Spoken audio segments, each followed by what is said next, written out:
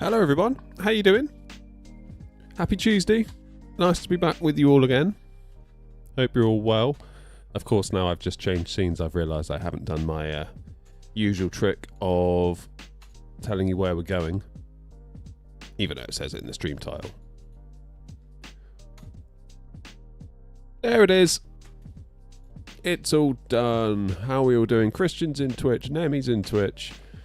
Who have we got on YouTube? We've got Grumpy. We've got Philip. Philip, how you doing? Chelsea, thanks for becoming a member, mate. Airbus Flyer. 10 months Chelsea's been a member. Nearly a year indeed, Chelsea. Appreciate it, mate. Thank you. Thank you, thank you, thank you. Airbus Flyer's in. Spooked and Philip. And Jay is in as well. Nice. Oh, man. I've not been looking forward to this stream, to be honest with you. No offense to anyone. Like, it's not that I don't want to stream. It's just this is a really long route, and I don't really like flying this long. So I could, yeah. I've not been looking forward to this one. I blame Grumpy for all of it. Grumpy's now on final warning. Bang out of order. So we're doing a 4-hour flight near enough from Estonia here in Tallinn, and we're going down to Larnaca in Cyprus, so it's a good 4 hours in the air today. But it's alright, we're going to do Wordle, we're going to do Quordle, we're going to do Plane Spottle, I'm going to have a coffee, we'll have some lunch, and hopefully it will fly by. Pun intended, of course. Christian says, how is that A320 over there? How's the air not livery? That's because that is Grumpy, and he's flying on VATSIM using the call sign X-Ray November Oscar, and he's got my livery installed with the and we're using the VMR files in vPilot. So if vPilot detects a plane that has a call sign beginning X-Ray November Oscar, and you have the livery, the air not livery installed for the aircraft type that is being flown by the other pilot, it will swap in the livery, which is really cool. Bertie, no, not a green screen. In fact, it's just NVIDIA Broadcast using AI to cut me out, which is pretty damn clever, to be honest. I'm quite impressed with it. I mean, it's not perfect. If I sort of do this, you can sort of find the limits of it, but given that most of the time I'm just sat here like this, it's pretty damn good, to be honest with you. Morning, Linus. How you doing, mate? Flight Sim 1001, is in vertical as well. Morning to you. Right, let's not waste any time, because we've got a long way to go and a short time to get there. If you know, you know. Right. No smoking lights to on. Crew supply. That'll do. Good. Plane's coming to life. And so is my FCU cube. I really miss not flying with this now. Really, really miss it. Hey, Vinny. Not late this time. Good, Vinny. Glad to hear it. Right, here we go then. Tallinn, Estonia to Larnaca, Cyprus. God. Let's do it. See, everyone's saying, when you do long haul? This is almost long haul, right? I know it's not. But for me, it feels like it might be. Feels like it might be. What would this be? Medium haul? 4 hours? Feels like it's probably medium haul. Just turn on my headphones. Oh, they're so good. They're so good. They just get rid of all that noise from my fans just immediately. Noise cancellation is like magic. So good. Oh, hello. What's going on here? Oh, no, it's going to do it. It's going to do it. So this is default scenery here at Tallinn. And the issue we had when we landed...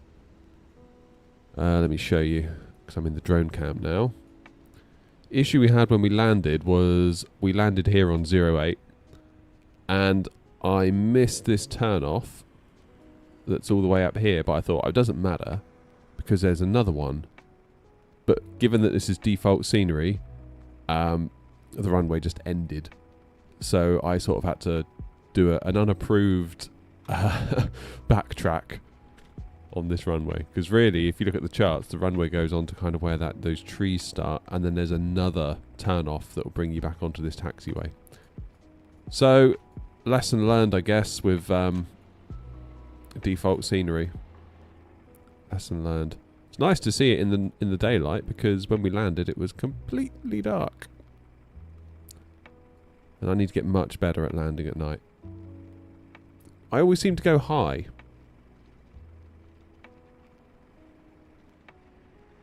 Heads up, Tallinn is pronounced by accentuating the A. Oh, that's interesting, because I said Tallinn, first of all, and then someone on tower at Stockholm said Tallinn, and I was like, oh, they must know better than I do.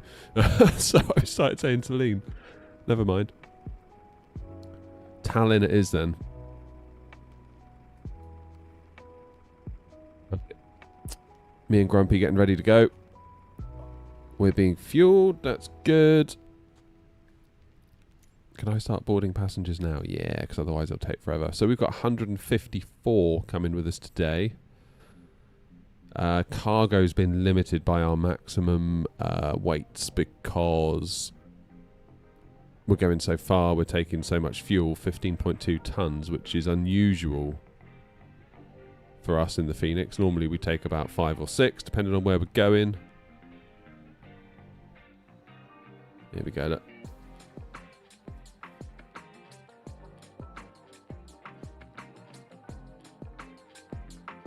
Yeah, it's nice to see it in the daylight. But yeah, default scenery. Just goes to show, doesn't it? What have I got for Larnaca? I don't think I've got anything. Is it a big airport?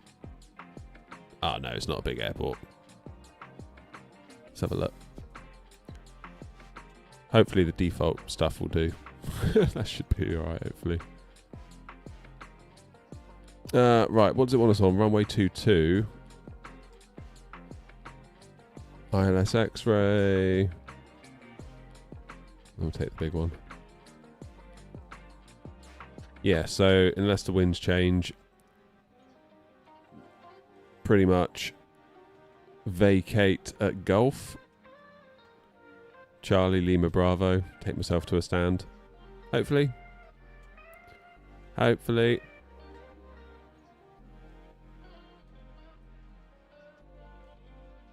This is longish haul, fair enough. Is there ATC?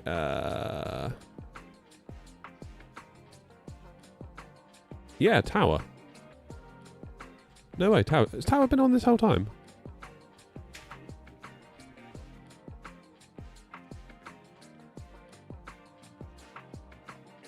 No, they've been on for 4 minutes.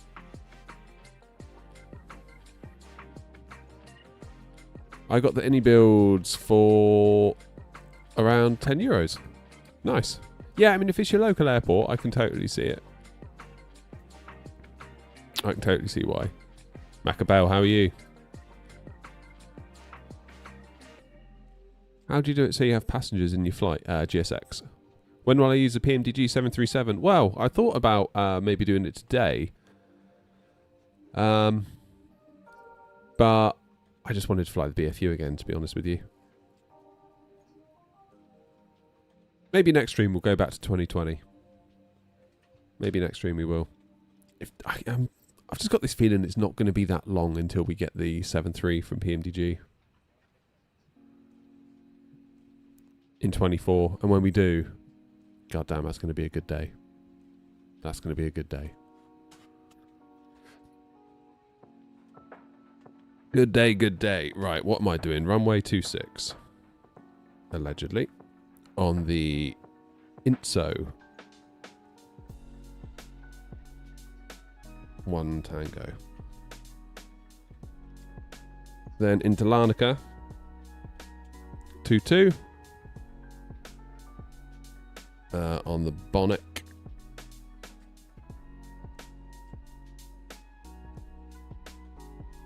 Bonnet 1 Romeo. I can do that. Do the passengers in the cabin affect performance at all or VRAM? Most likely. Yeah.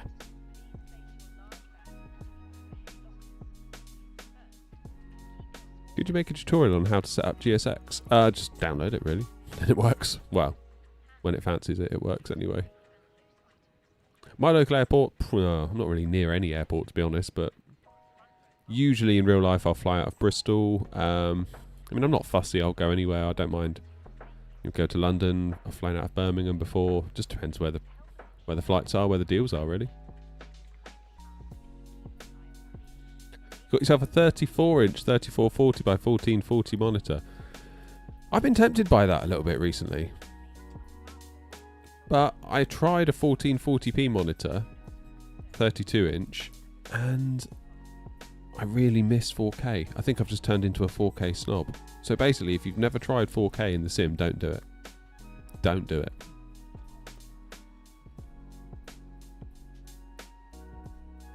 How's it going, Gav? 332-inch 1440p curved. Nice. That must be awesome. Do you recommend the Velocity 1 flight yoke? Never tried it. Wouldn't know.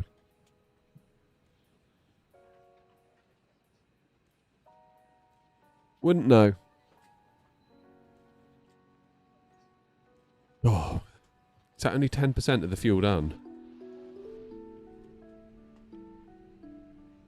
Oh no. Half. That's alright, we're getting there. Alright, I better do some setup, hadn't I? Never mind, sat here yapping to you. Though it is nice talking to you all. No stream tomorrow, by the way. Airnot Junior's birthday. So, I'm going to spend the day giving him a whooping on Mario Kart, I think. It builds character.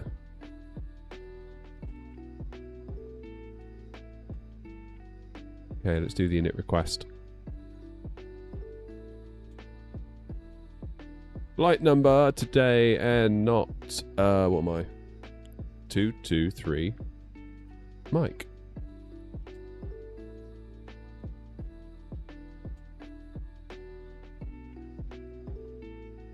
Cost index 60.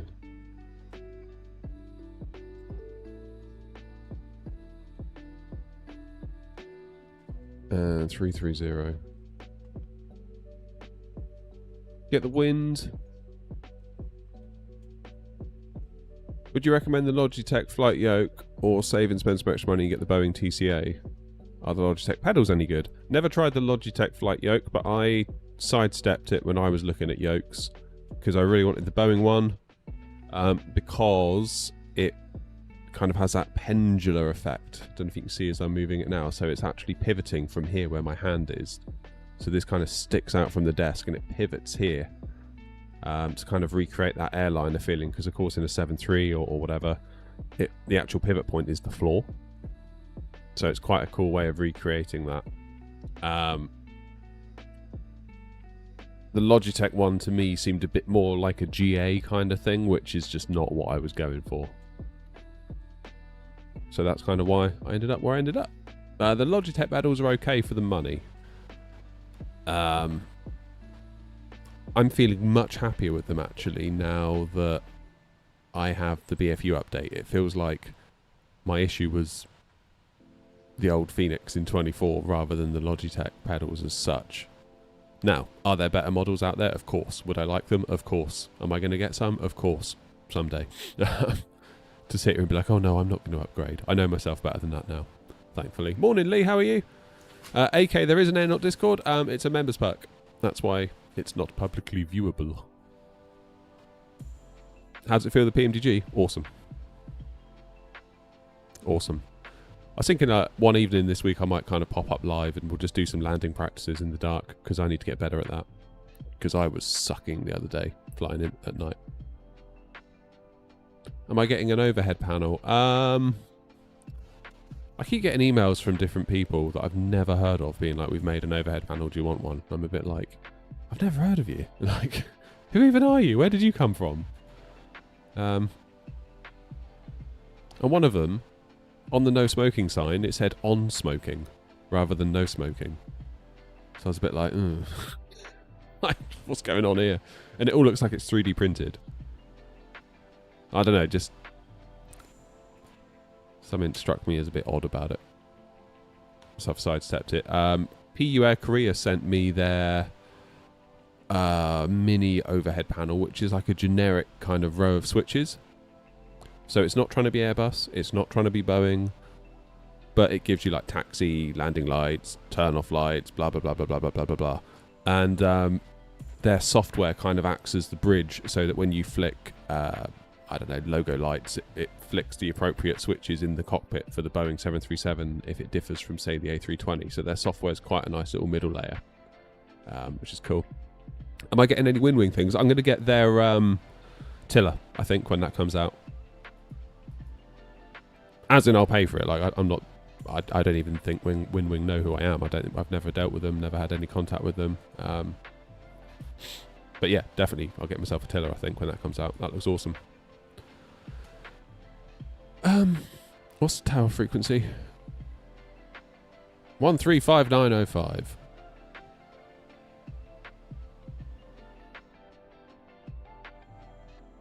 Let's jump over the tower and say hello, shall we? If it's free, I would take it. It's not as simple as that, Macabell. With free samples. I've spoken about this a few times on the channel.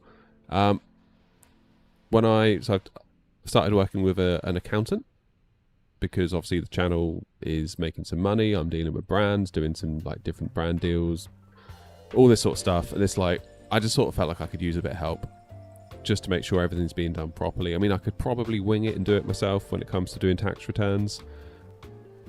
But A, I would rather just not. I'd rather be making content rather than stressing over a tax return. And B, I'd like to know it's being done properly. Anyway, long story short, first call with the accountant, sort of like a discovery call to kind of see where I'm up to, see if we're a good fit for each other. First thing he said was, how much free stuff have you taken from brands? And I was like, well, not a huge amount, not really, not in terms of monetary value. And he was like, okay, good, be careful because you will owe tax on the value of it. I was like, oh, okay. He gave me an example, one creator that he works with, because he specializes in creators, and he said this creator got given like a £4,000 gaming laptop, and the creator was like, sweet, I've won the lottery, got a £4,000 laptop for free. And the accountant was like, yeah, you actually owe the tax on that. So the income tax bracket he was in was like 20%. So he was like, you actually owe £800 on your tax bill for that laptop. The creator was like, what? I thought it was free. He's like, well, it is free, and that they've given it to you for free, but the RRP value on it, you have to pay the tax on. So I could just sit here and like all the brands be like, yeah, just send it. And I end up with like a pile full of stuff. Could end up with like £5,000 worth of stuff, and then I owe the tax on all of it. And am I going to use all of it all the time? Of course I'm not. Half of it's going to sit there doing nothing. So I have to be really careful. Really careful with what I accept. So if I'm going to accept something for review, I kind of want to be able to use it and actually want it rather than just, Yeah, send it, I'll review it, and I'll just put it in the cupboard or whatever afterwards. So you got to be careful. I don't think hardly anyone knows about this either, because I've spoken to brands about it, because I've said, how much is it worth? And they tell me, and they're like, why do you want to know that? And I'm like, well, because I'm going to owe the tax on it. And they're like, what? I'm like, yeah, for real. They're like, we didn't know that. I was like, well, smarten up, bubba.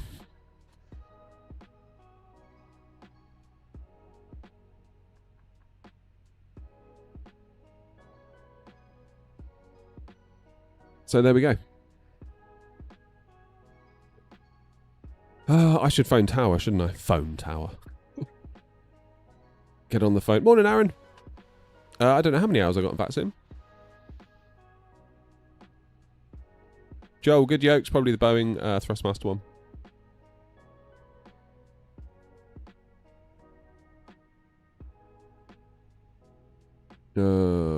Right.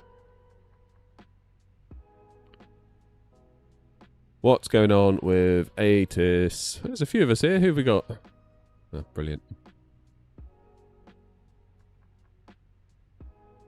Pug, I'm sort of making a part-time wage, really. I mean, which is fine because I'm working on it part-time, so it's all kind of... It's fine.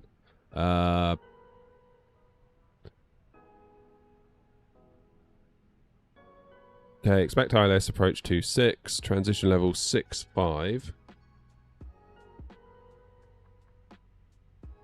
Bird activity in the vicinity of the airport.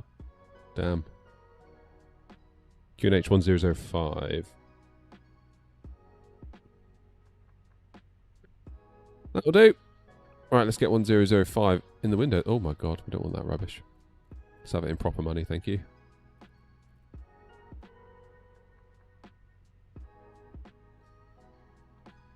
I guess the other thing to do with like review gear then is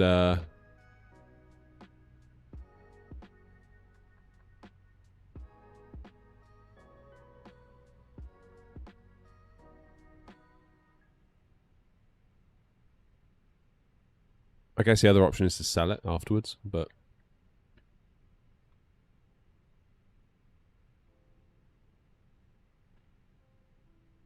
Scandinavian 641, request person start gate mic 12. Scandinavian 641, QNH 1005, push and start approved. QNH 1005, push and start approved, Scandinavian 641.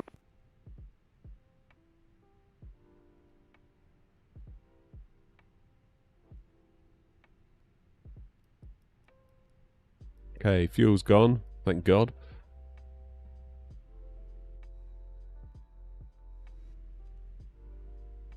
Are we loaded? Not quite. Let's get the APU fired anyway.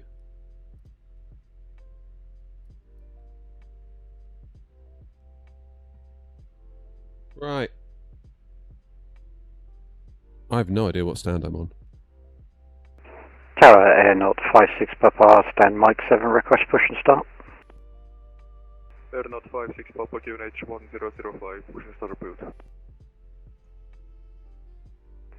Push and start approved, QNH 1005.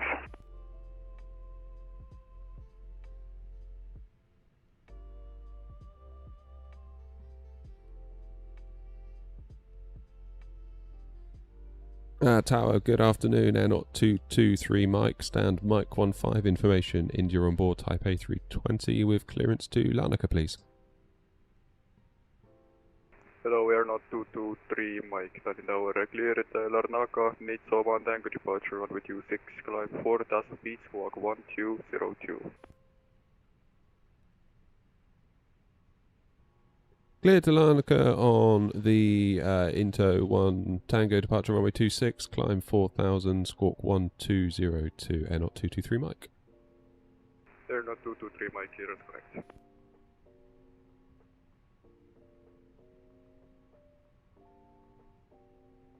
I said the squawk, I said the SID wrong actually. Squawk 1202.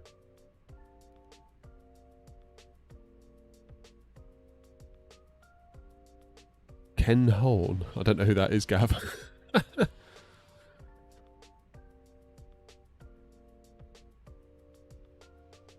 There's Grumpy getting ready to go, look.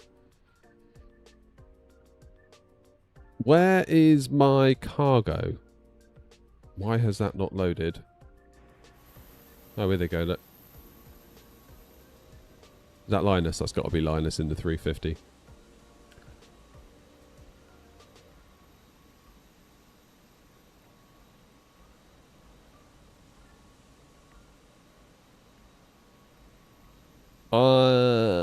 Right. Given that I'm on default scenery, and given that... God. I'm tempted to do a toga, you know, out of here, just because the runway isn't as long as Navigraph thinks it is, and I don't know where this is pulling its data from, whether it's pulling it from default scenery or whether it's pulling it from what it should be. Toga or bust, I think. OG, how's it going, mate?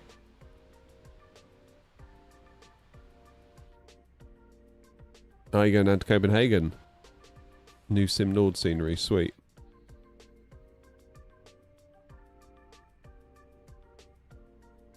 I don't think I've ever been into Copenhagen, you know.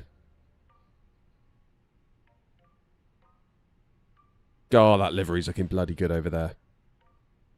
Look at that. I mean, come on. Come on.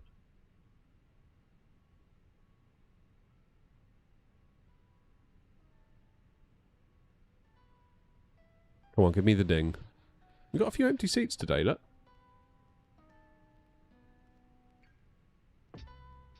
Are you going to try the new A350 update? I did, actually, quite recently, and I feel like it flies way better. Like, way better. I feel like it's...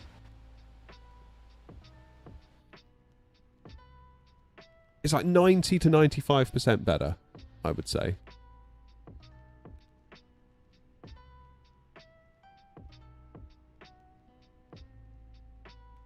$90 to 95% better. Good, but still not a Fenix. Is probably my feeling on it. How's the airport? I mean, this is default scenery, so yeah. Macabell, I want to fly the 777 actually. I was thinking of doing it today. I thought because it's a longish flight, maybe we could try the 300 ER down there.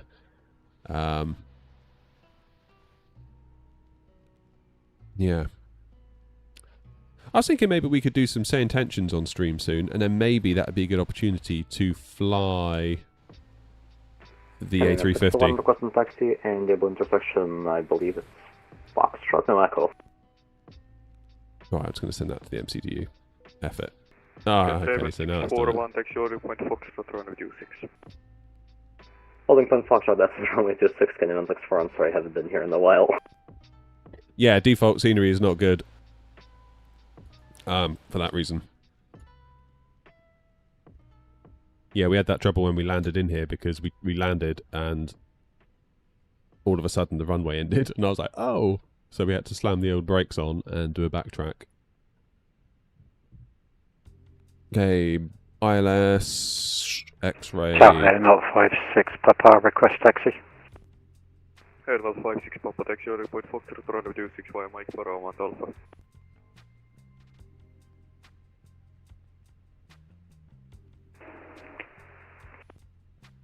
Tower, just repeat taxi instructions again, please. Air 056 Papa, taxi Orly point Foxtrot, runway 26 via Mike Bravo and Alpha.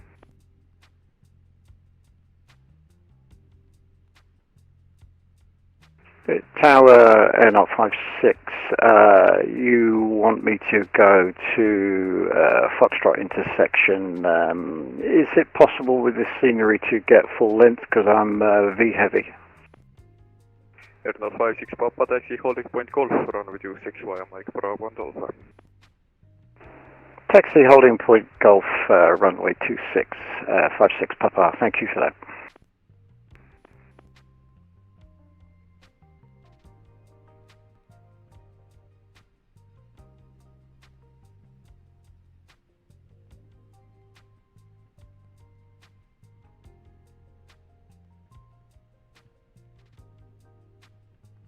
And 1641, ready upon reaching. That's looking good. Skyder Cheers, Mark! Oh, OG, you're joking. It's a performance better on the A350. In terms of FPS, I couldn't really tell. I was more thinking about the input lag, which I've noticed from day one. Which I know any builds have said is fine, but then if it was fine, why have they now made it better? It's like, come on, guys, just have a bit of humility. Jesus. Good morning, Tower. Tomjet 44 with you, stand 19. Good morning, Tomjet 44, Tallinn Tower. Yeah, can I pick up my IFR to Larnaca, please? Why don't you send your flight plan, we can wait. Cheers, Defender. Maybe a bit late now, but... oh, God, yeah, wait, I'm going to need to do Foxtrot, aren't I? Because I don't have...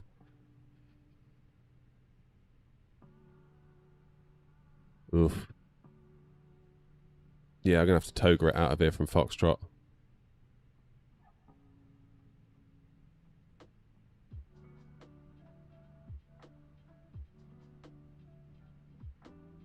Tomjet 44, clearance available. So if I do an intersection from Foxtrot... Tower, Tomjet 44 is ready. Tomjet 44, cleared Larnaca, Nitsa 1 Tango departure, runway 26, climb 4,000 feet, squawk 1231. The Nitsa 1 Tango departure, runway 26, climb to 4,000, squawk 1261, was that for Tomjet 44? Squawk 1231. Squawk 1231, Tomjet 444. Correct. Right, let's get him strapped in. 641, wind 320 degrees 9 knots, runway 26, clear for takeoff, have a nice flight, bye bye. Let's take off runway 26, Canadian 641, half belly at cool. Sulle ka. Hey, Dutch. Hello, Captain. We are ready for pushback. There goes Grumpy. Tui over there.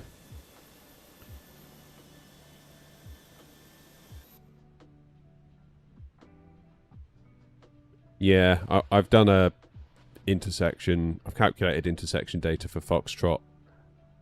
So on that basis, we should be all right. Flex temp 57. Flex temp 57. Up 0.4. Was that you, Tone?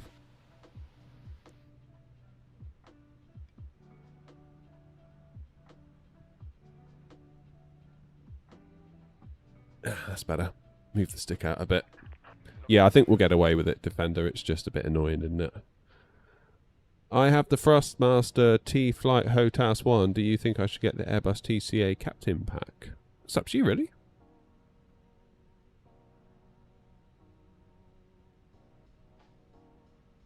I mean, the throttles on the Airbus ones are lovely.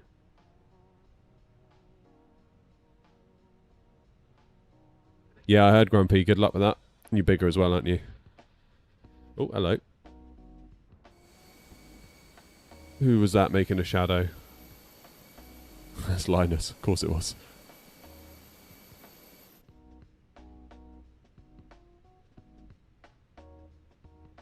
Tower, Air Not 223, Mike, stand, Mike 15, ready for push and start.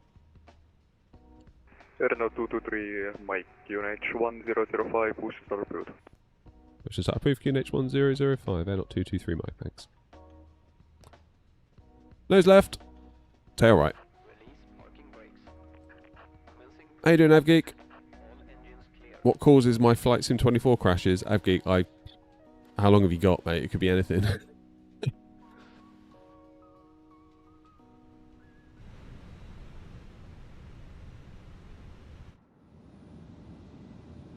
Cabin crew, arm doors and cross-check.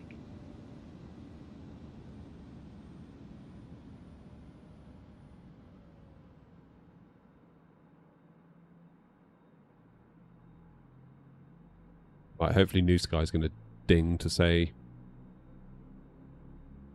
time to go. Ladies and gentlemen, please observe the cabin crew member closest to you as we are about to demonstrate the safety features of our Airbus Thank you, New Sky. A320 aircraft. Thank you. Not sure what the issue is. Grey screens and the system restarts. I'm not sure if it's memory overheating. I've increased the fan speed. Watch about 10 minutes. Oh. Have you tried undervolting it? Welcome aboard our Airbus A320. Please pay attention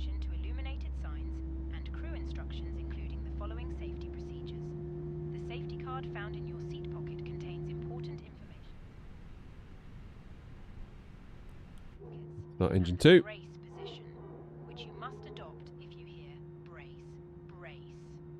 There are 8 Flaps emergency exits on this aircraft. The cabin crew are now pointing out the exits nearest to you. Please be aware that your nearest usable exit may be behind you.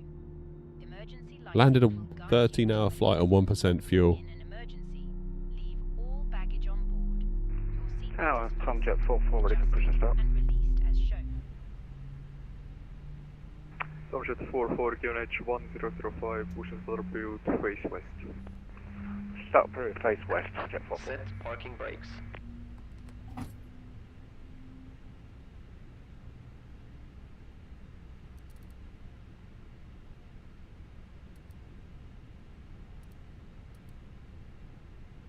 Okay, engine 2's available. Is Grumpy gone yet?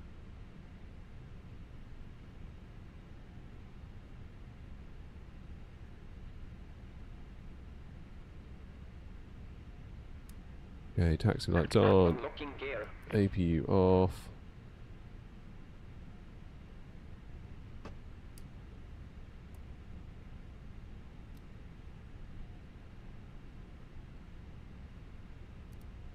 Start first officer's side. Tow truck disconnected. Bypass pin removed. Left is clear. Right is clear.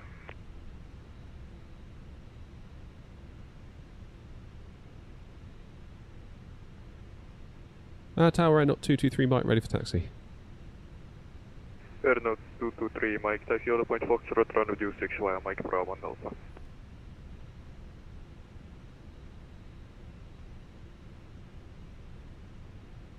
Holding point Foxtrot via Mike Bravo and Alpha for 26, Air 223 Mike.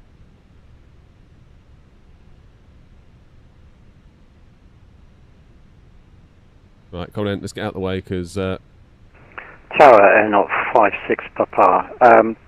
My scenery for this simulator doesn't give me any more taxiway to Gulf. Can I enter runway at Foxtrot and backtrack to full length runway? Air 56 Papa via Foxtrot, line up a backtrack, run with U6. Via Foxtrot, enter runway 26, backtrack full length, Air 56 Papa.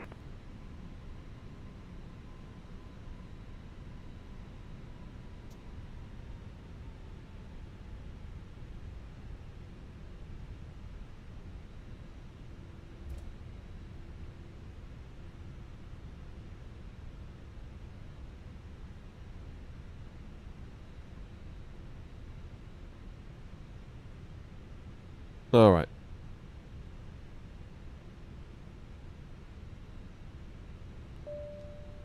Give him a buzz.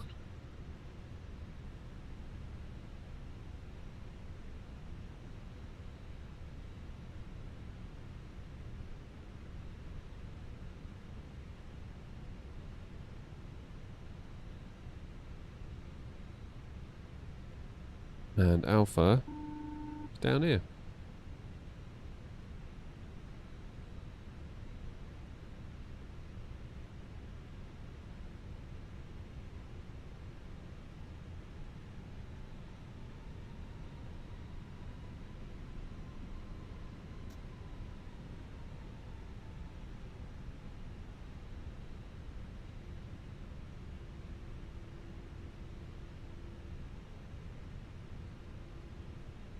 Lovely jubbly. For your side stick, do you have the Moser base or the Thrustmaster one? I've got the Moser AB9. Right now. And I've got my Ava base on my inside PC. Well, you can tell we're heavy. You can really tell we're heavy because the plane just does not want to move unless we tell it to.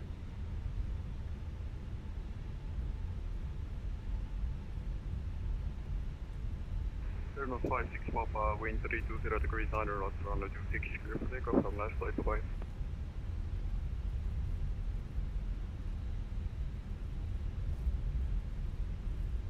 Clear for takeoff, runway 26, NL56 Papa. Thanks for your control this morning. You have a good day. You too, thanks.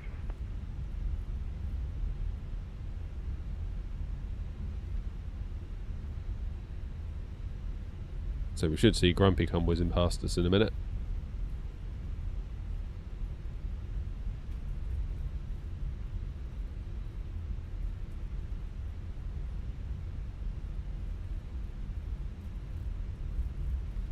Here he comes.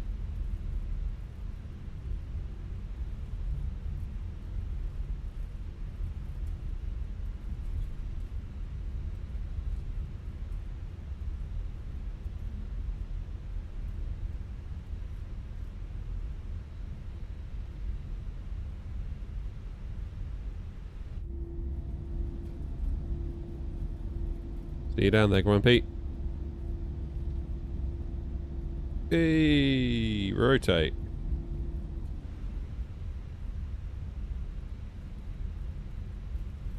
What rudder pedals? Just the Logitech ones. They're not that great, to be honest. I mean, they're okay for the money. They're okay for the money. But having been to Infinity Sim Wings up at Gatwick in their A320 sim, they had some Thrustmaster TPRs.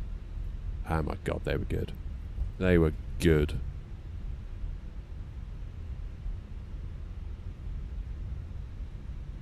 And it's weird, I kind of said like, oh, you got TPRs in a Airbus A320 sim. I thought you'd have some like Airbus ones. They were like, Tower honestly, NL56 Papa, airborne, passing 2000. 756 Papa, I'm already really go on to do this, mate. they were kind of saying, short of ripping apart an Airbus, these are so good.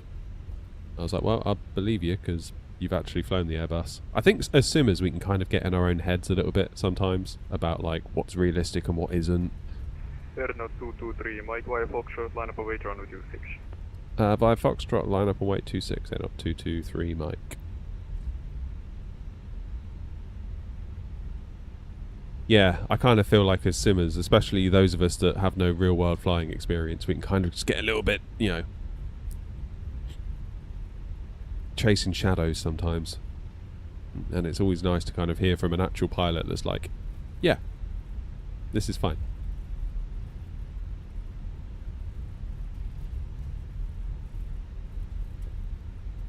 Alright, here we go, 26.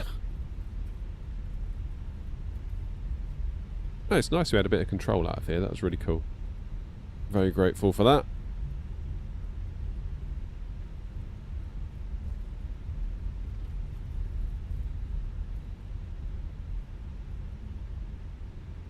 Airnote 223, Mike wind 320 degrees 9 knots, runway 26, clear for takeoff, have a nice flight, bye. Clear takeoff on runway 26, not 223, Mike.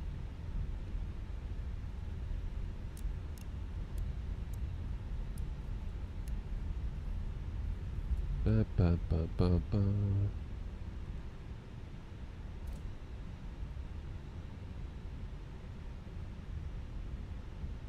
Alright, I'm going to take as much as I can here.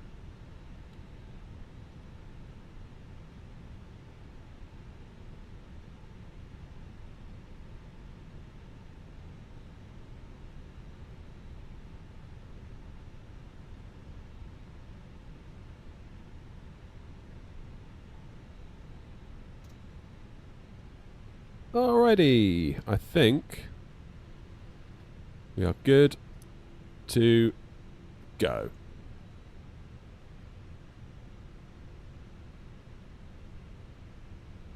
Everyone ready? Tray tables up. Let's go. Let's go to Larnaca.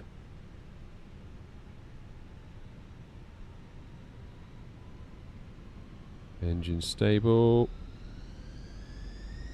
Climb and flax. SRS green, Manflex 57, auto thrust blue. 80 knots.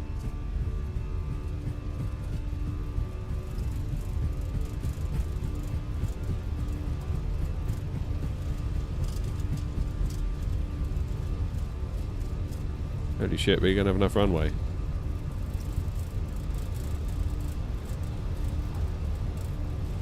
D1, rotate. Just enough runway. Flipping heck, that should have been toga. Default scenery is not good here at Tallinn. Positive climb, gear up. Should have togaed that one all day long. So maybe it ends a bit shorter on the other end of the runway too.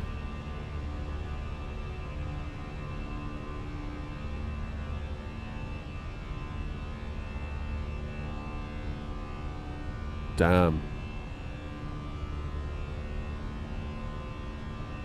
Okay, leave us climb. Dip the nose. Get that speed up.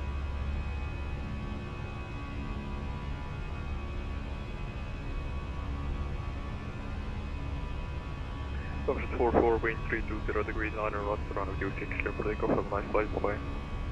Good takeoff, Tomjet 44. Thanks for the service there. Yeah, I mean, Jerry, we were given Foxtrot, and we calculated our flex speed based on a Foxtrot intersection. So I think it's possibly an issue with default scenery.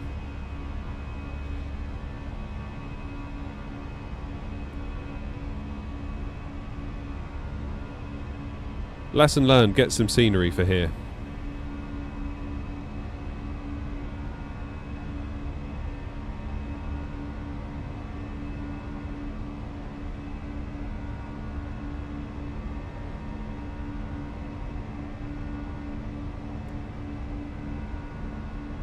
Happy days. Yeah, it was a bit bloody close, that.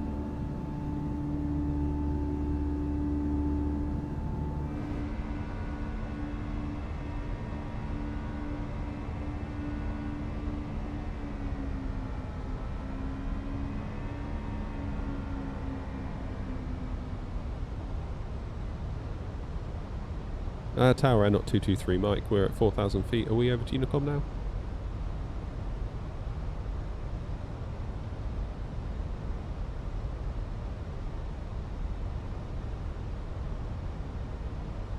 Ah, they've gone offline. Unicom it is. Tallinn traffic, not 223 Mike, inbound Nitso, 4,000 feet climbing now, flight level 330, Tallinn traffic.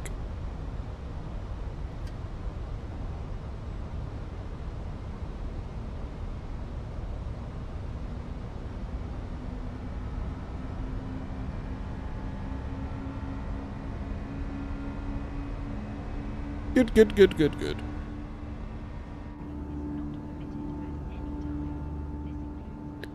Right, I can pay attention to chat now that's all over. How you all doing? Looking into your VA on New Sky, seems pretty cool. Will your liveries be added to FS LTL anytime soon? Apparently, for that to be the case, we need to become a VATSIM official virtual airline, which we are not. Because I did inquire to FS LTL, I said, any chance of getting the liveries included? I'll even do the artwork, I'll do all the legwork. And they said you actually have to become a VA partner with VATSIM, so maybe we can start looking into that and go from there, I guess. So yeah, we'll see. Well done, Philip. Started your glider training. AviaGeek, it's a Moser AB9 with an FS project stick plonked on top. Okay, let's go standard pressure.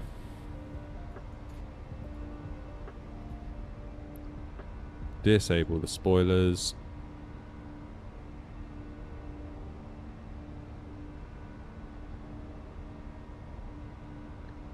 Would you recommend me getting the 2025 version on PS5?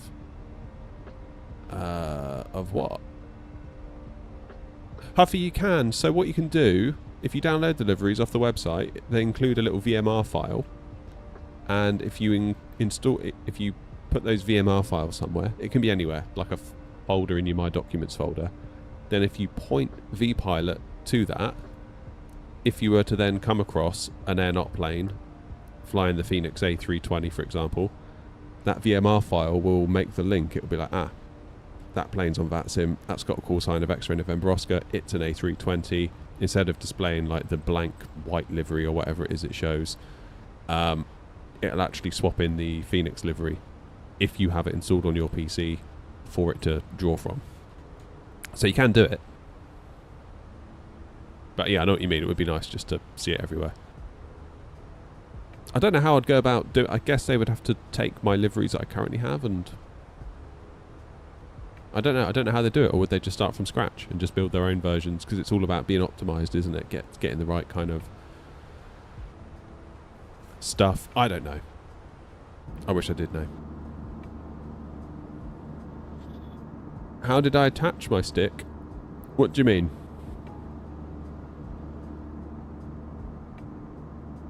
So this is like a little pedestal that I built, if that's what you're talking about. There's a video on the channel where I showed you how I build it. Like a little DIY vlog.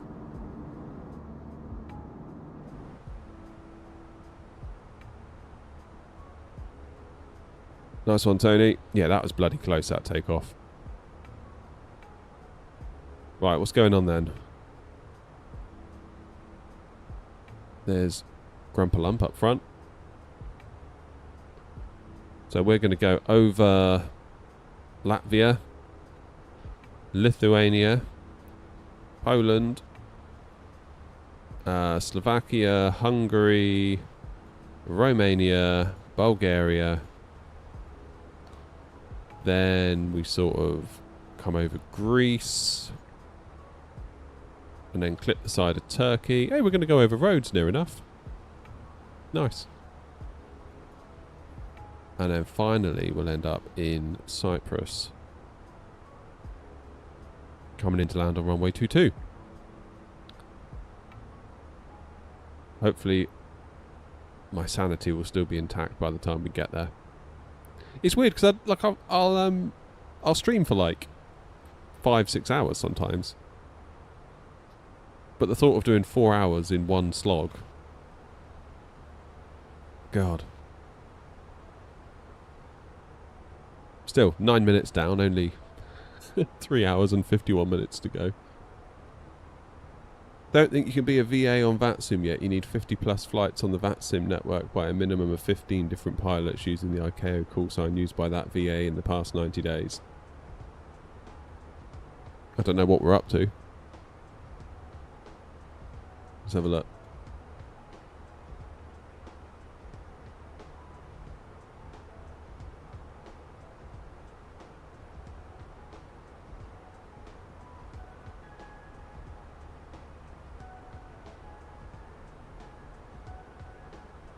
I don't know. We might be alright. We've got quite a lot of...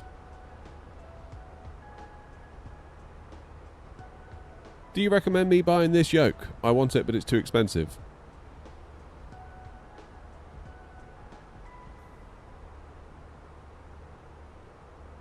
Yeah, Osprey, Luke, British AV Geek. I like Luke. Speak to Luke sometimes on DMs. He's a nice guy. How many flights have we done in the last 90 days?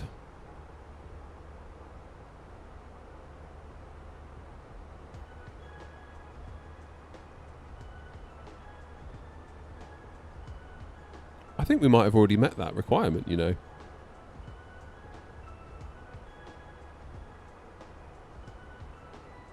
I mean, I'm just looking, if we take the last 7 days from the if we take 7 days beginning the 21st of July through to the 27th, that is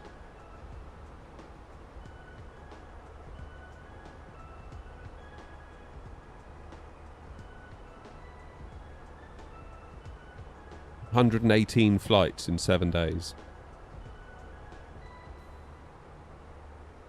But not all were on VATSIM. 1, 2, 3, 4, 5.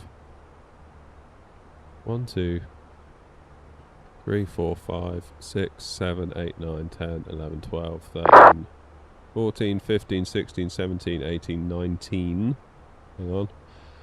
20, 21, 22, 23, 24, 25, 26, 27, 28, 29, 30, 31, 32, 33, 34, 35, 36, 37, 8, 9, 40, 1, 2, 3, 4, 5, 6, 7, 8.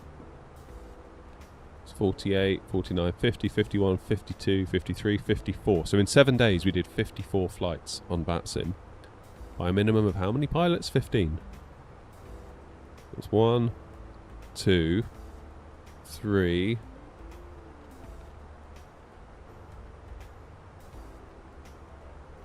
4, 5, 6, 7, 8, 9, 10, 11,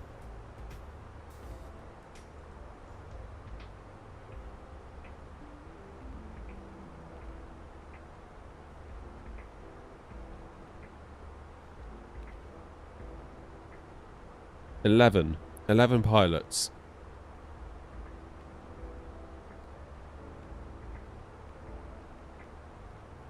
That's in 7 days, not 90.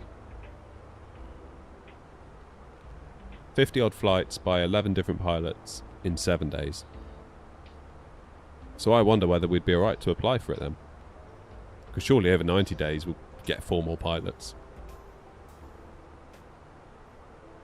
Does the Fenix and Flyby work now with Flight Sim 24, or do you need to get the new one? And is it the same for GSX? Fenix is supported with the BFU update. Fly-by-wire is not officially supported. I mean, some people will try their luck.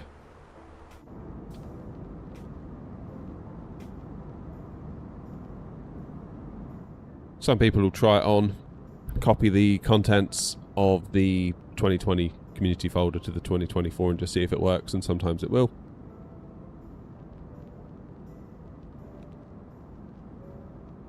Compared to you in the bus, this Max is climbing like a shed.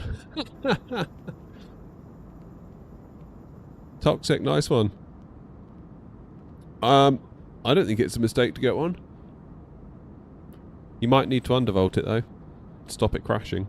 That's the only thing. I had to do that with mine.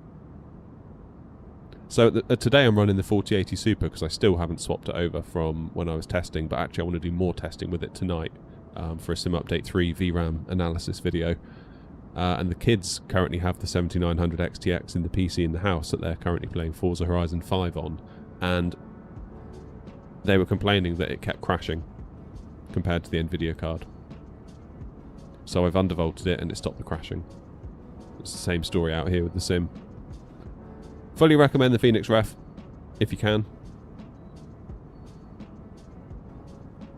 I mean, GSX works for 24, in as much as GSX works.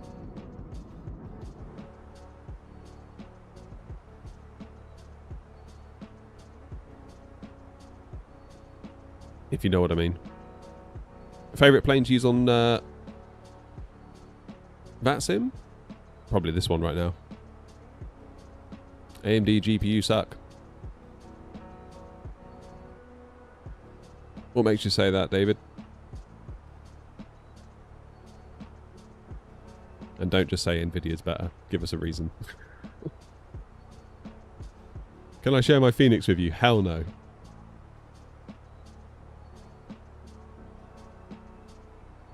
How's the VRAM issues fixed now, do I think? I'm not convinced. I'm going to do... The plan is once I get off this stream, I'm going to do some performance testing with my 4080 Super I'm currently on at the moment at various airports in various planes, just seeing what the VRAM situation's like at 4K and then at 1440p as well in a couple of them as well.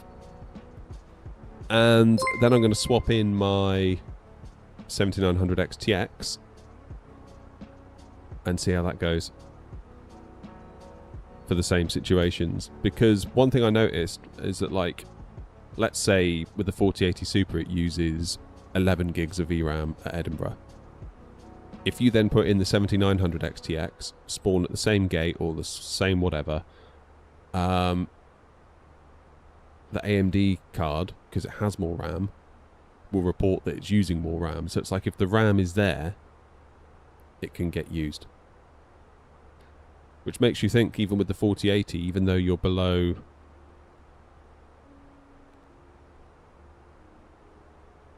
Sorry, I'm just throwing words around. Never had an AMD GPU. What the fuck? That's the problem with the internet right there. People just saying shit without thinking.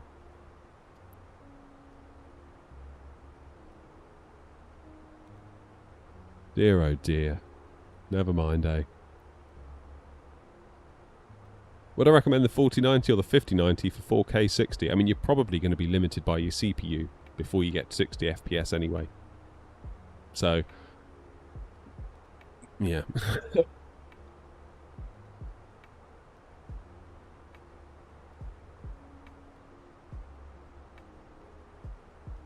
Yeah, don't go buying anything for flight sim thinking, oh, this will get me 60 FPS all the time, because it won't. Even with a 5090, 9800X 3D, I guarantee one of these days you're going to come into Heathrow, connected to VATSIM, it's going to be busy, and you look at your FPS and it will be like 46, and you'll be like, oh man, but I've spent like $5,000 on this PC. It's like, yeah, well I'm sorry, that's just the way it is.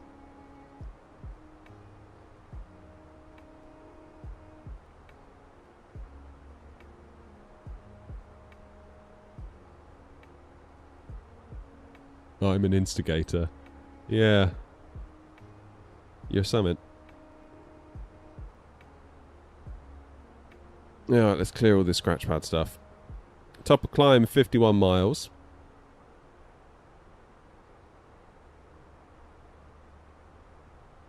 Oh, I'm getting some weird tearing issues today. Ugh, don't like that. Center tank feed. Oh yeah, I suppose we've got yeah, because we've got so much fuel on. That would make sense.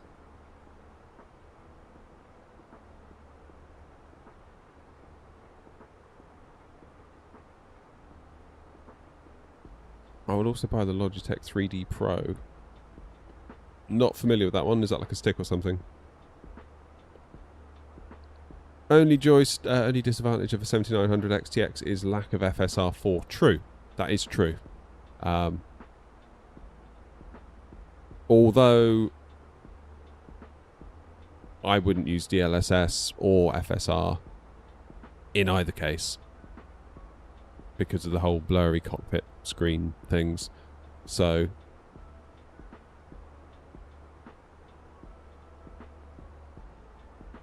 yeah, I get what you're saying though. I would love it if AMD could backport it.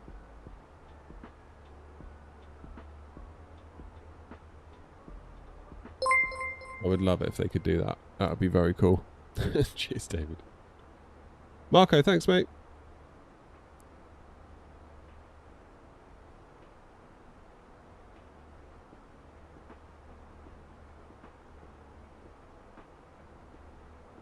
You're still heavy, you can only get up to flight level 310. Damn. Do you think the 5080 is a good card paired with a 9800X 3D? I think the 5080 is crippled by its 16 gigs of VRAM in the same way that my 4080 currently is. So there is no way on this earth I would upgrade my 4080 to a 5080 just because it doesn't solve a real problem. Now, if the 5080 had 24 gigs of VRAM, I would have been all over that like a rash. All over it. And I would have recommended it and shouted from the hilltops, this is the card to get for 4K flight sim. But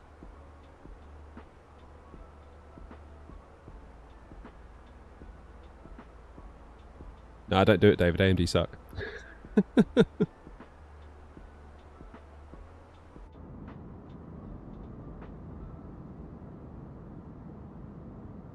I just wouldn't bother picking a side, to be honest. Like, AMD suck, Nvidia suck, Intel suck. Like, they've all sucked at one point or another. Like, just go with what's best at the time. Don't be picking a side and getting all like, I'm team green. It's like, don't be team anything. Be team you. Be team wallet. Be team looking out for yourself. Like, I didn't particularly want an AMD card, to be honest. Like, I wasn't like, oh, I'd love one of those. Truth be told, I would rather I had an Nvidia card in my system right now. But I got the 7900 XTX, albeit on a great deal from Grumpy. 600 quid. Although even on Amazon right now they're 700, so they're not loads more brand new for the same exact card. And that solved my VRAM problem. I didn't really want an AMD card, but it solved my problem at a price I could afford. Whereas the only way to solve that problem with Nvidia was to go back a gen to 3090, which I didn't really want to do, or sort of cut off an arm and sell it and get a 40/5090, which was out of the question, really. So, yeah, on the one hand, I didn't particularly want a 7900 XTX, but on the other hand, it was a really good price and it solved my problem. So, just, yeah. Do you think we still need 24 gig for 1440p? I'll let you know later once I've made that video.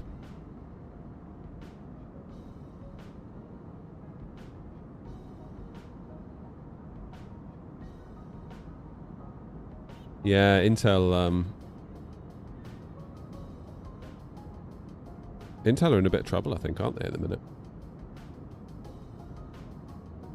On PC, are the liveries for the PMDG 737 free because they're not on Xbox? Yeah, the problem is with Xbox, the only way for you to get anything on it, in the terms of add-ons, is through the Xbox Marketplace, or Flight Sim Marketplace.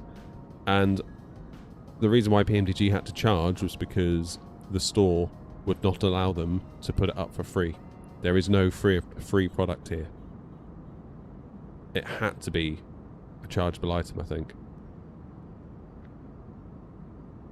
So that's what they had to do. That's the trouble. When you're on someone else's store, they set the rules, and there are just things that happen like that. I used to write iPhone apps, iPad apps, and you had to go through the Apple App Store. And yeah, it was a pain in the backside because Apple would set a rule and you just had to go along with it. That was it. Like, what could I do? What am I going to do? Get on the phone and be like, Apple, I think this is a terrible idea. Change it. Of course they're not going to change it. They've made their mind up. They're not even going to pick up the phone. Like, it's just like, all right, this is a new constraint that I now have to work around, and it's as simple as that. That's all there is to it. So, yeah, I really feel for PMDG being in the marketplace sometimes, to the point where I'm like, why are you in the marketplace? I mean, it must make them enough money that it's worth all the ball ache, but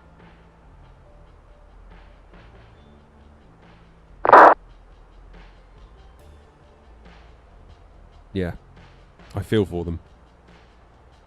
And I especially feel for them because I used to get it as well. I would get like 1-star reviews because of some way that my app behaved that was only that way because I had to make it behave that way, otherwise Apple wouldn't approve it and let it on the store. So it's just cost of doing business in that way, unfortunately. Tony, you need an upgrade, I think. You need to get rid of that aging 4090 and that aging 7950X 3D. And get yourself a proper PC, Tony. Alright? That's the end of it. Is the 1700 for 40 or 1800 for 50? Eh? What? I'm confused, Brett. What are you talking about? My options are 4090 7950X 3D or 5090 9700X. My concern, Brett, would be that a 9700X would bottleneck that 5090, whereas an X3D chip might give you a bit more wiggle room. Airbus Flyer, I used to in both cases, but not today.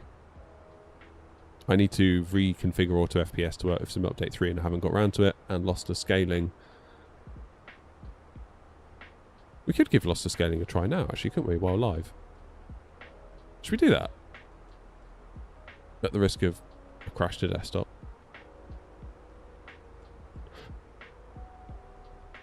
Yeah, Tony summed it up, Brett.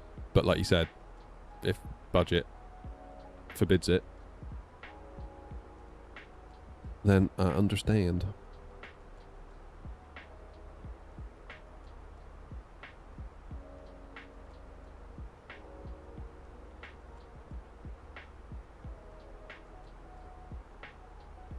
Hey, look at that. We are at cruise. Let's let them out, shall we? They're probably back there busting for the toilet. Lost to scaling was really... The last time I tried it... So I'm on a 60 Hz TV.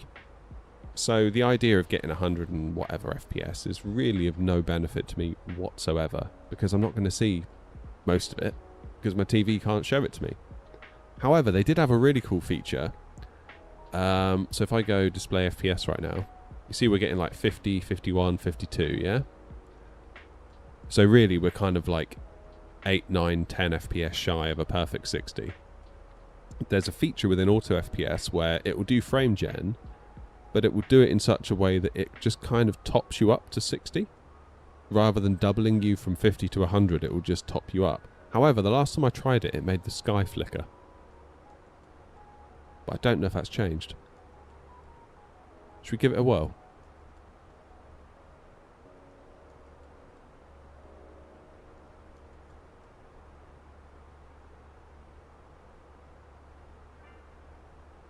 God, I hope this doesn't crash the sim.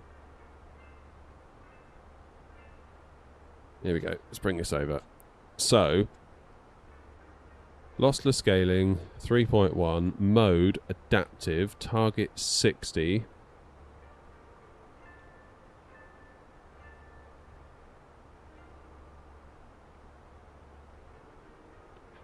Flow scale. Downscales the input frame to estimate motion flow at a lower resolution, improving performance. Once processed, the frame is warped at its original resolution to generate the final output without any upscaling. For optimal smoothness, it's recommended to target a scaled resolution of 1080p. For example, set the scale to 75 for a 1440p gamma resolution of 50 at 4K.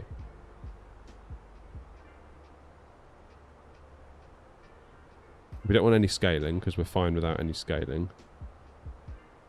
Is there anything else I need to be aware of?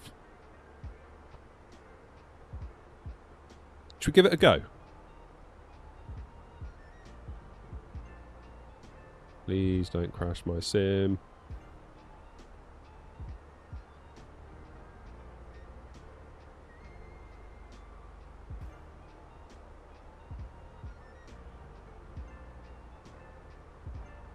Doesn't seem to be flickering like it used to.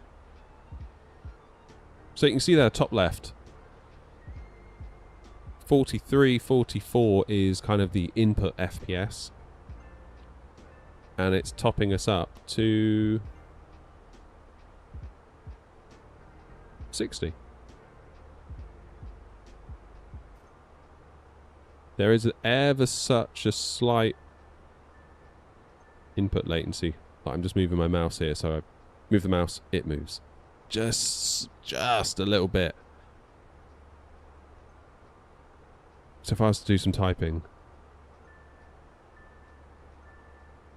Oh, I don't know, that's good enough.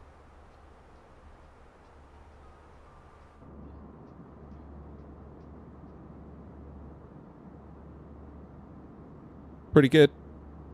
What do you think?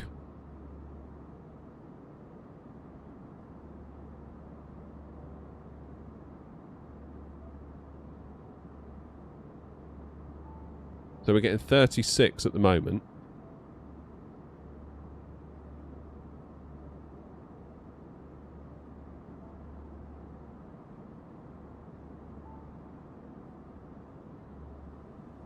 So what if I unscale it? What do we get then? 40, 41.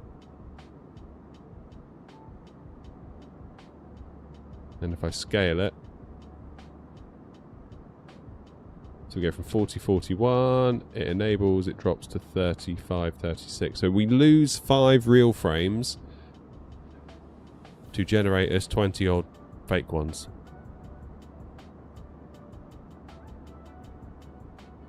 All a trade-off, isn't it? It's all a trade-off, no matter what you do. What do you reckon? Is there also a way for me to get my cursor to escape?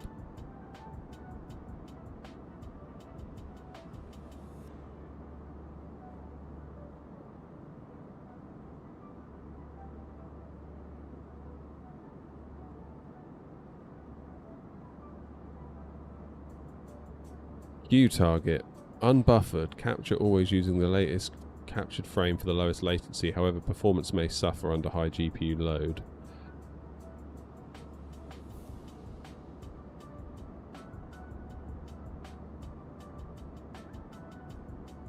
I mean, that's fine, Tony, I guess, if you've got a high refresh, variable refresh rate monitor. But given that I'm on a 60Hz TV, all of this kind of... I'm getting 115 FPS in Flight Sim is kind of... a bit...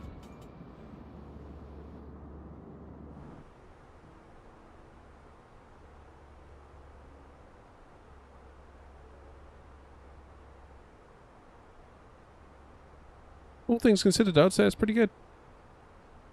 Yeah, 165. So if I was in your shoes, Tony, I would be turning that on as well. Because why wouldn't you? You know? It's not like you're losing out on anything by turning it on.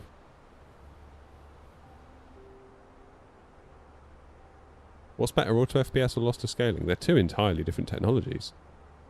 Achieving two entirely different things. Completely different. Oh man, I've got a headache. What's good for a headache? Coffee is good for a headache. And ibuprofen. What's my estimated fuel on board? 4.7.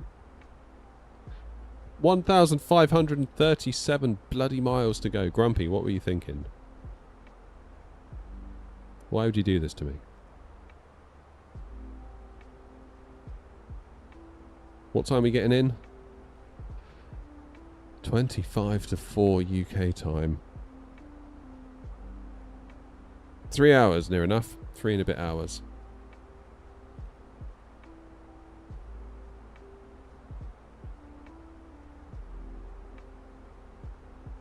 Part of me's tempted to try my 1440p monitor out here again because...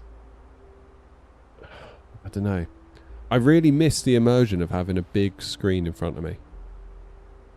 Like, I'm on a TV that feels big, it fills more or less all my field of vision, whereas a monitor, all of a sudden it felt like I was on a PC monitor that was small. I don't know. Oh, look out, Neil, what have you built? 9950X 3D, 7900 XTX, first time with an AMD, recommended. Any BIOS settings for the AMD? Short of enabling XMP and making sure that SAM's enabled. That's all I do. For me, loss to scaling can freeze and I have to restart it. I use auto FPS for frame gen locked at 50 on my 3070 Ti. Cool. So that means you get 25 real frames and it doubles it to 50. I'll be honest, that feels a little bit low. Little bit low for me, that.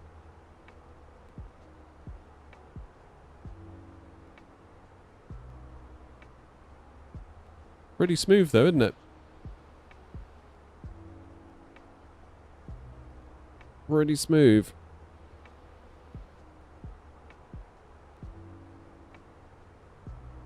Oh yeah, of course, Huff. Fair enough. Fair enough, mate. Yeah, ultra-wide could be the thing that tempts me away from a TV. How do I get my cursor to be able to break out? I'm sure there's a way.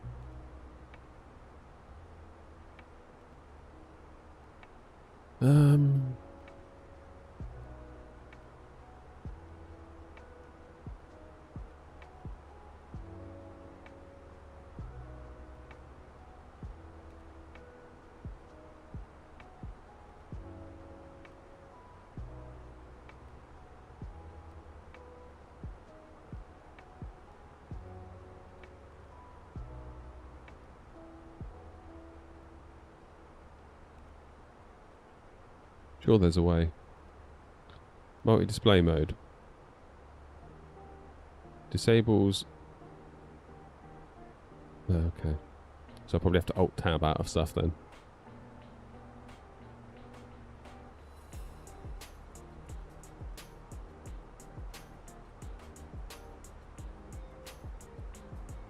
It's weird though, Huff, because like I was using 2020 the other day and we were getting like 6 gigs of VRAM used in DX11. So I think it's less of a 24 thing and more of a DX12 thing.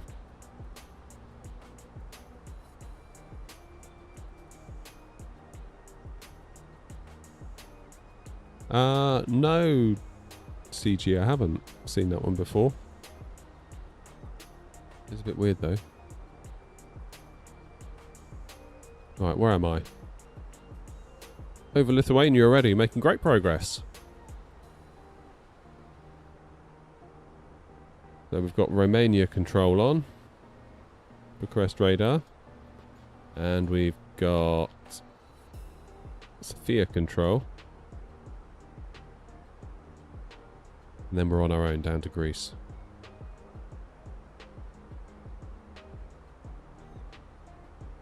You're using 10 out of 24 gigs at the mo.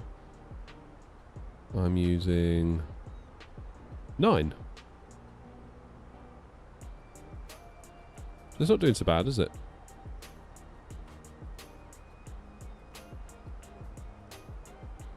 I'm looking forward to making the video later. Because sitting here now, I don't know what the answers are going to be. And I always enjoy making a video like that, where I don't know what the answers are before I go into it.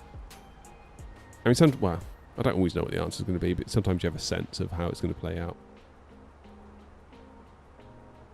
What's the word from Asobo? Are they still saying it's one of those like work in progress, now been bumped to Sim Update 4? Because it was like Sim Update 2, then it was 3. Are they saying it's fixed by now?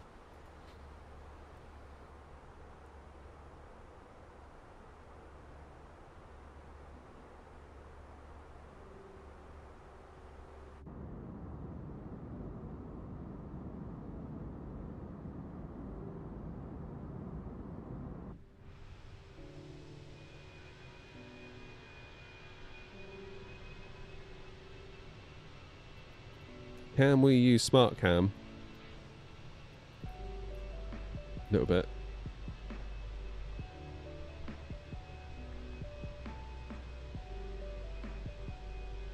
"22 milliseconds. Yeah, mine was... you probably can't see it. Mine's at about 22, 23.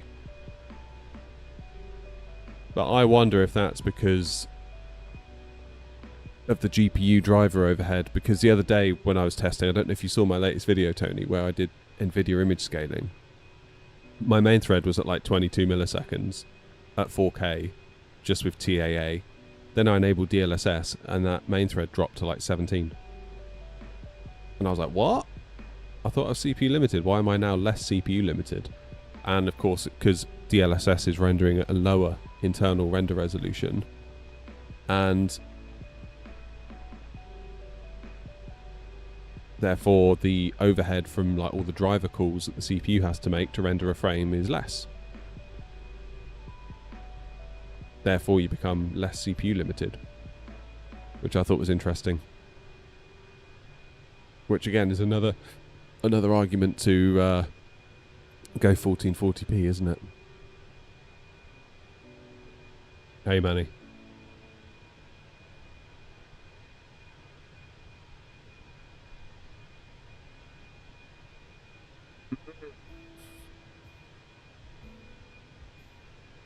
I'm starting to really feel like I need a coffee, guys.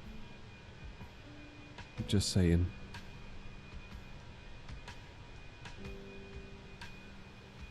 We've got a nice little gap here before we get some ATC, so I think I'm going to use that and grab myself a cup of APU, because it's 12:30 and I've only had one cup of coffee today.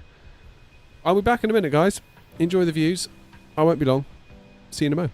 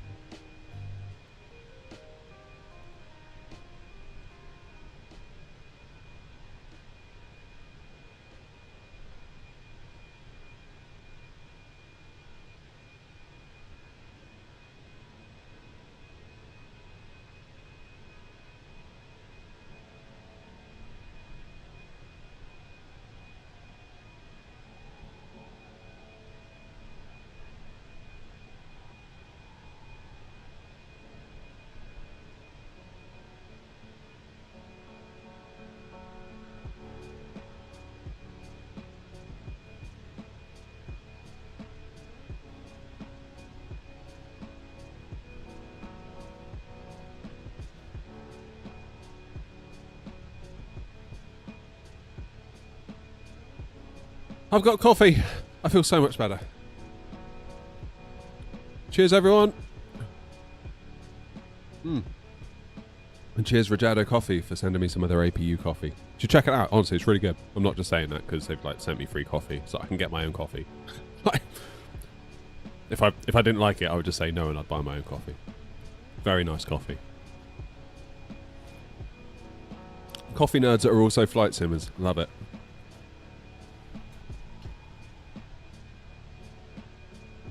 Tony, if you go into the go to like youtube.com/airnot and there'll be a tab that's available to you because you are a member, and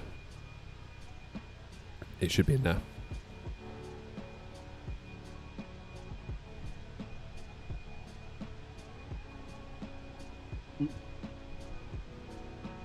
How you doing, Top?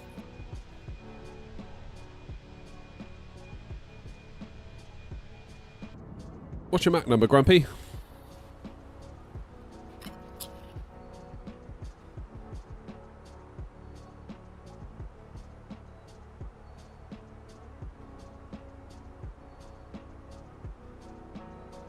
Eight two.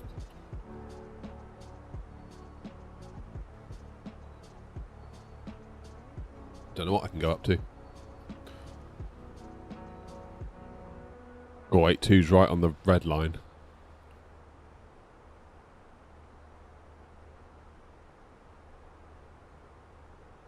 Am I going to get an overspeed warning?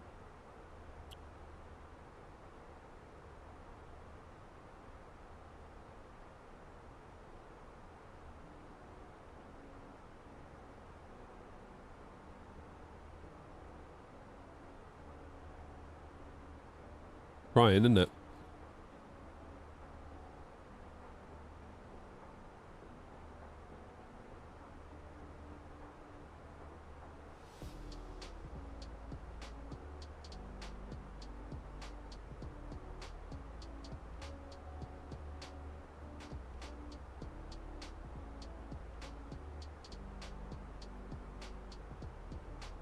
Yeah, it might not be a bad call. Expensive, he says with his 5090.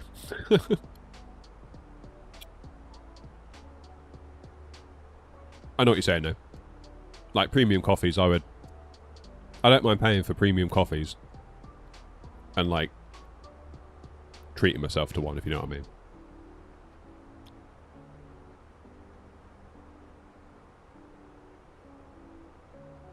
But if it's going to be like, yeah, every time you make a cup of coffee you drink that, then yeah, I can see what you're saying.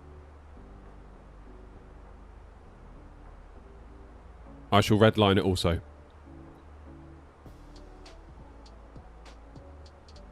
How have I thought about the iFly Max? Prior to the BFU, yeah. And then I forgot all about it.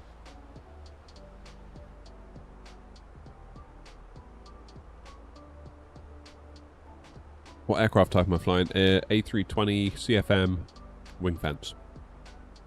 BFU from Phoenix.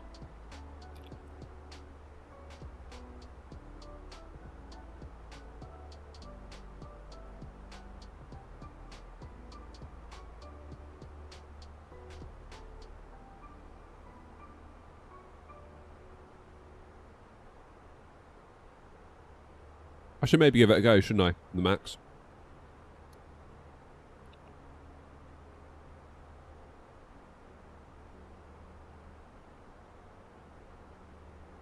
I don't know, Airbus flyer. Just, at the moment, the BFUs from Phoenix.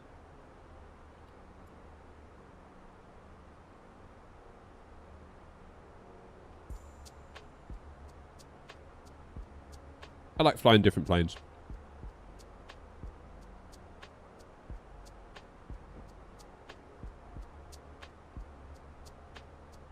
Like, I'm loving this at the moment. But if this was all I ever flew, I'd get sad, I think.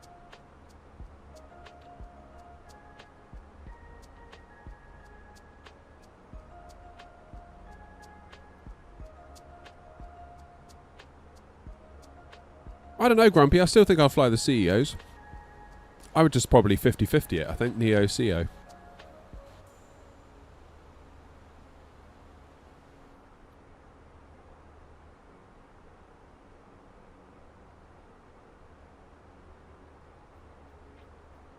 If you were to bring any aircraft from the past, what would it be? Probably the 747-400. Get those back into service.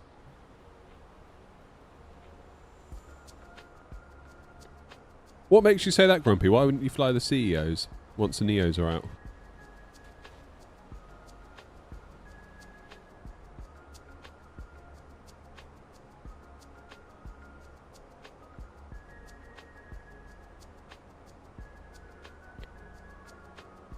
So what engine is on the Neo? Oh, the Bluebird 7.5. I'm looking forward to that. That's going to be amazing.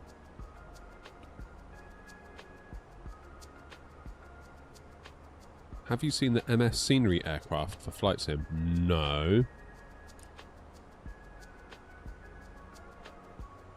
I love 737s. I'm watching this on a bus.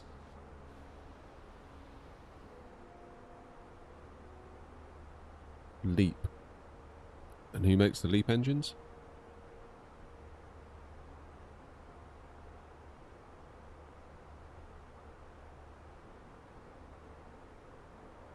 Yeah, Concorde's cool, but I can see why it no longer exists. It does feel like a bit of a shame, but I think it makes me more sad that there isn't 747s in the sky.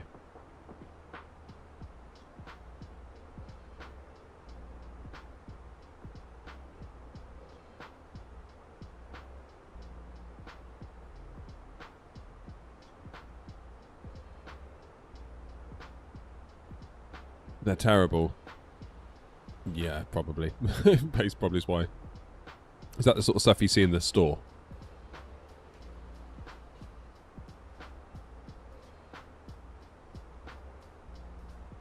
Leap engines made by CFM, a 50-50 joint venture between French Aerospace and Safran Aircraft Engines, an American aerospace company, GE. How you doing, Nick? Are they just basically skins? Is that what they are?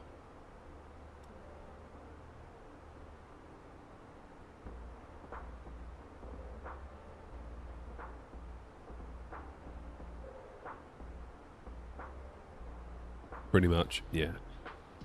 I mean, it's not for us, is it? That's for like the general gaming community. It's almost like when my kids play Forza Horizon 5 and they want to buy an expansion pack that's got some extra cars in it. Like if there's a Ferrari whatever in that expansion pack, they're not asking the question, does it actually fly like a Ferrari? Is it a study level Ferrari? You know, does it handle realistically? They don't care. It looks like a Ferrari. End of story. I think that's the same thing going on with the sim, really. Just people that don't really, they're not bothered whether it's study level or ready for VAT sim, this, that or the other. It's just they want to feel like they're flying that plane and they can, and there you go.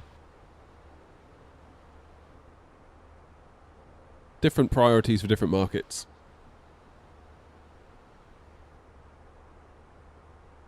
But I wouldn't recommend it.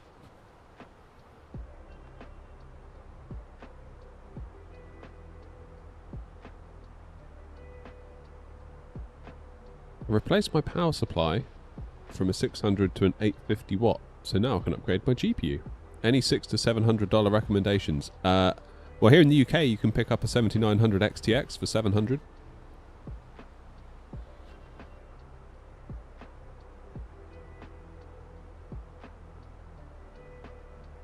Will Fenix launch an A321 XLR? I don't know.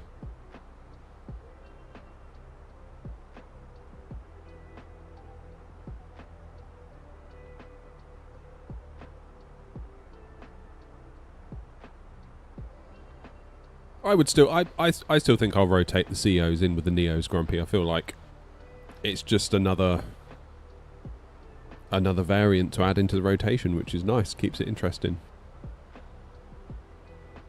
I don't have the FS Labs, no.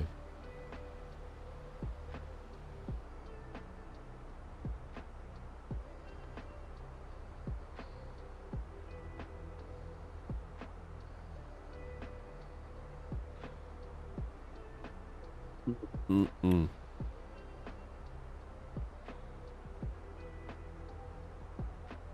Our time to get there hasn't really changed by much, has it, despite speeding up?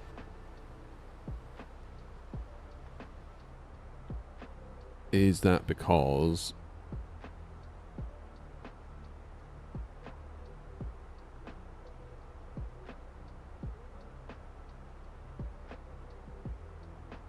we go 0.82 managed. Can't do that, can we?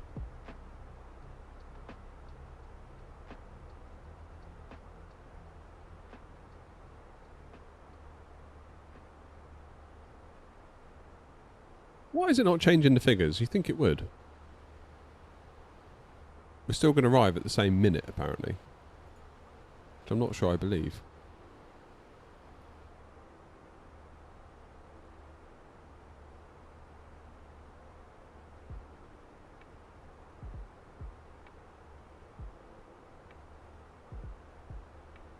Yeah, Grumpy, I don't know what you were thinking.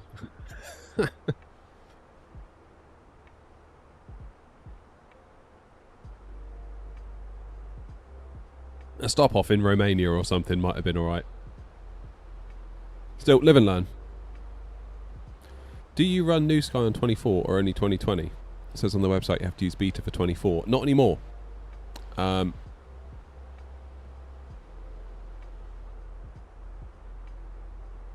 The regular version will run in 24.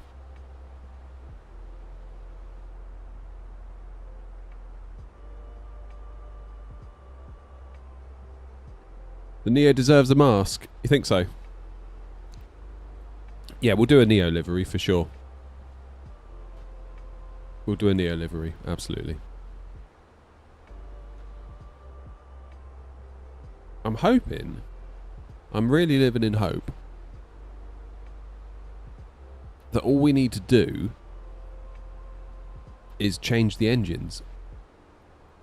Because there's no differences there in fuselage.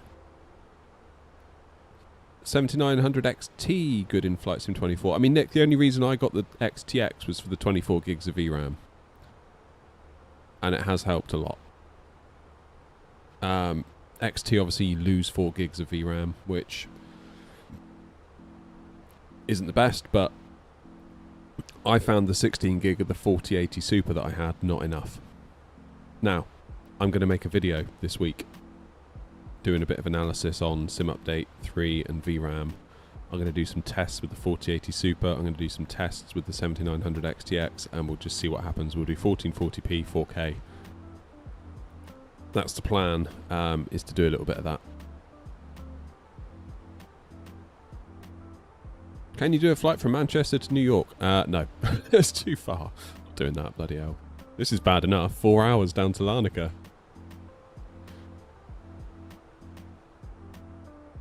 Maybe I could do it on like a video where I don't have to be sat here hosting the entire 8 hours. I can just like wander off and do something else while it's in cruise.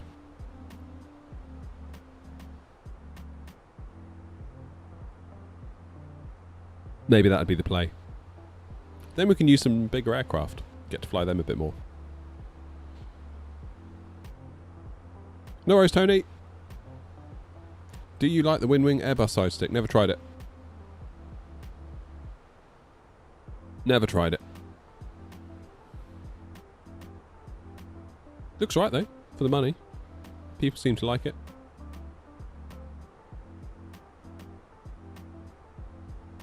Selling my 7600 right now, yeah. That makes sense.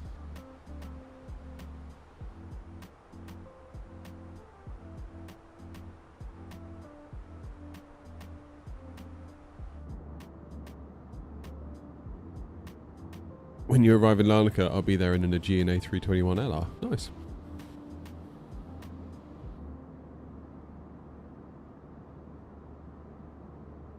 Still got 2.5 hours to go. Bloody hell.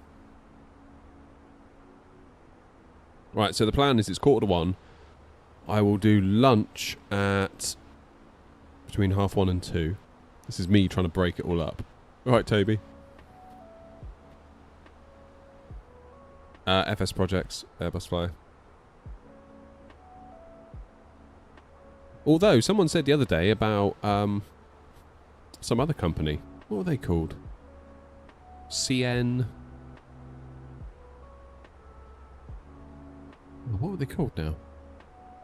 But they're doing loads of Airbus stuff.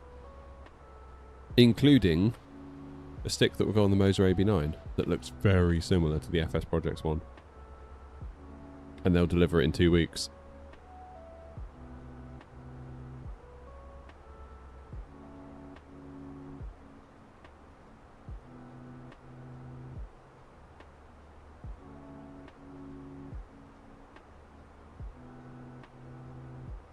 CNF?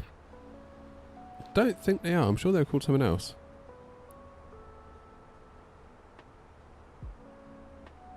Let's have a look.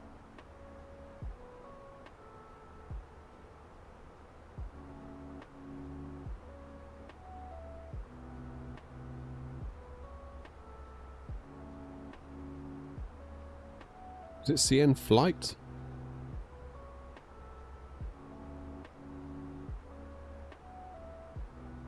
CN Tech.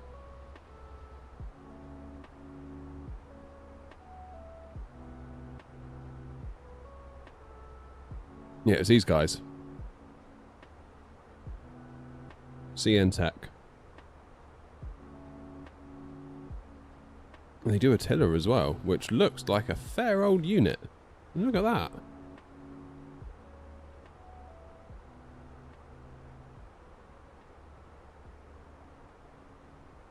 That looks like the real deal, doesn't it?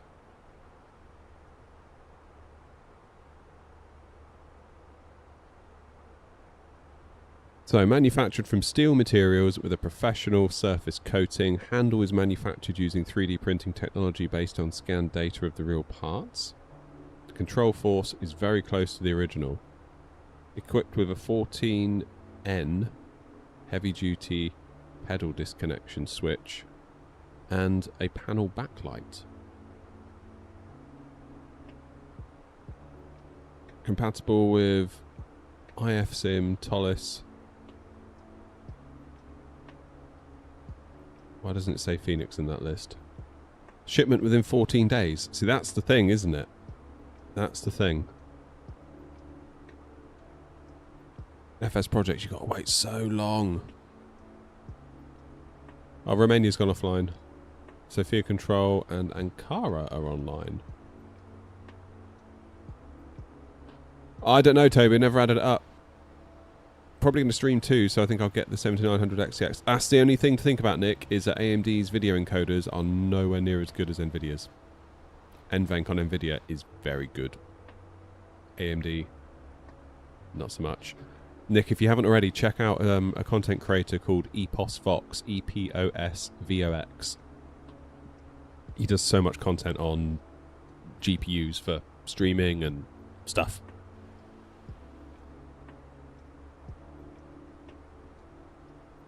That looks pretty good. So how much is it? £181. Capped inside with shell.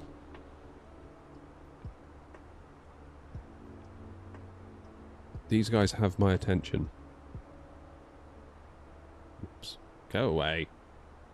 Go away! How do I get rid of this? God, fuck you, Windows. Why are you so shit? That's better.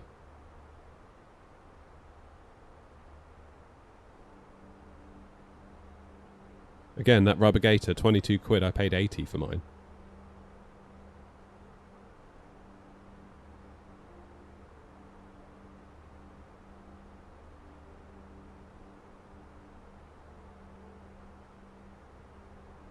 Oh, hello.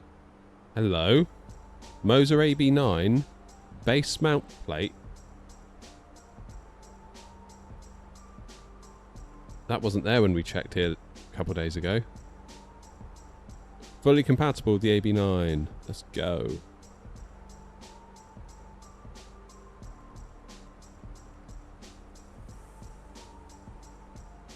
What's that, Grumpy? The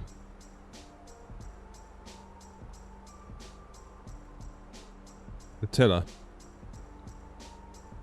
That 25 quid. I'm tempted to order one of them. Because FS Projects, I know they've got one. The tiller, yeah. Tiller would be great.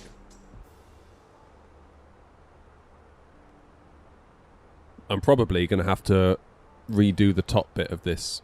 If I was to get this Moser AB9 base plate. Oh, I'm going to have to order that. That looks bloody amazing.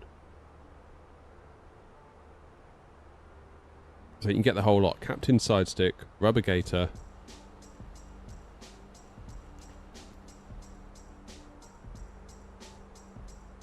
Captain side stick, rubber gaiter, Moser AB9 base plate, 184 quid. Go on, Grumpy, hit the order button. You get one and let me know what it's like. How you doing, Ed? How much did I pay for my Airbus side stick? By the time shipping and all of that was included, I think it was 230 euros, and then that got converted into pounds for whatever that is at the time.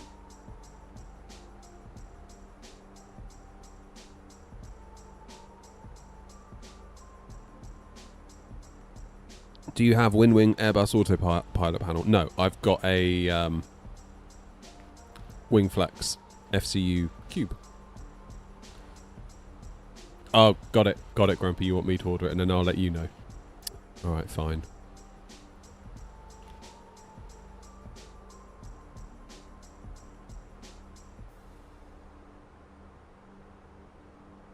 Yeah, I can feel a new bit of MDF coming on if for this top section. For this bit here, I can feel an upgrade. Yeah, tiller would go just about here, I think. That would be the place for it, wouldn't it? Just to the left. God damn.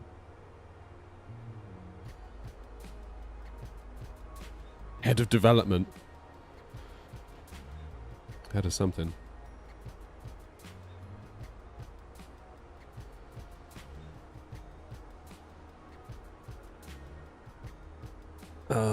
Right.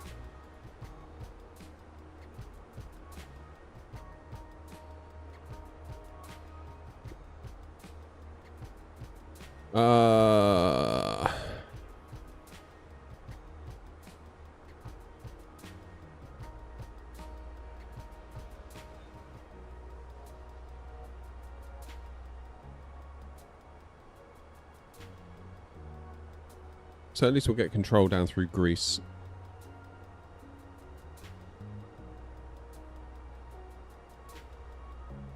Do you like the frequency panel from Wingflex? I think that looks awesome. I haven't got one, but on the face of it, I love that you can just basically have everything you need. Radio panel, EFIS, just on your desk. No cockpit building required. And then you've pretty much got your... It's pretty much taped then, isn't it?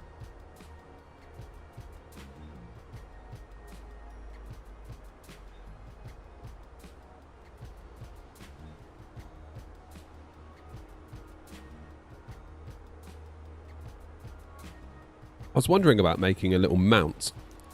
Because obviously the 737, or the Boeing yoke, takes up a lot of room on my desk here with this kind of foot that's used as part of the clamping mechanism. I was wondering whether I could almost make like a little shelf sort of under the desk. And then... so I could get it off the desktop. Cheers, Ed. Thanks, mate. Larnaca, Bob.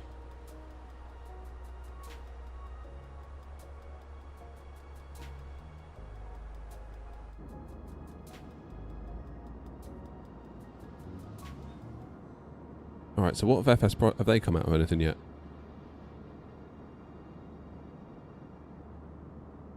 Because I feel like FS Projects, I'd like to support them if I can, because they've been very good.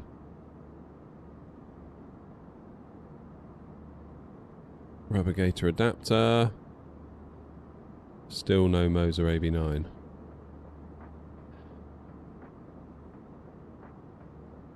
This is the trouble with FS Projects, isn't it? It's the lead time.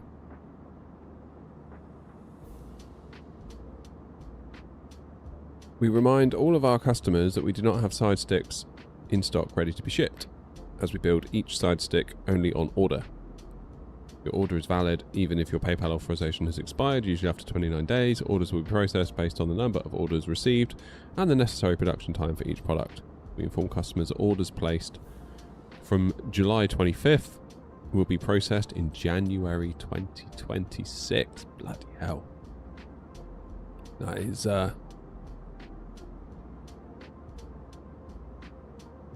that's quite a lot. Go on in, Toby. What's the question? You alright, Ben? Long time no see, mate. How are you?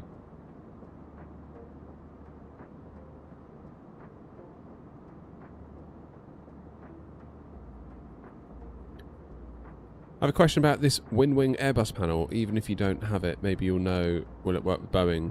Not at the moment. So WinWing are working with SPAD.next, I think, to get support in that. And then obviously you can use it whatever you want once SPAD supports it.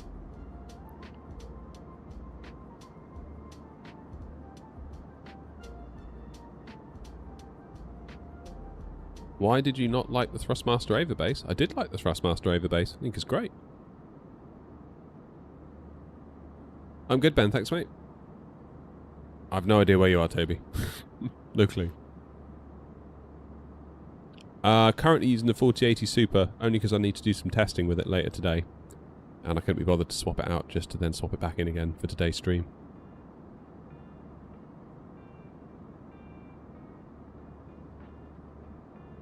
So I'm going to do a video on VRAM in Sim Update 3 with the 4080 Super and 7900 XTX to try and figure out if we still need the 24 gigs. My gut feeling is we probably do, but we'll find out.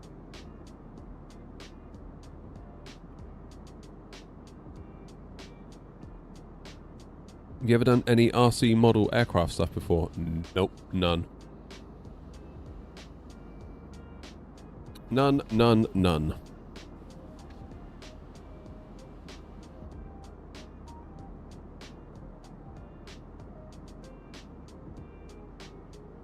Ain't done nothing or nothing. God, these guys. I really want to see what this stuff's like from CN Tech.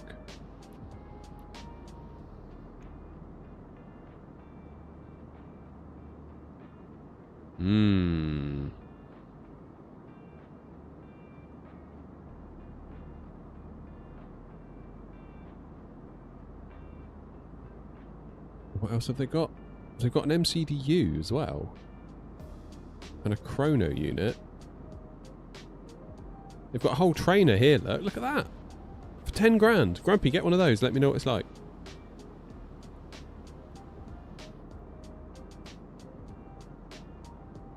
Why have I not heard of these guys before now? Hey, they've got the side stick box for 530. Look at that. Oh, I should just buy that, shouldn't I?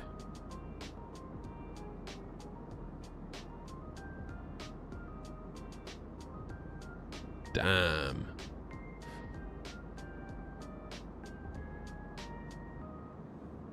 That looks pretty cool.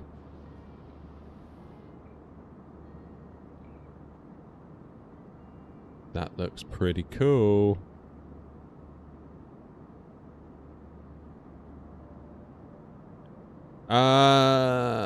Nice one, I'd probably say 7900 XTX because it gets you 24 gigs of VRAM. And my 4080 Super was not enough.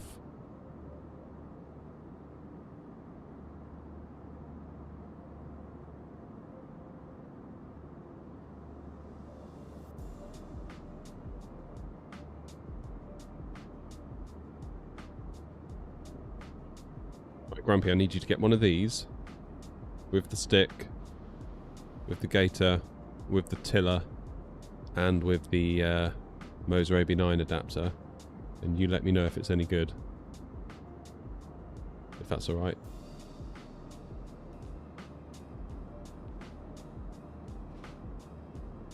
Oh, that looks so good.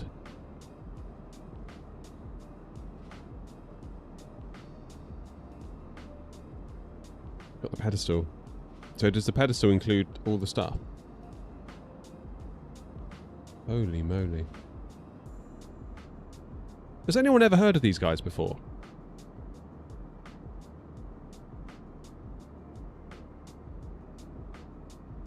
Look at it all, man.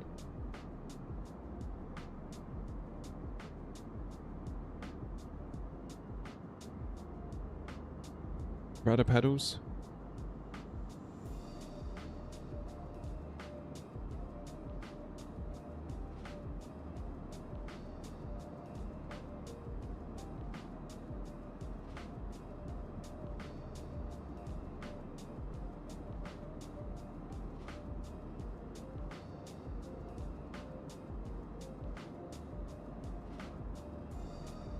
That is a beefy set of pedals right there.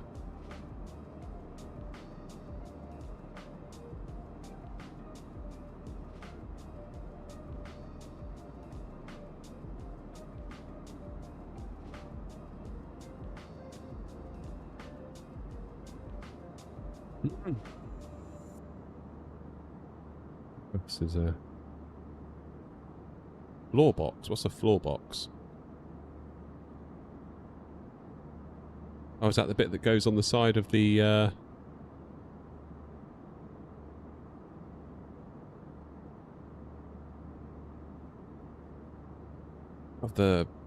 pedestal thing?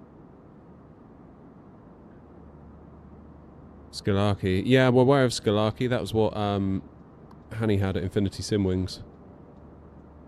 You can get a whole shell there, look. Look at that.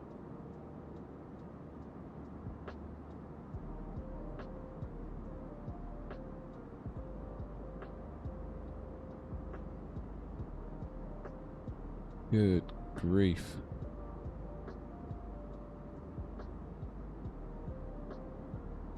Look at them all, they've just got them lined up. Whoa.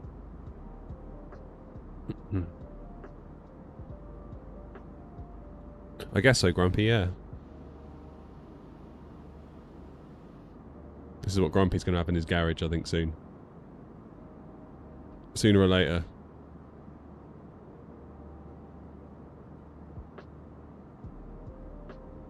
I mean, really, all I want is... It sounds like super... So I've already got the gator. All I want is one of these. Oh, God, it's done it again. Go away, you stupid thing.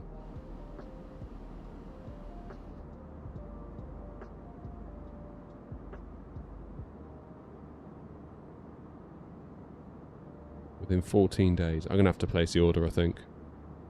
Moser AB9 base adapter.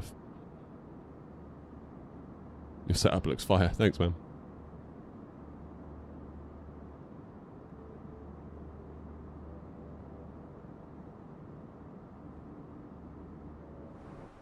It's impressive. So, I mean, if I can get the base plate adapter for the Moser AB9, hopefully I can continue to use my FS Project stick and gator with that.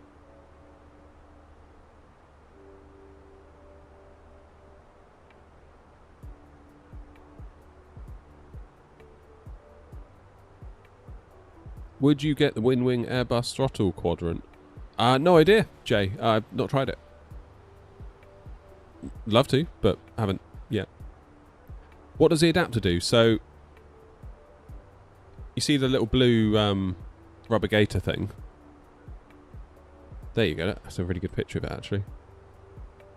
So that attaches to the Moser. And then... I don't know if you can see a better picture of it. Have they got a better picture? Maybe not. It's a way, basically, to sort of clip the underside of this rubber gator. Because if you didn't have anything... You see that little bar along the bottom edge and the top edge? It sort of clips around, which keeps it all in place, because otherwise, if you move the stick, the whole thing's just going to, like, slide.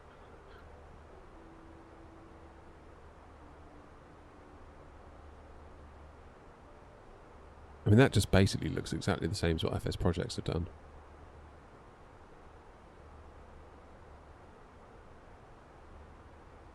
but they'll do it to you in 2 weeks.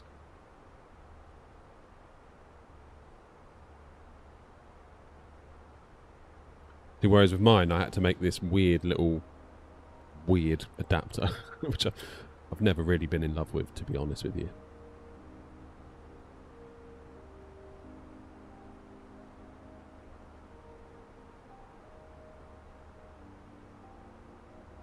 I'm going to order one of those, just to see if it's any good.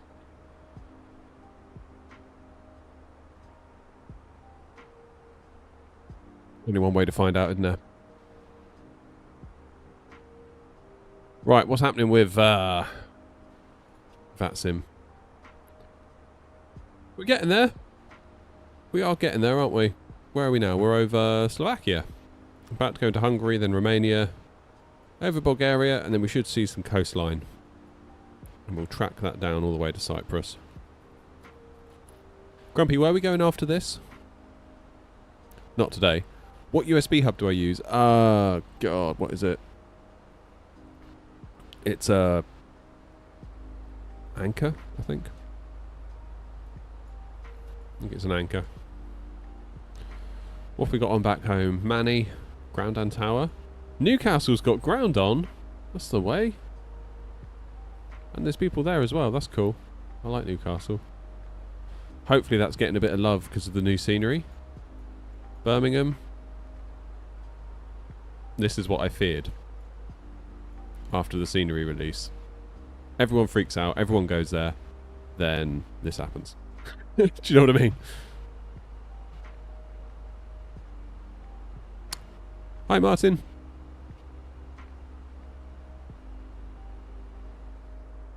Am I doing another flight after this? Hell no. Not after a 4-hour leg down to bloody Larnaca. I'm done for the day. Well, I'm not done for the day, I've got to start making that video.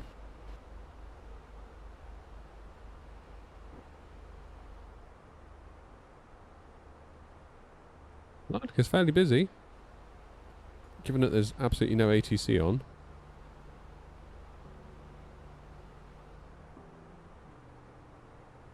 Who knows, maybe there will be by the time we get there, but...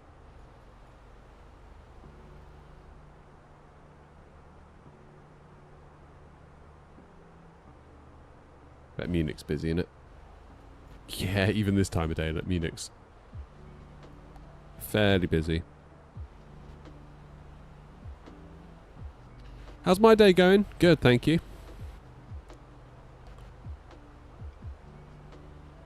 Haven't we been to Bucharest already? It was here, right?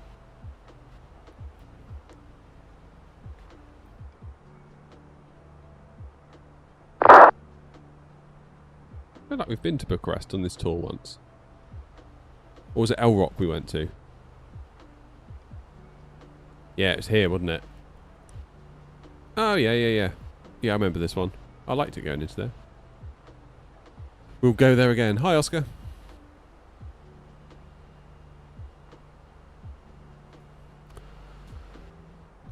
I'm in the Fenix, Martin.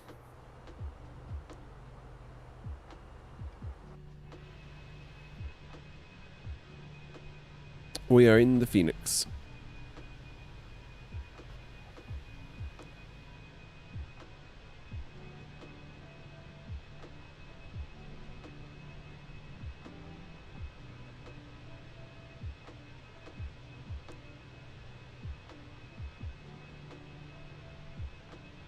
And it's awesome. I'm really pleased with how the new livery turned out as well. Really pleased. Not a huge change, but just a little tweak.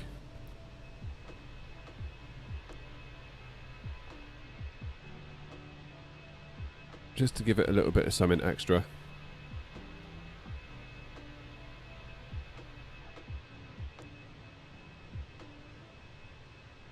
And crucially, I really wanted this underneath as well. On the belly. Welcome back, Isaac.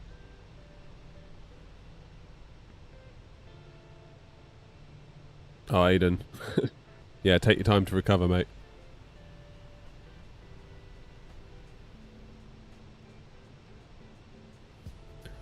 Would I recommend the Logitech G Pro? G Pro what? Is that the stick? Don't really use Logitech gear except for the radio panels and my rudder pedals, and I'm not particularly happy with either, to be honest. So I'd probably pass on it, to be quite honest with you.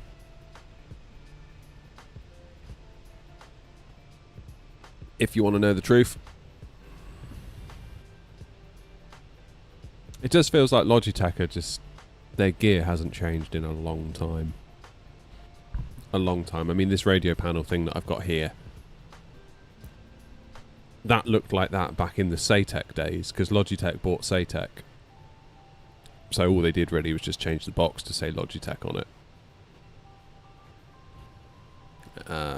Yeah, it's definitely feeling its age. I mean, it doesn't have... it's only got 1, 2, 3, 4, 5 digits on it. Whereas if you look inside here, on our radio panel, we've got 1, 2, 3, 4, 5, 6 digits because of the 8.33 kilohertz requirement. But of course, the Logitech panels are so old that 8.33 kilohertz requirement did not exist when Saytech originally manufactured it. So you have to use something like spad.next to drop the first digit. So you see in the plane it says 122.8. On my radio panels it says 22.8. So it drops the 1, which is fine because it always starts with a 1, so we don't need to know the 1's there. But at the same time, it's a bit like, that's a bit of a hack. And we're just working around how old and clunky it is, really.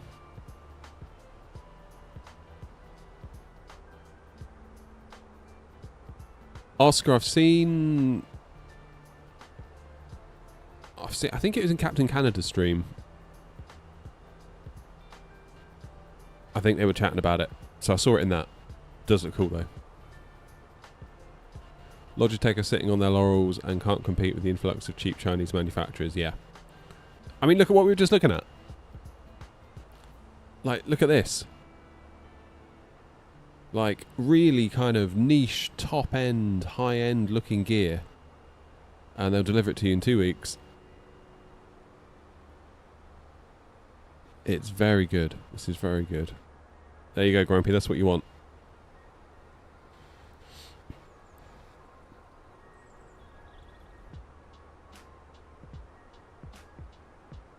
Another Isaac. Oh, right, yeah, sorry. I thought you were the same Isaac. My bad. Will you wait until Wing Wing releases their force feedback rudder pedals? What, before upgrading mine? Yeah, because I feel like there's a lot of movement in the rudder pedal market at the moment, both from Moser, both from Wing. And I'd just like to see it all kind of shake out before I part with a load of money.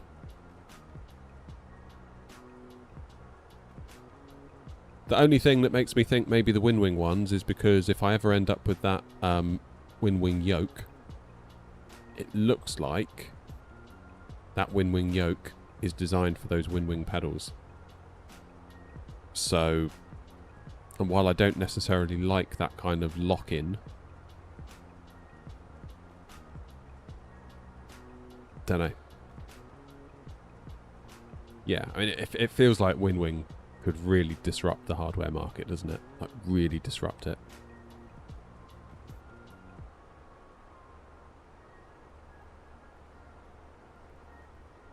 I thought Moser announced some pedals at FS Expo. Did they not?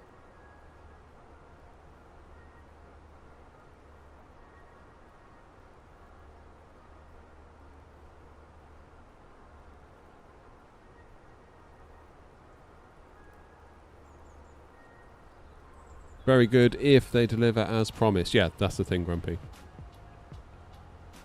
Moser aren't force feedback. Oh, okay, fine. But they announced pedals though, right?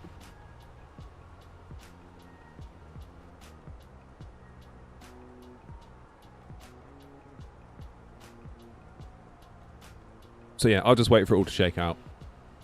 Again, I don't really want the force feedbackness, because am I right in thinking that in like the real Airbus, the rudder pedals aren't force feedback, they're just fly-by-wire. In the same way the stick is fly-by-wire, so the plane will just do what you tell it. It won't necessarily give you feedback other than what you get through the resistance of the springs. Best flight store for scenery? I don't know where best fly really. I use Orbex, I use a bit of Builds, I use a bit of Contrail, just wherever I can find the thing I want. Equal time point coming up, look at that. Only another same again. Grumpy.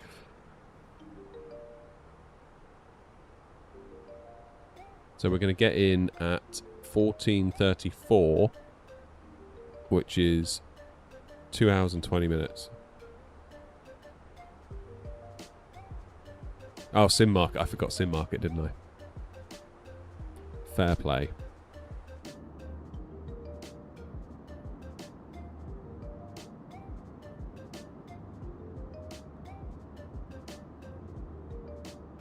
Cheers, Nazim.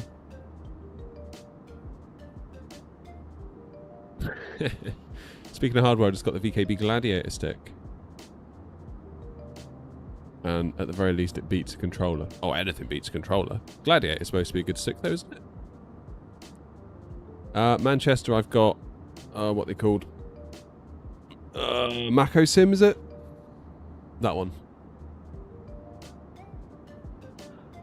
I wanted to ask, what days do I stream? So my streaming schedule right now, because it's the summer holidays here in the UK and the kids are off school, my schedule is just all out of whack.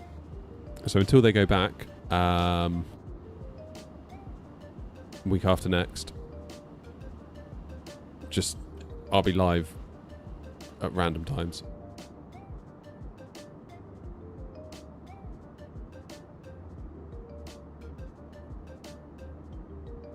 Because yeah, I think I'm not live tomorrow, so the next 2 weeks are a bit weird. I'm not live tomorrow because it's my kid's birthday. Figured I'd just hang out with him for the day. Then the kids aren't back to school until sometime late next week. But Tuesday, Wednesday, they're not at school, but my wife has to work. And those are my days off in the week from the day job, so I won't be able to work for the channel. I'll instead have to take care of them. So yeah, it's all going to be a bit weird. What I'd like to do moving forward is include a few more evening streams. I feel like I'm definitely missing a trick by not doing that. So Tuesday, Thursday, I'm going to kind of like we're trying to work things out schedule-wise as a family so that I can definitely get out here Tuesday, Thursday. Because every Tuesday, Thursday in the last 6 months, there's always been some like reason why I can't. That's like something to do with the way things have been organised with like, you know, kids or schedules and stuff. So we're trying to get better at that. Because I feel like a big part of the people that watch never get to see the streams because they're either asleep or at work and they can't do it. Whereas if I'm live in the evenings, we get a bit more ATC on VATSIM, so the streams will be a bit more lively. And then there's like a whole other section of the audience that could work. Would you get the Thrustmaster rudder pedals? Which ones? TPRs? Yeah, I probably would. Hey, Rax. We haven't done Wordle yet, have we?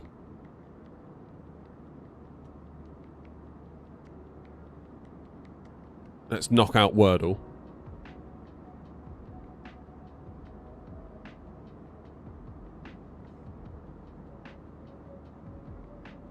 PFRPs, they like the cheaper ones, like 100 quid ones or whatever. Right.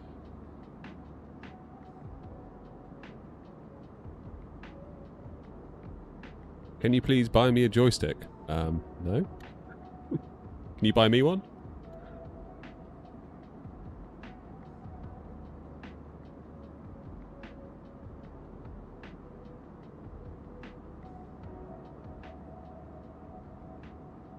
What about weary?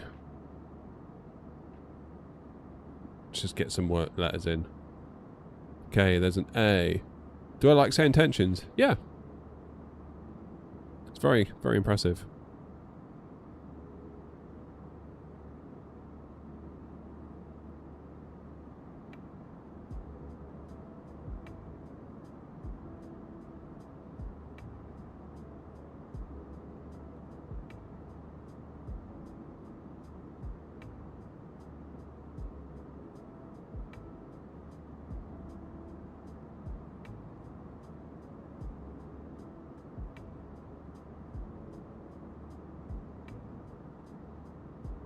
Thoughts?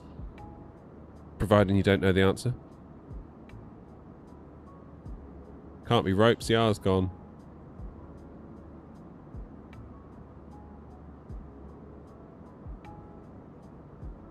Could be copes. No, it can't be copes either. Could be pipes.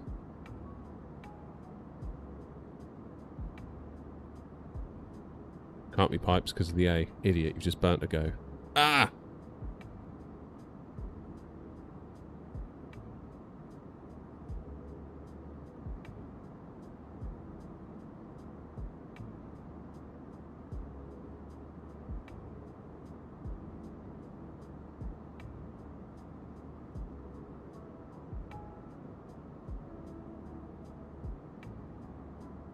Oh, okay. Thanks, Rax.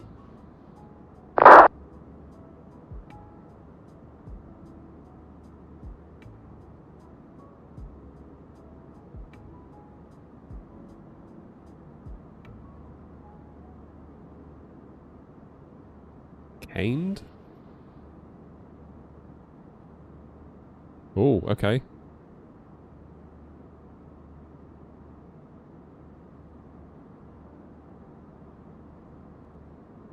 Annex.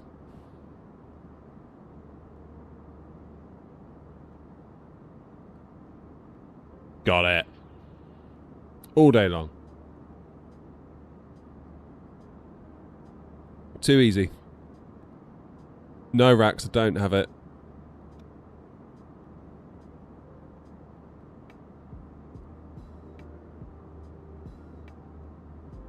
Oh, what have I done?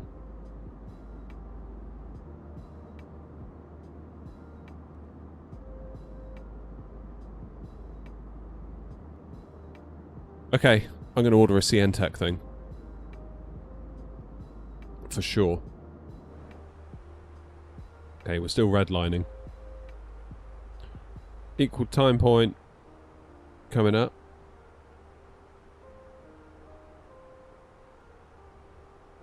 How far have we got to go for that? 40 miles. We should play Wordle Unlimited. What's the difference? Is that just like basically loads of words?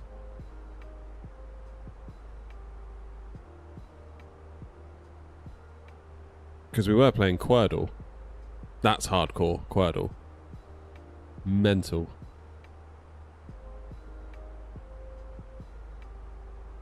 We get infinite goes.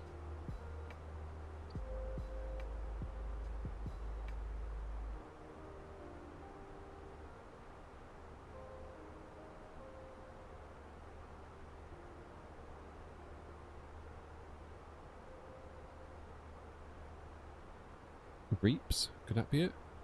No.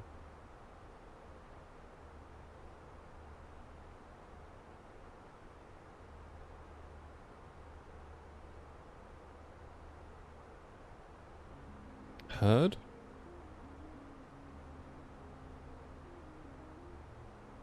Yeah, we got heard. That's alright.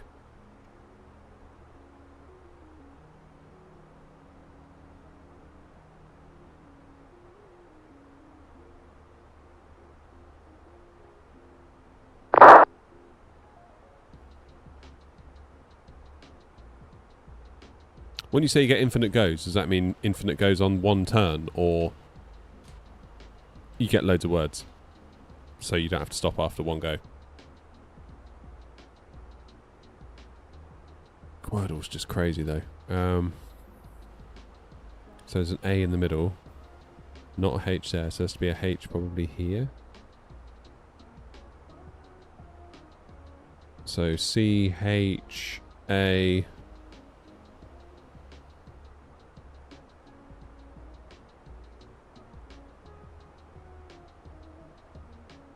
No.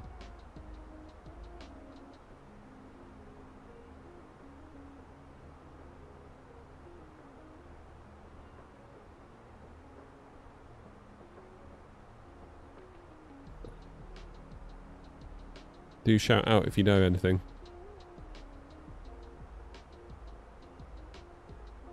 Nice one, Hayes. Or Hazim, I should say. Of course I remember you. I can still see you in YouTube chat.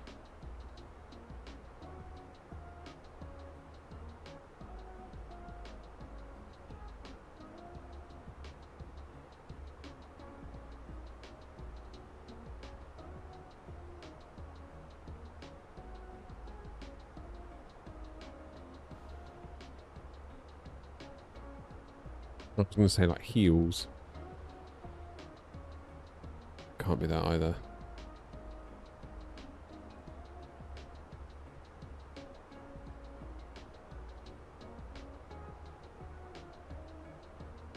I don't know what to do.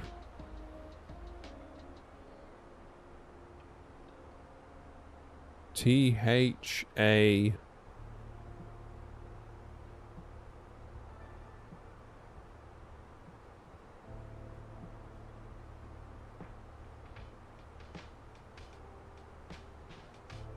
Trap? Train. Oh man. So there is an R and a T. Oh shit. So the RHT can't be there.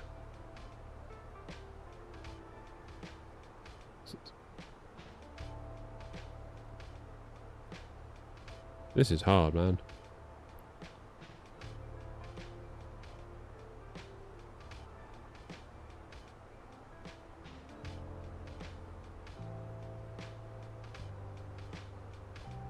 Okay, so we need a T or a H in here, so it's going to be a TH. Something RATH.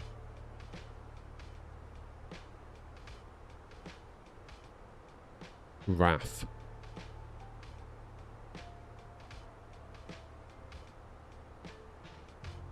There it is. That's 2 out of 4. So for this one...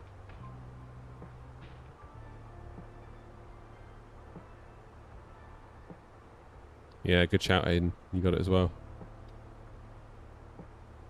Something ND. No, I was going to say ND.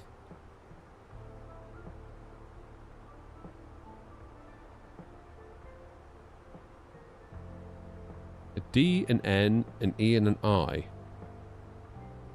And something else. The E can't go there or there.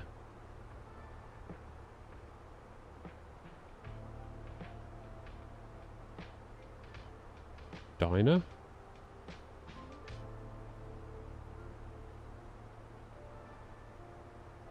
Dined? Ugh.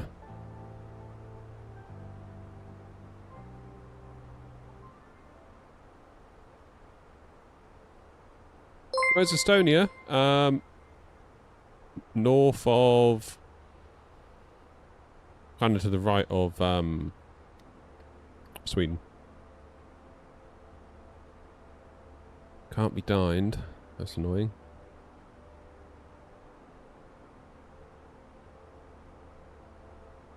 D's not there either. Maybe a double. Can't be an E there or an E there.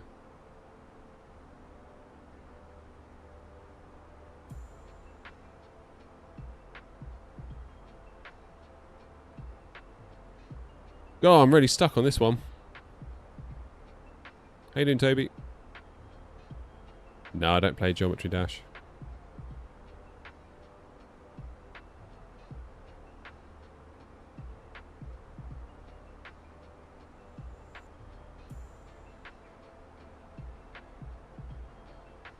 I like that any builds A320. I don't really fly it, to be honest. Mostly fly the Fenix.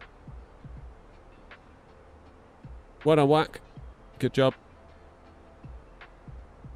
Oh, we're getting some nice scenery now, at least. Look at that.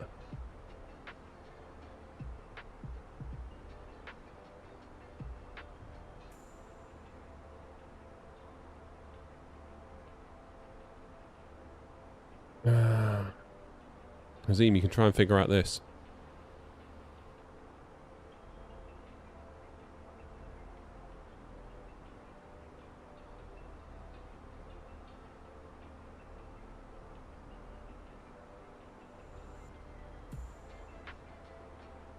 What about in...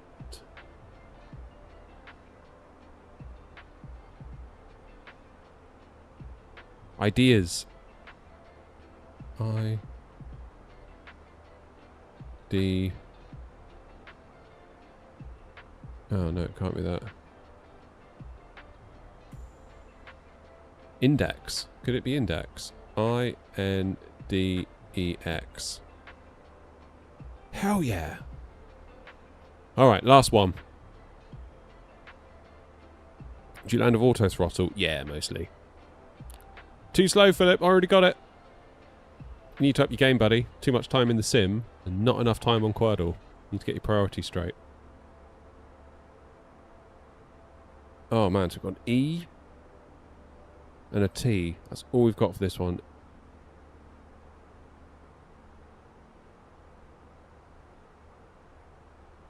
Ugh.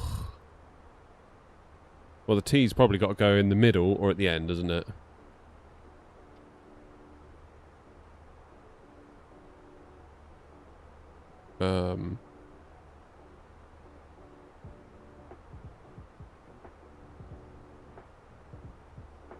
It's got to be in the middle, surely.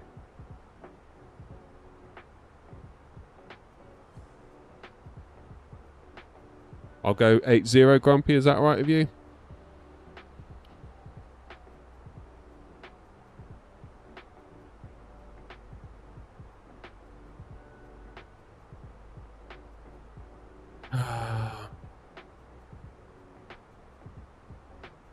I just purchased Indie Builds Dubai. Is it good or not? I haven't been there in a while. But the last time I landed there, I think the Pappies and the ILS were quite a way off. But that could be because I had the default scenery still installed. So I need to revisit that. Meter. Oh, can't have the R.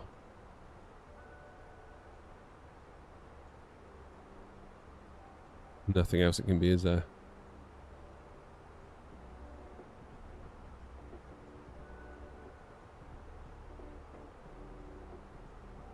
ETO? No. Oh, I'm getting desperate now. It looks like beg it to me. What does that mean? Is that even a word?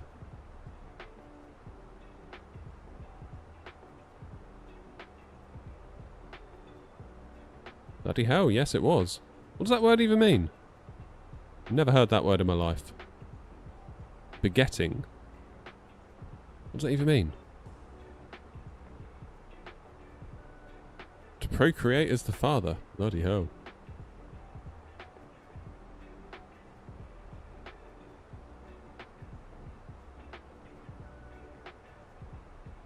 Oh no, they both gone offline. Of course they have. It's because they know we're coming. They're like, oh no, that bloody airnaut's on his way. Log off. Log off. Quickly. Get gone.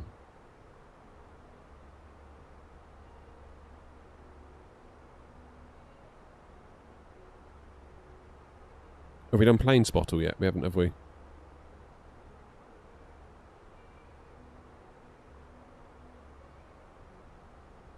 Let's do Wordle Unlimited then. Is this it? WordleUnlimited.org.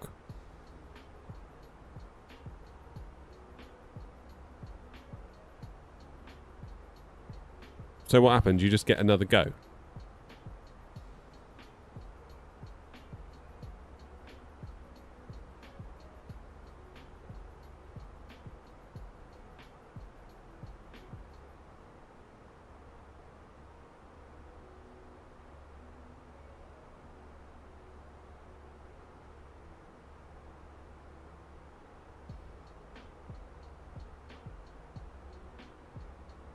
You can just go forever. Okay, that's cool.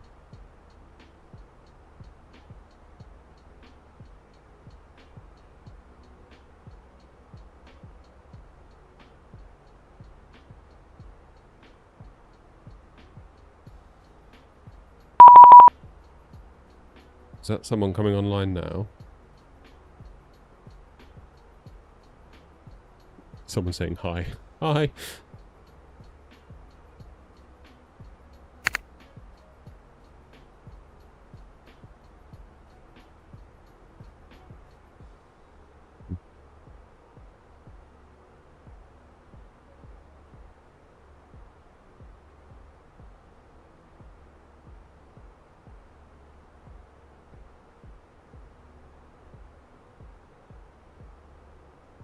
Running out of options here, aren't we?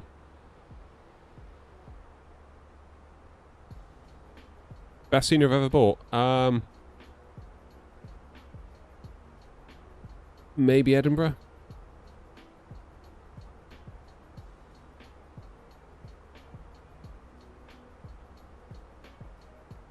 Say what about party, but can't have that, can we?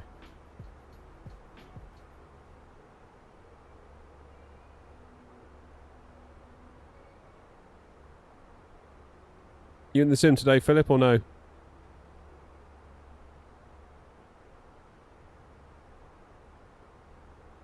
You alright, Bishop? Oh my word.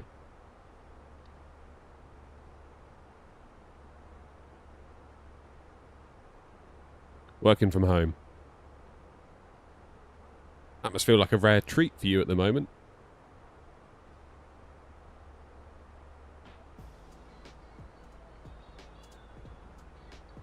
Sunny. Oh, that's a, I can't because of the lack of you. But we'll try it, see if we can get some letters out of it. Nope. Balls.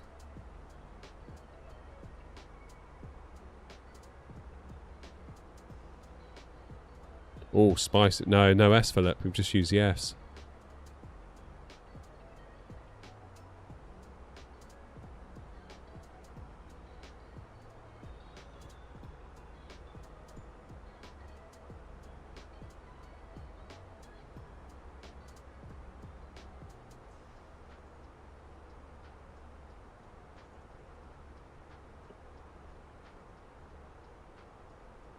Piggy? Oh, I suppose it could be, couldn't it? Oh no, that was helpful though, wasn't it? That was helpful. Dippy? What about Dippy? Huh, okay. Hippie? Whippy, fippy, hippie, jippy, kippy, mippy, bippy, vippy. It's got to be hippie, right? Has to be hippie. If it's not hippie, then I don't know what to say. Yeah, there we go, just in time. Good call, Philip. Good call.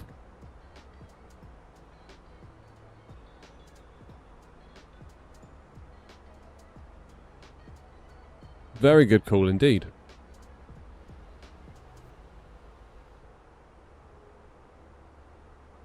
Right. It's soon going to be time for my lunch. I have to go in the house and see what's in the galley.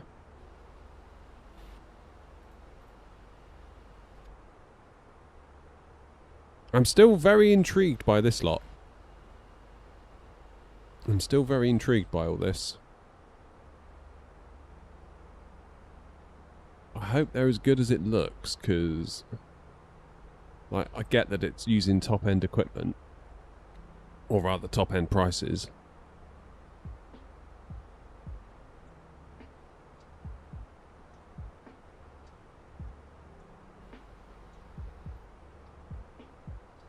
Had the coffee, Bishop. Lunchtime next.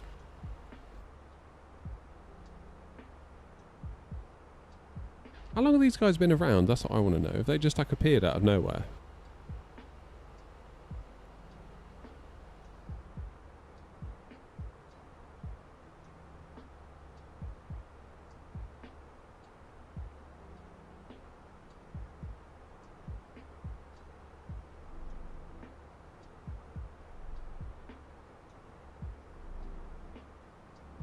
Feels like they popped up randomly last month.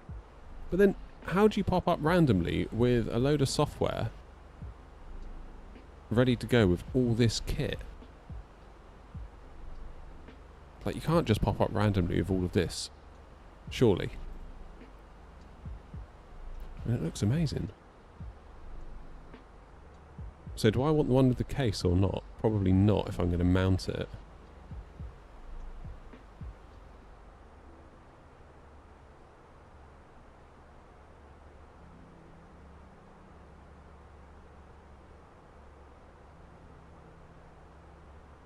Oh look, you can also mount it to the Thrustmaster plate. That's clever.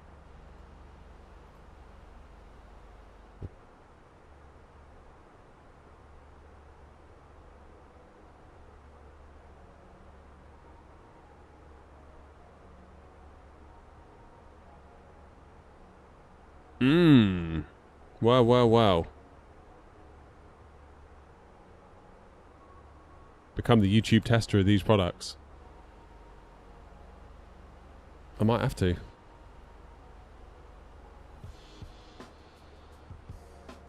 £181 for a captain side with shell.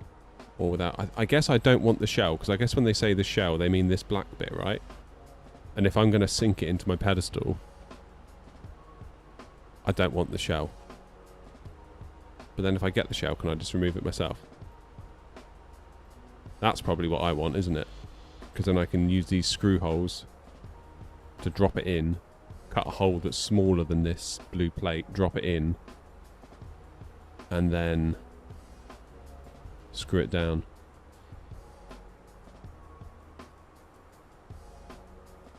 They were established in 2007, according to their website. Yeah, go.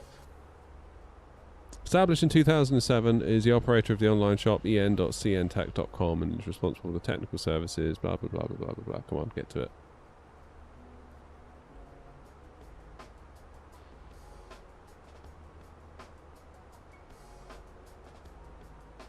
With an increasing pursuit of realistic experience among flight simulation enthusiasts, more and more customers have expressed their desire to build an individual simulation cockpit. To this end, based on professional level simulators, we've begun to provide high quality and cost effective flight simulation solution in both private and commercial fields.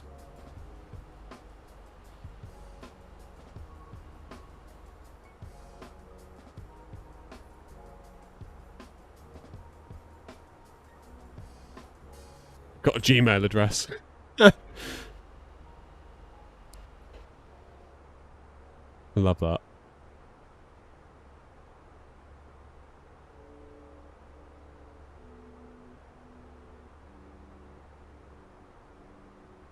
I mean, they've got a phone number on the website. That, to me, speaks volumes, because, like, who puts a phone number on the website anymore? Nobody wants you ringing them. Try and find a phone number of a company these days. It's really hard. And then if you do actually find a number, it's like a thank you for calling, and then you go through like a flipping phone tree that takes you about 5 years to get anywhere near a real human. I'm very intrigued by that. I'm going to order their thing, their Moser plate, and hope that it works with my FS Projects Gator.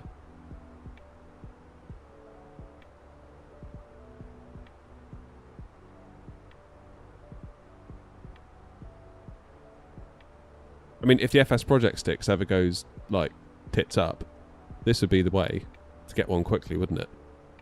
Because they'll do you one that looks pretty much the same, with the Gator, dispatched within 2 weeks, rather than January. Okay, we're looking at a company called CNTech, so they're doing all sorts of Airbus gear, including a tiller that looks fairly hardcore. Whether it is or whether it isn't, I don't know.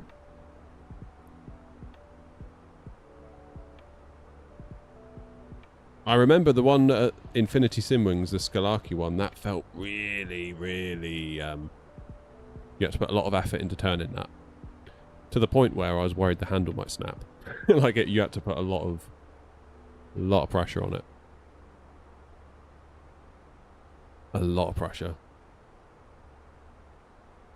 Have I checked out EFBX? No. Should I?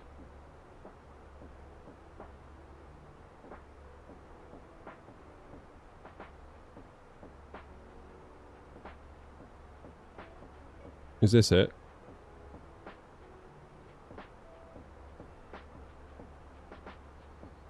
Oh, yeah. I have, actually.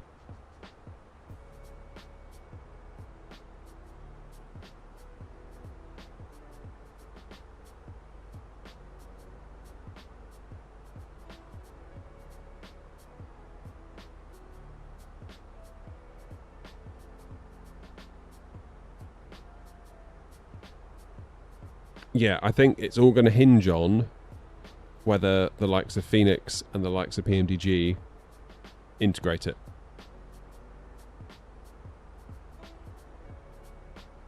Because if they don't, probably A non-starter, I'd have said. Why don't you get a 3D printer and start making your own parts? I do have a 3D printer. And I have made some of my own parts. Just, yeah,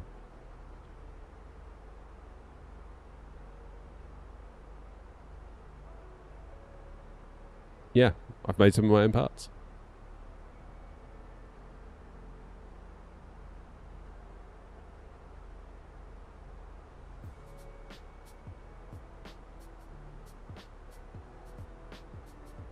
I don't know whether 3D printing like a full-on cockpit would be a good idea or not.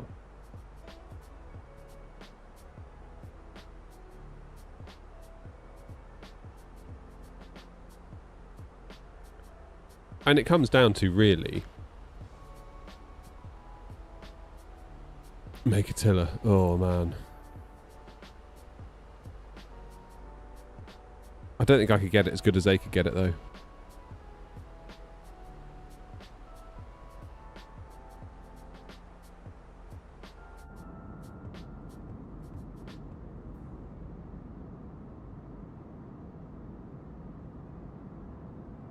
Right, hopefully it's not going to be long.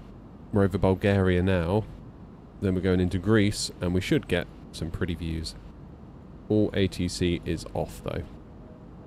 All the way down. Get this one out of the way. Get this flight out of the way, then we can start cracking on a bit.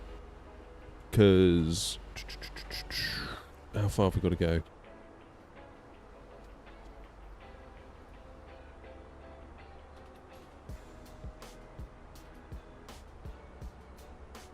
Have a little look. Because we're getting towards the end of the tour now. It's been a minute, but we are getting there.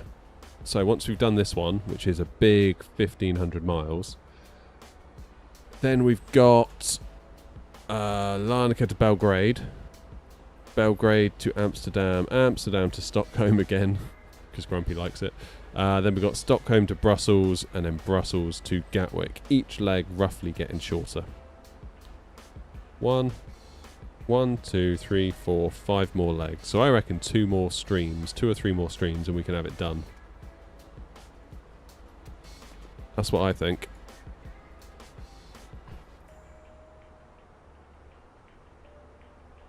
Linkus Jinkus, how are you?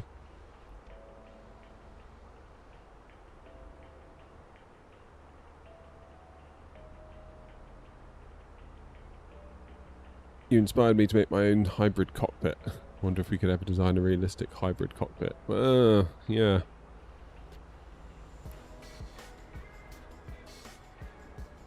An entire 3D printed 737. God.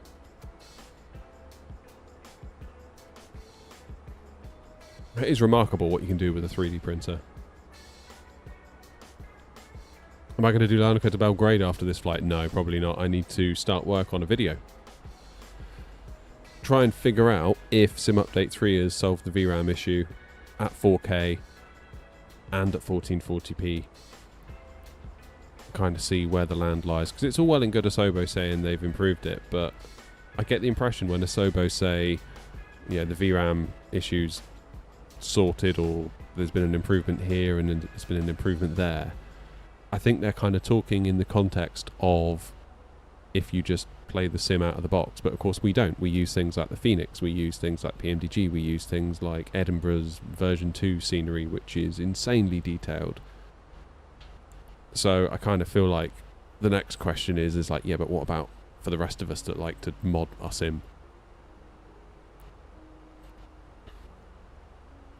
So that's kind of what I'm going to try and answer. Because I remember with the 4080 Super back in the Sim Update 1, Sim Update 2 early days, even at 1440p at Edinburgh, I could blow through the 16 gig VRAM limit on my 4080. So that's kind of a problem.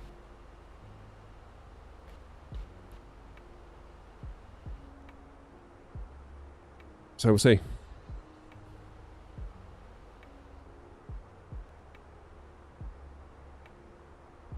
I mean, at a certain point, it's kind of not Asobo's problem, is it? Because it's like, if Asobo fix their base sim, but then developers don't optimize their end, whose fault is that? So it's not like I'm having a go at Asobo. It's just, in general, if you want to use the sim, if you want to use things like Edinburgh V2, if you want to use the Fenix, if you want to use GSX, if you know, what's the situation? It's not necessarily about blaming any one single party, it's just like how much VRAM do we need?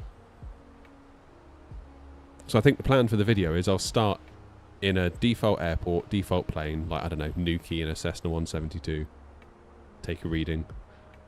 Then I'll go to Heathrow, default Heathrow, in the 737 MAX, so a default jet, take a reading. Go into the Fenix at default Heathrow, take a reading.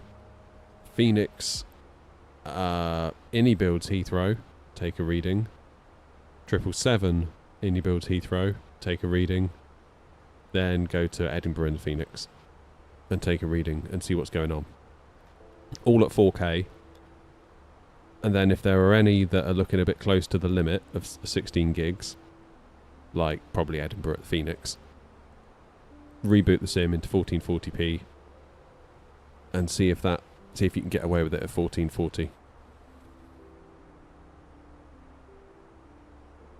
And then hopefully through all of that we might have an answer. And if we don't, then we don't. I'm very sorry.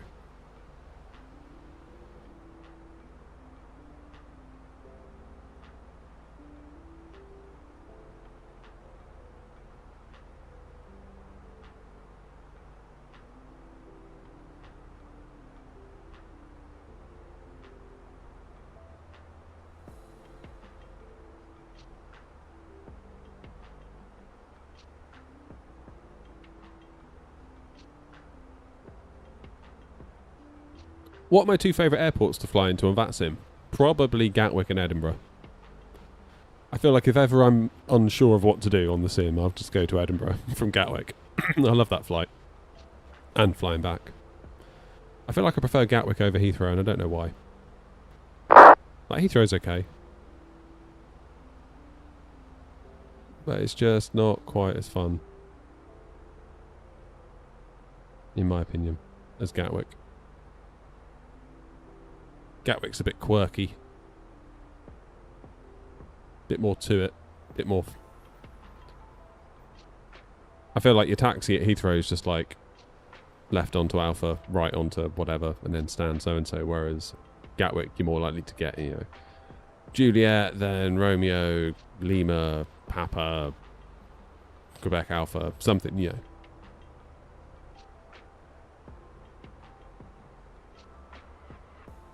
And there's a really nice free scenery for it as well. Really nice free scenery.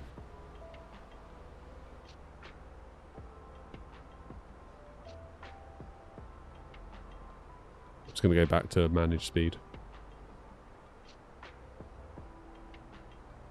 14:32 is when we're going to be there. So we're about an hour and a half out. Job for tonight is order that Moser thing. Which will mean, sadly, I need another sheet of MDF. Fucker.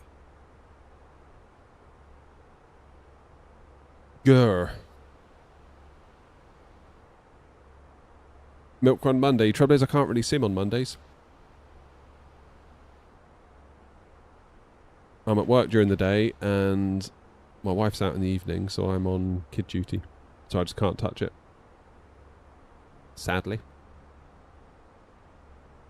Last time you landed into Heathrow, it was dark and there wasn't any lights. Oof.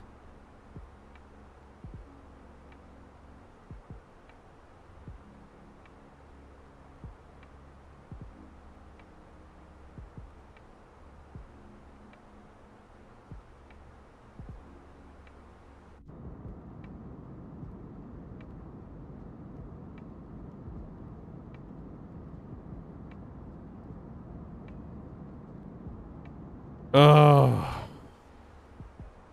No way I'm ever doing long haul on stream. I don't want to do it. Ain't happening.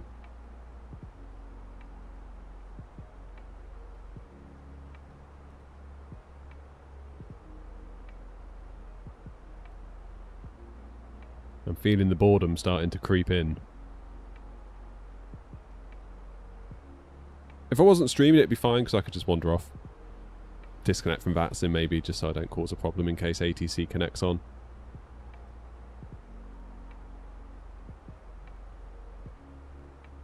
It all depends, Marcus. All depends on your hardware, on so many things. Hey, Derek.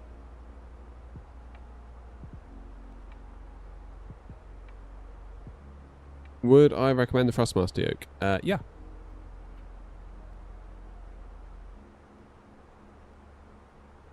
That's cool, Theo. Yeah, I do use Say Intentions and Beyond ATC. I've not used FS HUDs.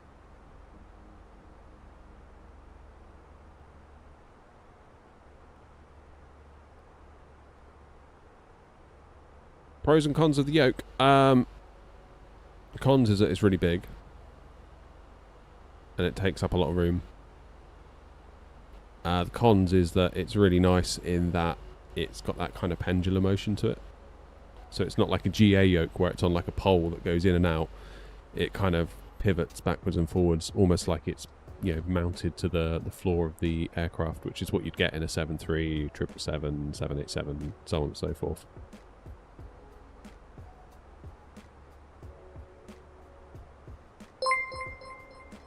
Did you try getting the Winwing yoke? It's not out yet, is it? Cheers, Arfly.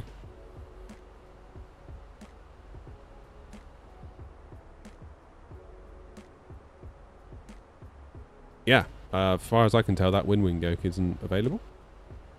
Unless I've missed something. I don't think they've even announced a price, have they?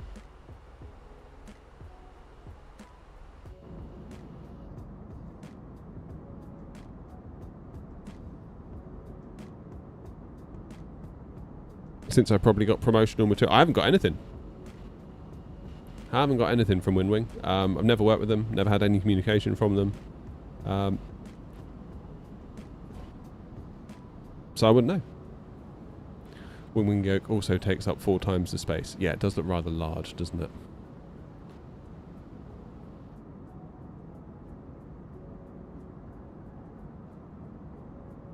It does look rather large. And my concern would be with it that you have to use their rudder pedals, which are like another $1,000, aren't they? So it's not going to be cheap. Oh yeah, the Ava's great, Theo. Even though I'm using the AB9 now, I still like the Ava. I think some people thought like I've turned my back on the Ava because I got the AB9. It's like, well, no, like the Ava's under half the price. And what you get for that is really amazing. You wish the middle of the Thrustmaster yoke had a clip. Oh, right. Like, yeah, like for little paper. I mean, the plastic bit almost looks like it could be a clip, but you almost like ping it back with your thumb, but...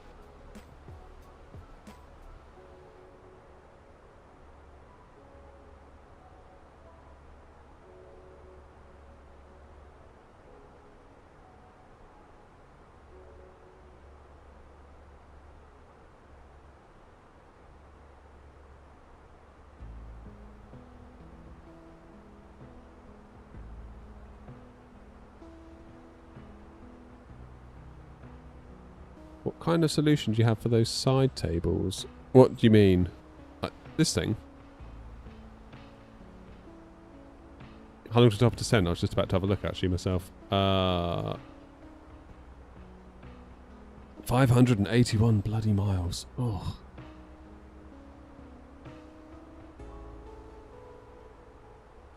An hour and a quarter.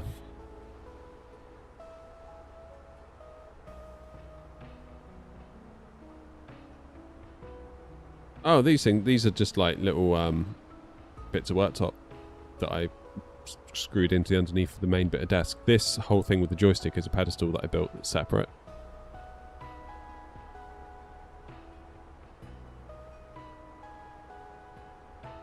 Yeah, Alan, I've seen about that. It's a bit scary, isn't it? Yeah, Marcus, it's all home built.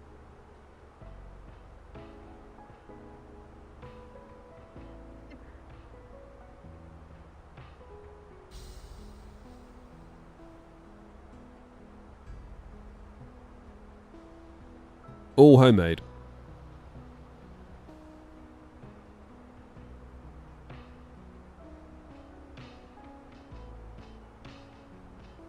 I mean, you can tell. Just don't look too closely. You won't see the blemishes. I mean, luckily you won't be able to see it anyway.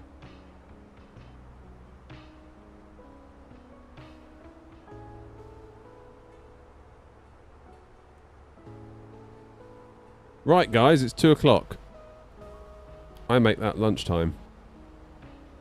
So, one last quick check.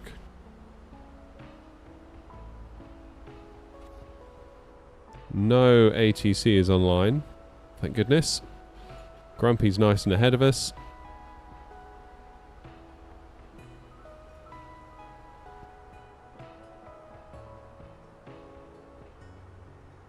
And we should, once this haze clears up, we should then get some nice views of some coastline as we head down to Larnaca. What would I recommend for a beginner? As in, what sort of stuff would you want recommended? I'm not quite sure what you mean. Not tried the shared cockpit. Apparently it can be a bit laggy with that add-on that does it.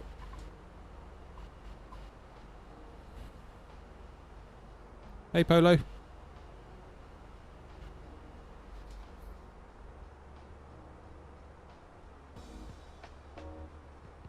There we go. Right. Well, hopefully we'll get some nice views if this haze gets out of the way. JB Pilot, thank you. Appreciate you. Does the Fenix work fine in 24? Yeah, I mean, the sim's still the sim, really. Like, it is going to stutter. So don't be thinking it's not going to do that ever, because it will. Just one of those things, really.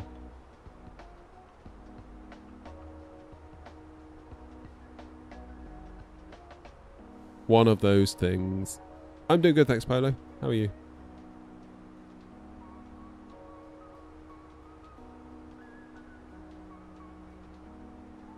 What do I think about SU3 performance-wise? There will be a video on the channel on YouTube. I'm going to start making it after I end this stream, and I'll let you know.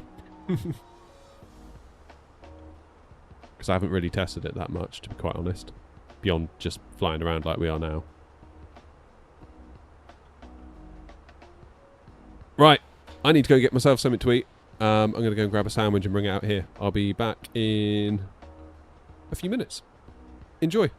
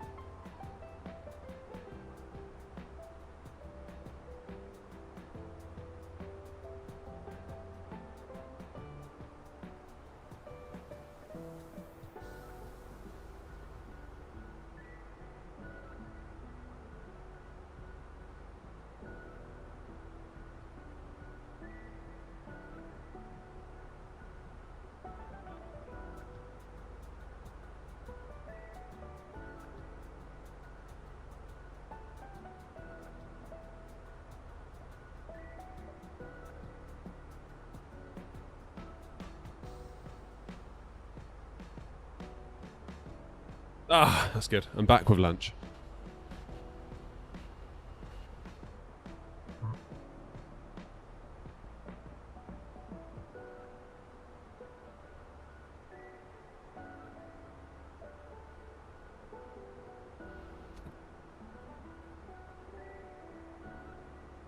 Slim pickings today. My wife's currently doing the shopping, so I managed to find myself something to make a sandwich. Brian! 6 months you've been a member for. Thank you, buddy.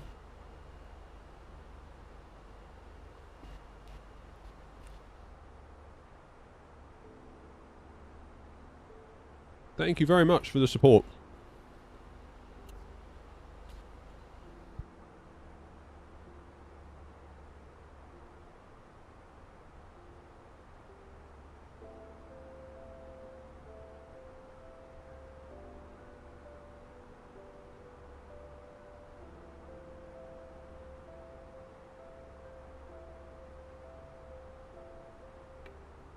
Right, so what's that ahead of us?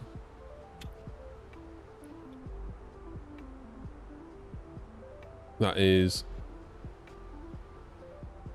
Lemnos? Don't really know, to be honest.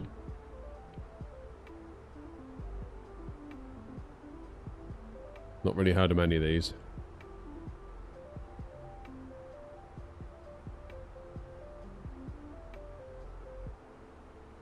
Looks pretty though.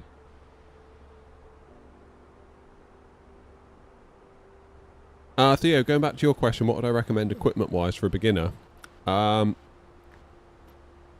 Just a stick.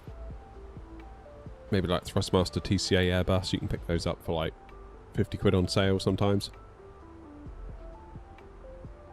And you could argue that's all you need. Because that's got rudder control.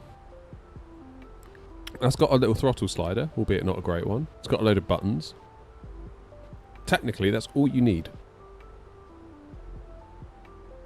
And I remember saying that. Now look at me. But, you know. Noms, I've got a ham sandwich. Not the greatest, but...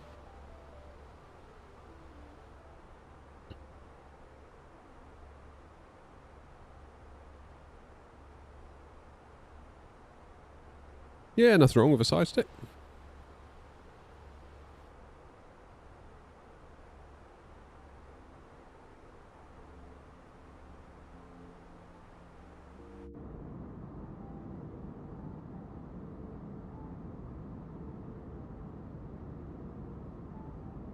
What PC would be best but not too expensive? Oh man, that's a question.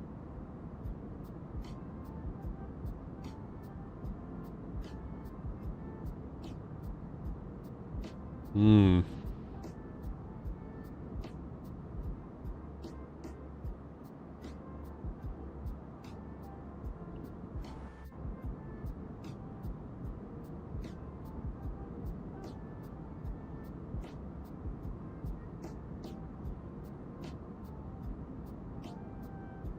It's really more about what resolution you want to play at.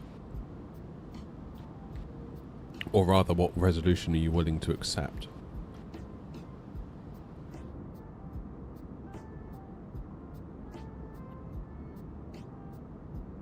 If you're happy with 1080, you might have some options.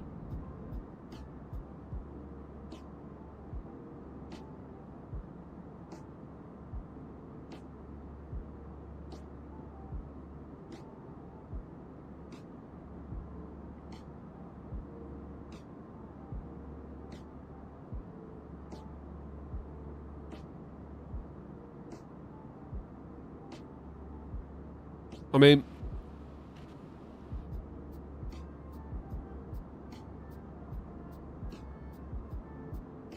CPU wise, an X3D is going to be your best bang for buck. The X3D chips help a lot in flight sim from AMD. So if you can find yourself maybe a 5700 X3D going cheap, you can get yourself a cheapish AM4 motherboard, some DDR4 RAM. Again, this is all going to be cheaper than the AM5 stuff. GPU wise, I wouldn't recommend you go any less than 12 gig. I mean, ideally, if you can go 16, even better. Just because Flight Sim 24, as we know. As we know.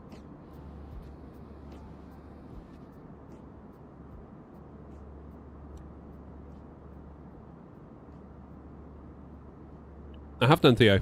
If you ever look.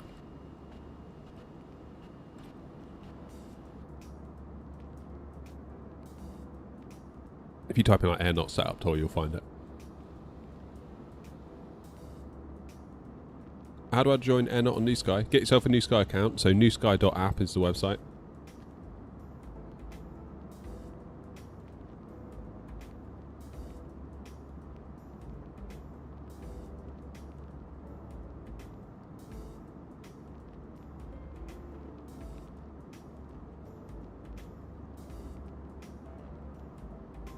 Ooh. Ooh.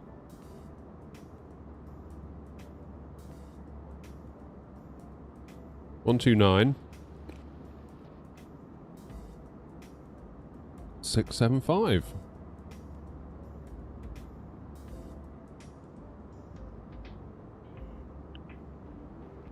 Quite a lot of planes in this region as well.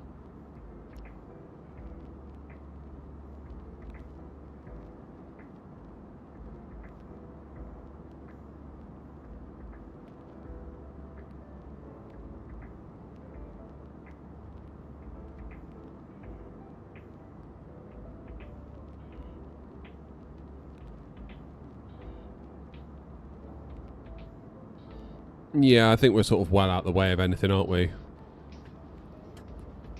And we're basically going to be passing through over into Turkey and then just jumping on. I'll wait for the contact me because I could do without having a load of pilots in my ear while I'm trying to talk to chat, to be honest.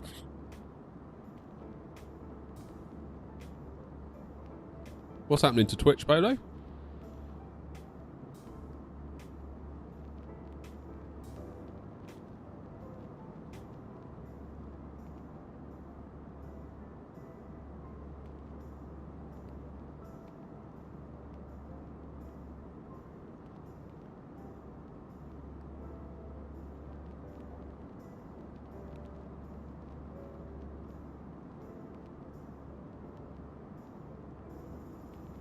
That's a lot of aircraft he's got going on.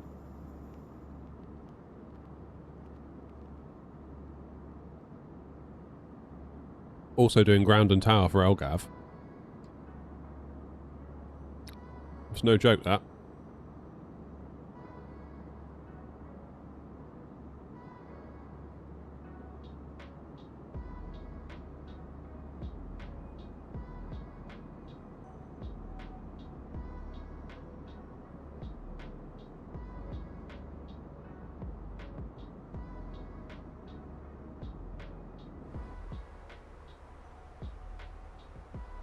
So how far are we from Rhodes? Quite a way.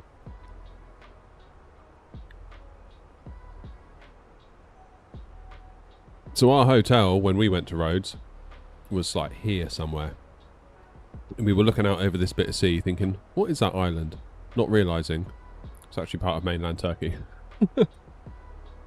Muppets.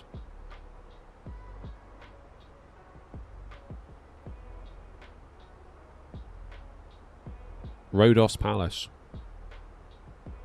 It's got to be the worst food I've had anywhere.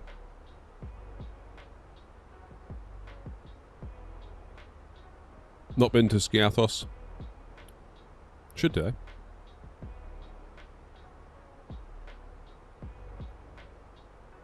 Where is it? Is that it? Yeah.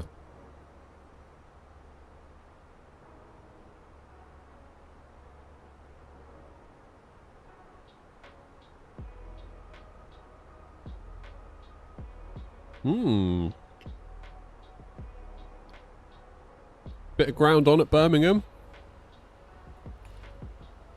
One plane on the ground.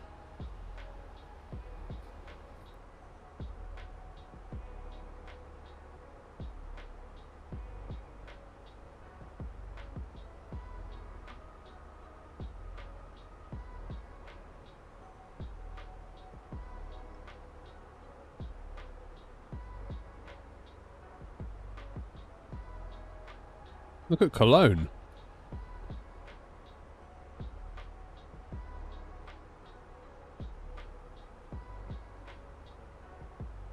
Where is this lot going then? They're going to Berlin? No. No. That's cool to see Cologne lit up like that this time of day.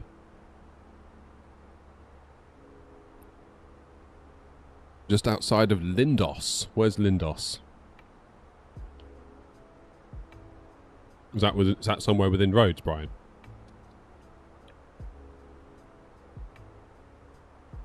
That's the first all-inclusive I've done at that place in Rhodes. I'm not sure I'd do another one. I don't think it was that great. Maybe I just went to a bad one. Like, the food wasn't very good at all, to be honest with you. The queues to get into the restaurant bit were just ridiculous. It felt like you were queuing up for security at the airport almost to get in.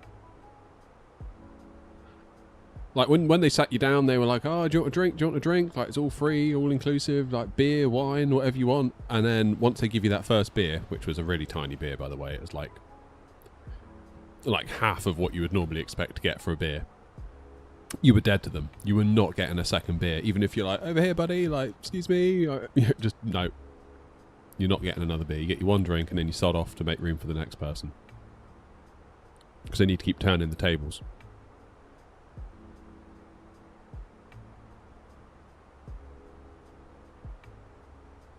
And if you were to go up for dessert, there was a couple of people that came back and their tables had been turned and given to someone else. And like this couple came back with like a plate of dessert, and they were like, "We're coming back for our dessert." They're like, "Oh no, sorry, your table's gone now," because they thought they just left.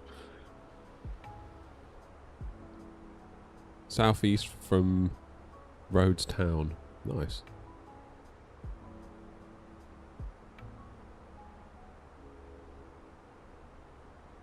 Yeah, look at the reviews on TripAdvisor for Rhodos Palace. It's interesting, let's say.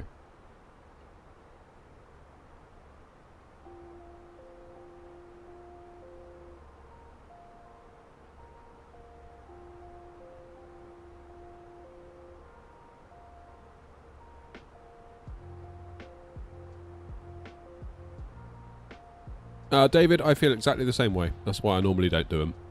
Even though people ask me relentlessly to do them. Then they probably wouldn't even turn up anyway.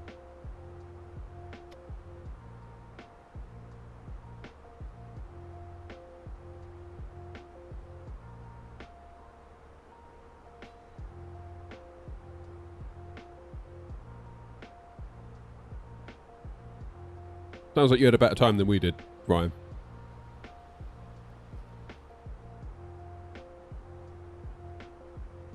I mean, we had a nice time. And these things are kind of what you make it to a large extent, I think, but on what I experienced there, I would not do an all-inclusive again. Because by like day 3, we were just sick of it. To the point where we were paying to go out for food, because we were just like, we just couldn't eat any more of that hotel food. It was so bad.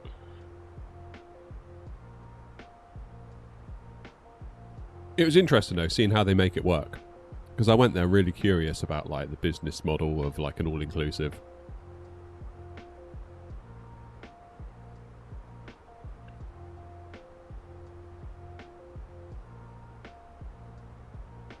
It was like you go to the pool and you walk up to the bar that's near the pool and you think, I'll get a beer because I'm all-inclusive. And they're like, oh, no. This bar you have to pay for. I was like, what? They're like, yeah, this is the paid-for bar. It's like, you need to go to the all-inclusive bar, which is the other side of the hotel. So basically you have to go on like a 10-minute walk to get a beer to bring it back to the pool. That's how they stop you drinking too much and costing them too much, I think.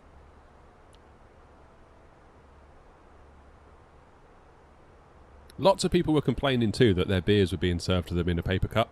But I sort of understood that. Because like, if you're going to go out by the swimming pool, and you've had a lot of people that have had maybe one or two beers, they start getting clumsy and start knocking glasses over and they smash and people have got bare feet and they walk through it. That is going to be awful. And the amount of paper cups that got kicked over was insane. So if they were glass, they would have just smashed everywhere. So I kind of get it. Some people really kicked off.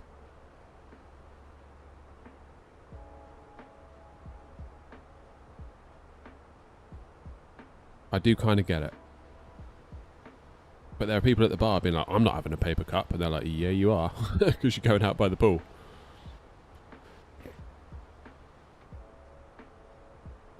Ever been to an all-inclusive that has a paid-for bar? Yeah, so really, I naively thought, going all-inclusive, that you're buying like the top package almost. Like you're paying for everything up front, so you'll get treated quite well. I was a bit naive in that, I think. What became apparent when I got there was that the all-inclusive guests were kind of like the peasants, if you like. And those that were willing to pay got a much nicer experience when they got there, because they could go into the nice restaurants that were in the hotel. They could go to the nicer bars that were in the hotel.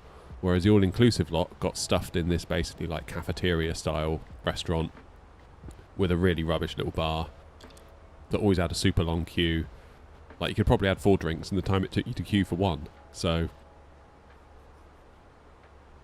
like, I remember one guest was queuing in front of me for the bar, and he wanted a cappuccino, and the person on the bar I think was quite new, and they went to the coffee machine and to press the button for cappuccino, because it's like one of these bean to cup machines. They pressed the cappuccino button, and there was like the bar boss, who basically sat at the end of the bar with a piece of paper, and he was writing notes every time someone bought a drink. So I think he was tracking guests that were maybe taking advantage too much. And he jumped up and he was like, no cappuccino, all inclusive, no cappuccino. And the guest was like, what?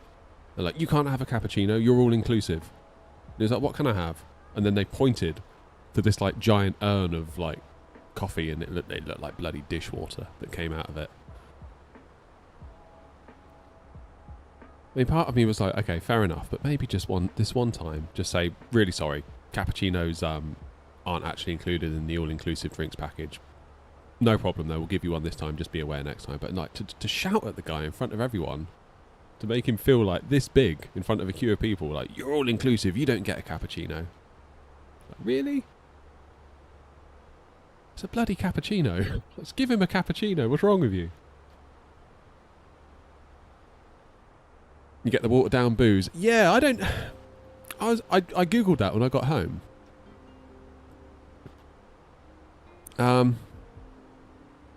And there were some people saying, well, actually, they have to give you proper booze because they're licensed and it would be against the terms of their license. But then there was one night where I thought I had rather too much to drink, to be honest. Like,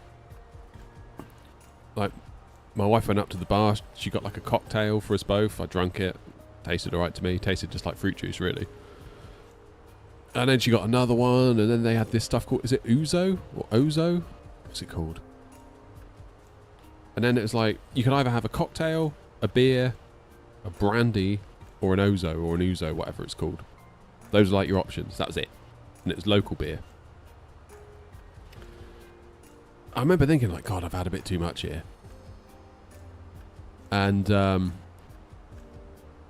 it dawned on me, it's like I felt basically sober. And I thought, oh, it probably hasn't hit me yet. It's going to really hurt in the morning when I wake up. And I woke up and I was fine. I was like, it's like I hadn't had anything to drink. So I don't know. I don't know.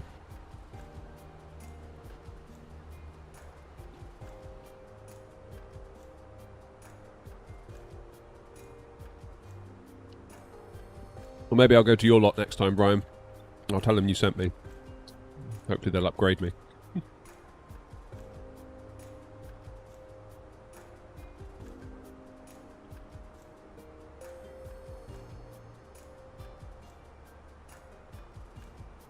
You might have a point there, Pulse. How's it doing, Clouds? Welcome on in, mate. Cyberplays is doing a flight from Stansted to Girona. I don't know where that is. Good luck, Vaxo.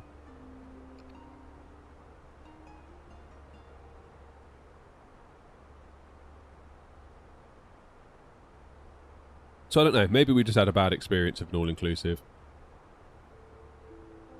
Maybe there are better ones out there. Because I've heard some people say like, oh my god, this one we went to was amazing, the food, the drink. I feel like the one we went to, maybe not so much.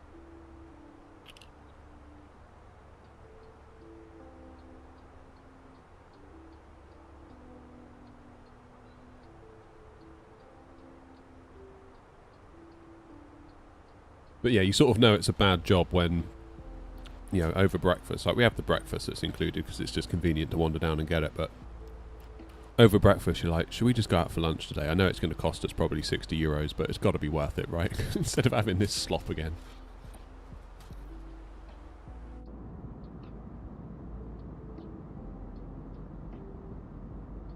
Yeah, it was super repetitive, the food as well. And they were like, oh, you get unlimited snacks in the cafe all day long. And the unlimited snacks were literally leftovers from breakfast.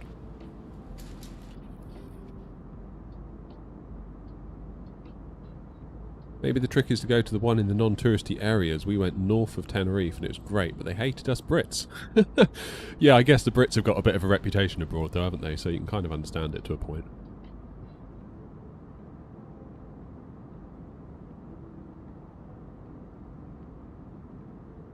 What I found weird though, Martin, was we went out for lunch one day, and when we got to the hotel, they were like, oh, the all-inclusive beer is a local beer. And my first reaction was, ugh, local beer, that's going to be like whatever crap they can lay their hands on cheap. Then we went out for lunch, and the waiter said to my wife, oh, what would you like to drink? And she goes, oh, I don't know. And he goes, oh, we've got this local beer. And she's like, oh, local beer, that sounds really nice.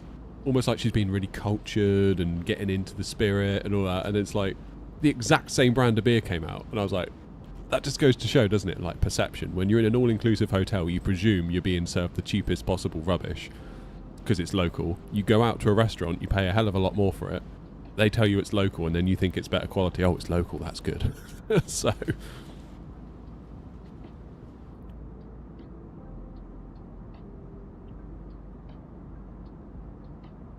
it's all a matter of perspective, a lot of it.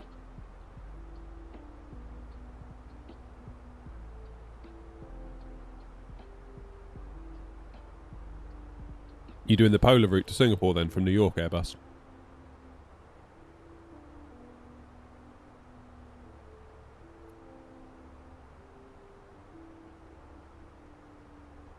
We went to Rhodos Palace. Put it into TripAdvisor.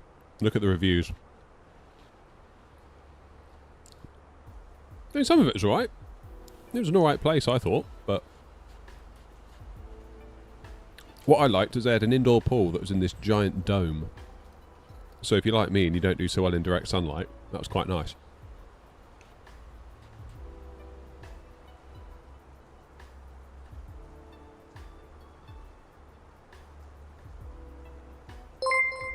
How you doing, Archie? Hope you're well, buddy.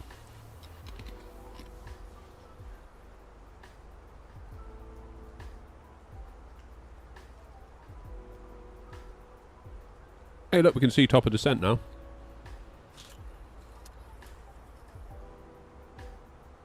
Good, Archie. We're just bitching and moaning about my all-inclusive holiday to Rhodes. I say we, I, bitching and moaning.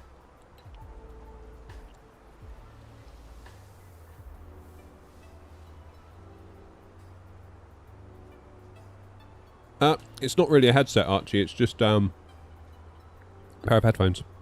Sony XM4 noise cancelling ones. Because I've got an AC unit on in here, and I've got extractor fans in my shed to get rid of the heat from the PCs. There's a lot of fan noise, so I use noise cancellation to cut it all out, and then I can actually hear the game and talk to you guys. Where'd you go, Archie? Don't tell me you went to Rhodos Palace, Archie. Archie's saying he went to Rhodes last year on an all-inclusive.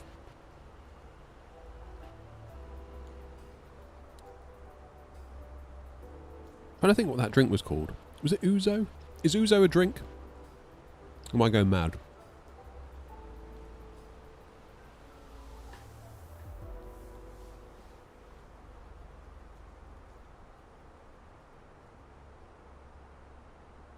Could be going mad.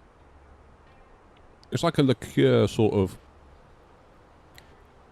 Ouzo, that's it, yeah. Okay, Polo. I've got to be honest, I didn't go a lot on it. Not my cup of tea. Although it was a big step up from limoncello that I had in Sorrento. Oh, that was evil stuff, that was. Because again, you walk through Sorrento, you can literally just pick a lemon off a tree. There's just lemons everywhere. And their main thing is limoncello. And my wife was like, "Oh, we got to get some limoncello for the room." I was like, "All right, fine, whatever." Oh, it's awful stuff.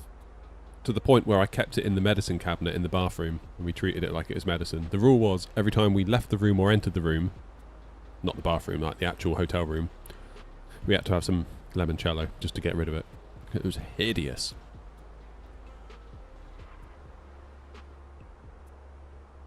Absolutely hideous.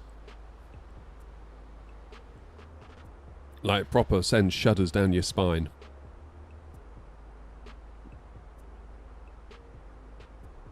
You didn't like it either, Brian? No. No, it was less than enjoyable. If no ATC on at LCLK, then I intend to go direct from Atlas. That's not going to make you too heavy, is it? Where's my charts gone? Let's have a look. What's Grumpy up to now? Flipping heck.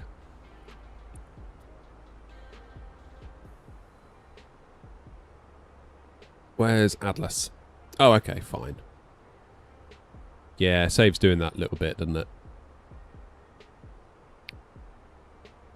Makes sense.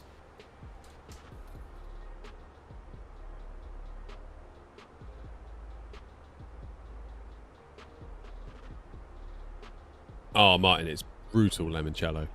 There was 2 versions of it as well.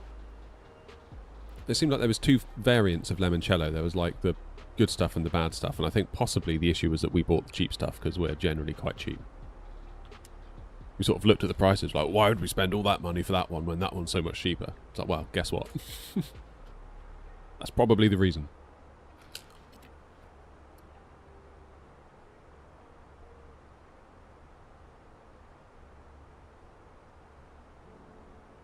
They give you ouzo as a welcome drink. Oh, man. You just, like, pour it in the plant pot on your way to the table. Oh, yeah, thank you. That was lovely.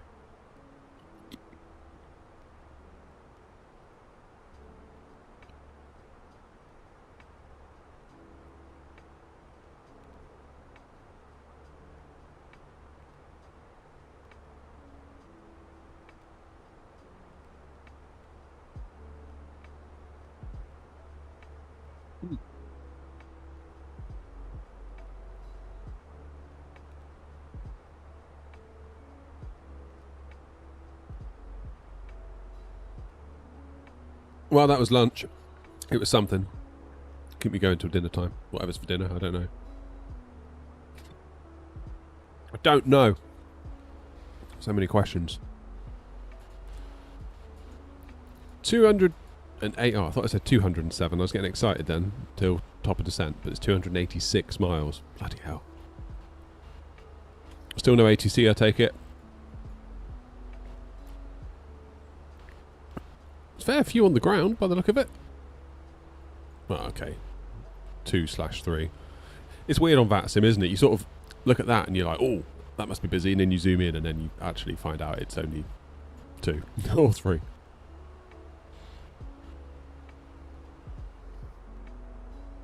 Not yet, Grumpy. I'm going to have a look at that now.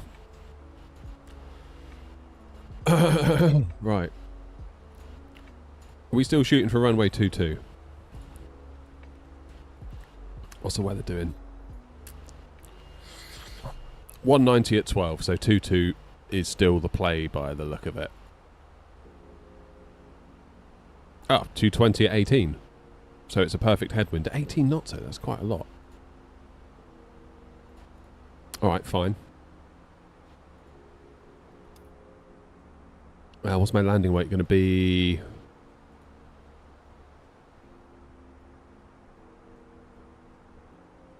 Estimated fuel on board 4.2 tons, so that'll make us 58.7, which will make us 62.7 tons. Which should be alright. Looking at that, I might go with auto brake low, because that should take me off. Looking at the distance there, that should take me off at probably like Echo or worst case hotel. Then I can just slip around onto Uniform, Lima Bravo, pick a gate. Should be alright, shouldn't it? Yeah, flaps 3 might be an idea. Bit more control with the wind, you thinking? Even so, we're still fine. We're still absolutely fine. I will be a good boy, though, and do a secondary flight plan. So we'll copy the active, and we'll change our runway to... Is there no ILS for 04?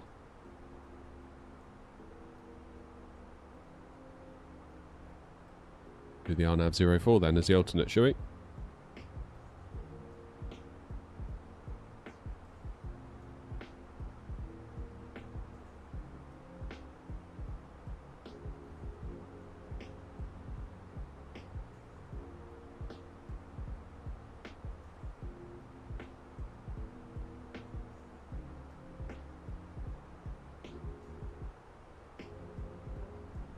Coming via Remix. That'll do for an alternate. Oh, we got the easy one then. We got the ILS. That's convenient, isn't it?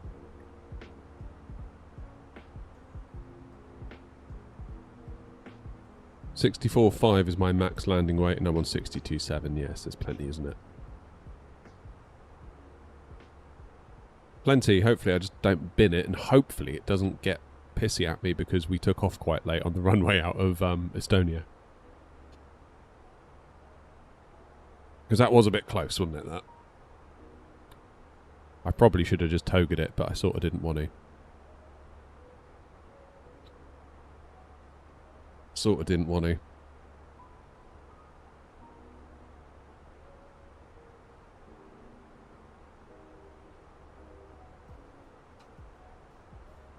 Sorry, Tone, not there yet, mate. We've got... How far have we got? So we've been in the air for 3 hours. Bloody hell. See, if we were doing Dubai to London, we'd only be halfway there. We'll be there at 14:32 UTC, so that's going to be 15:32. 50 minutes to go, actually. That's not too bad, is it? That's not too bad.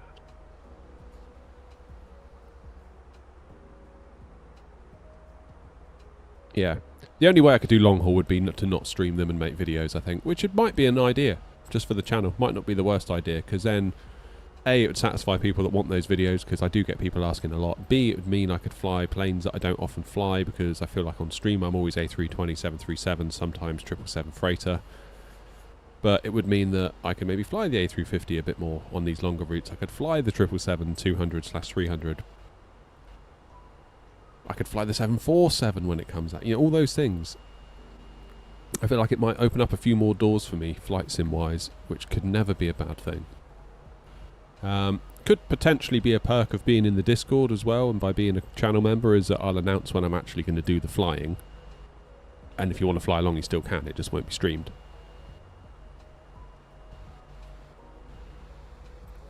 I don't know whether that would be of any interest to any of you, or whether you particularly enjoy the streamed element. I mean, we could always jump in a Discord voice chat as well at the same time.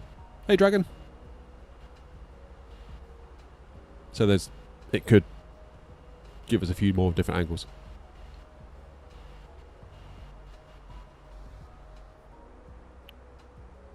Because I feel like... I think it was Tricky suggested, like when you stream, you should go into we should have like a Discord voice chat. And it's like, yeah, I kind of need to host the stream. That's the trouble.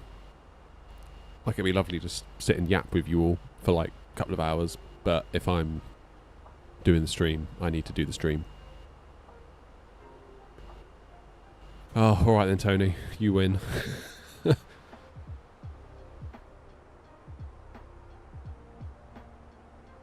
That's what I need to do. I need to set like a ridiculous dollars of donations, and then I'll do a long haul. Or something like that. That's the only way I could ever make myself do it, I think. Because they're just painful. This is bad enough. Whereas if I'd been... Imagine today if we'd done Cork to Stansted, Stansted to Dusseldorf, Dusseldorf back to Gatwick, Gatwick up to Edinburgh. We would have been flying, in terms of time, longer than what we've done today. But we wouldn't have been bored. Oh! You got a call from whom? Oh, radar. Were they the ones that were all the way back there? You're not even in his airspace.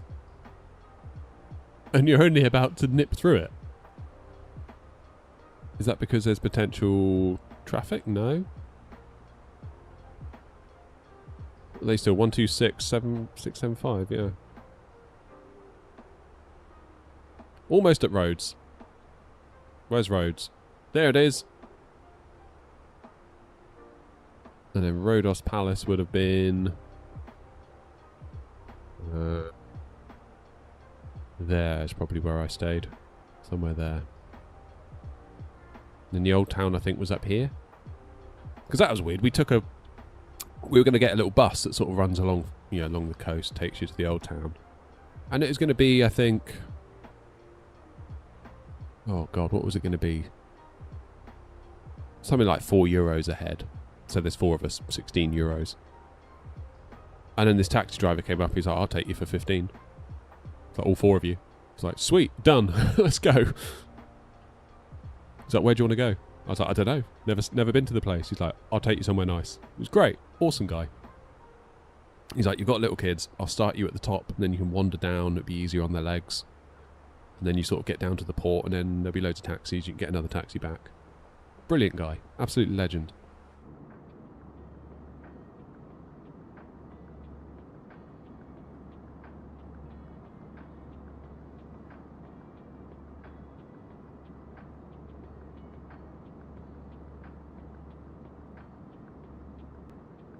God, it looks good. Look at that.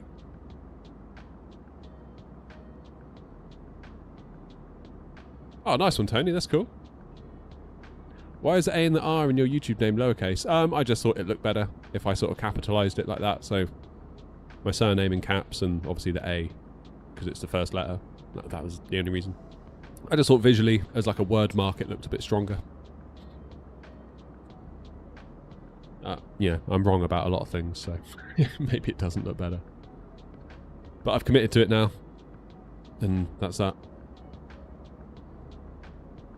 Yeah, so if Grumpy, give Tony your address and he'll send you one. That's what we need to do. We need to do like a crowdfunding to get a full 737 cockpit for Grumpy at home, and then we just get this like massive lorry outside his house, unloading it onto his driveway. Can you imagine the devastation?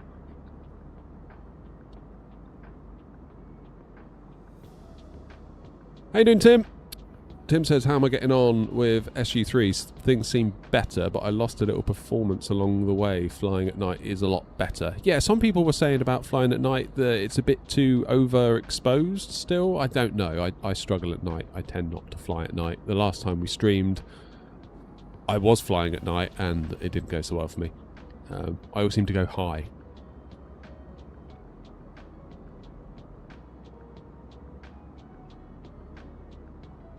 I would be out. Yeah, I bet you would.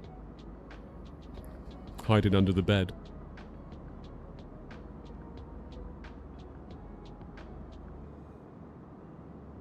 Well done, Jay.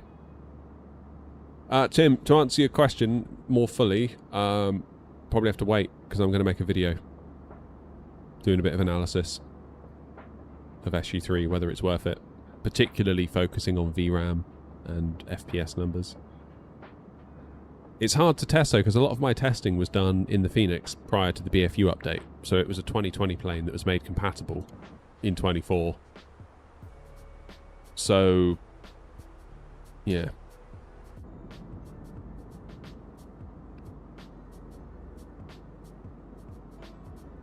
Part of me's like, do I dig out old footage to do side-by-side comparisons of this is what it was like in the SU2 days versus what it is now? But there's been a lot of variables that have changed on the scenery side, on the aircraft side. So I'm tempted just to do clean slate. This is what it is right now. What do we think about that? That's kind of my plan, I think.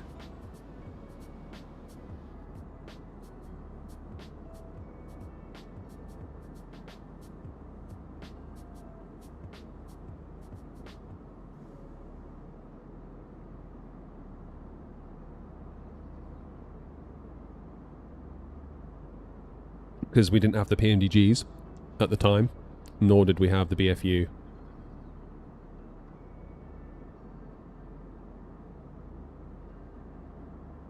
VA indeed, Boston. Here we are.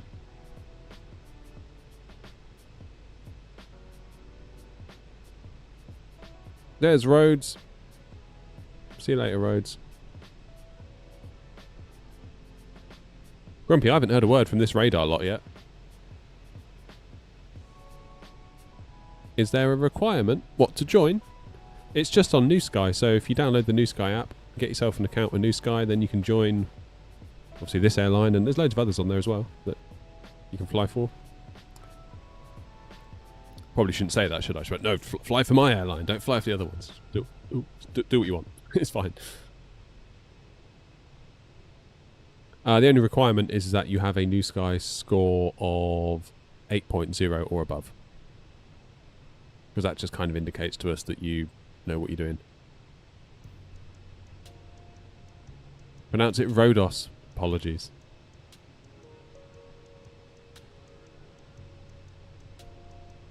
It's not letting me join your airline. Probably because you need to do a flight for the New Sky Academy first. Right, that's 5-2, flight direct combi. Direct to combi, Egypt A1752. FS Radar, good day, Austin 855 Lima, SR 370. Action 855 Lima, Athena ident. Roger, Frog Island, Austin 855 Lima.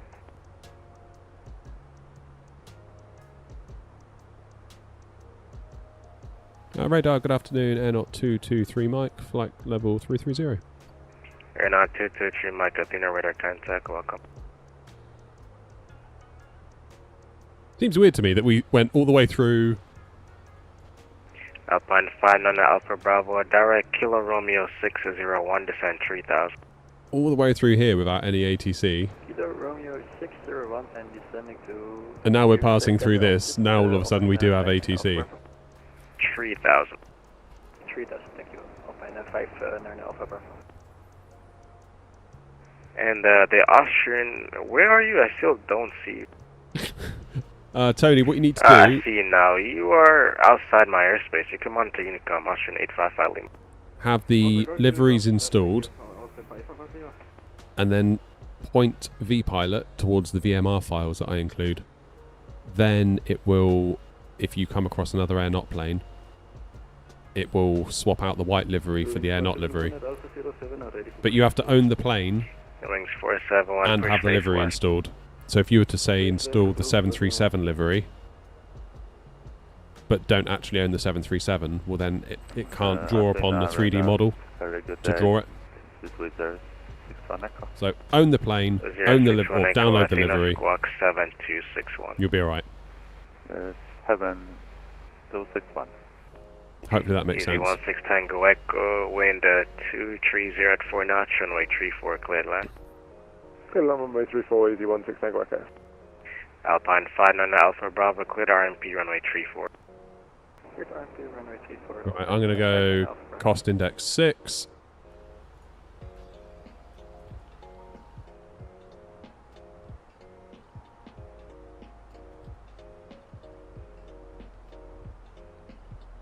Nice one, Huffy. So Athens has been online for ages. That's the weird thing. So we've flown through Athens radar. Air Not 56 Papa, no further ATC, monitor Unicom, good day. All of this up here, we flew through while they're on. Over to Unicom for Air Not 56 Papa, short and sweet, have a good day. Alpha 5 for Juliet, flight director Dis 4. But now, just because we're going through this little corner, they've contacted us, which is really weird. Alpha 42, Alpha 38, ready for pushing south. Hello, 542, pushes out approved, face west. Pushing south, approved, face west, 542.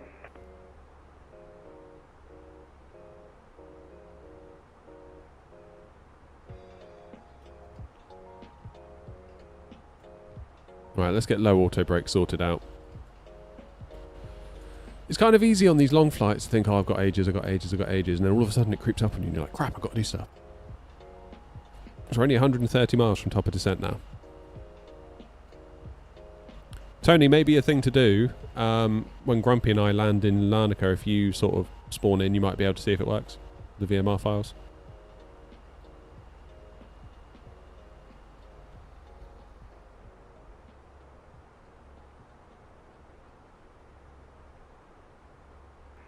Radar Calimeras, Condor 5 kilo Foxtrot on T50 inbound Otok. Condor 5 kilo Foxtrot at Dino Radar contact, welcome. It happens. Ask me how I know.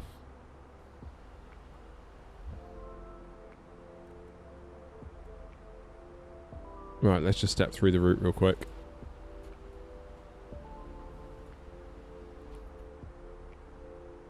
That is... Napalovia 7634, descend flight level 100. Continue descent for 100, Napalovia 7634. Hey, Elliot's in. How you doing, Elliot? You still busy at the station?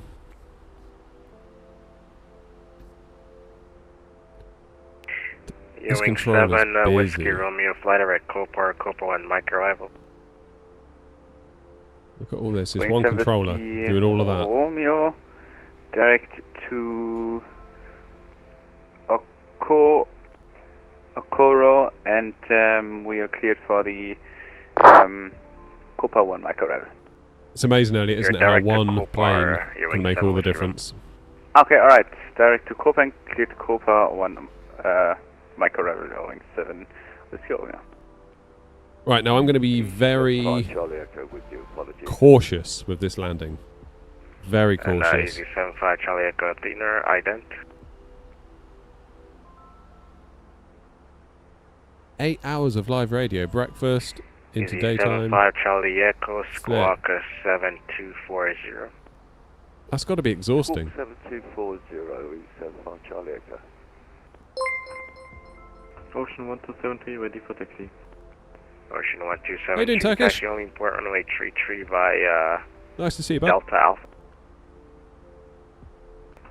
Taxi to 1.1 via Delta Alpha, Ocean 1273.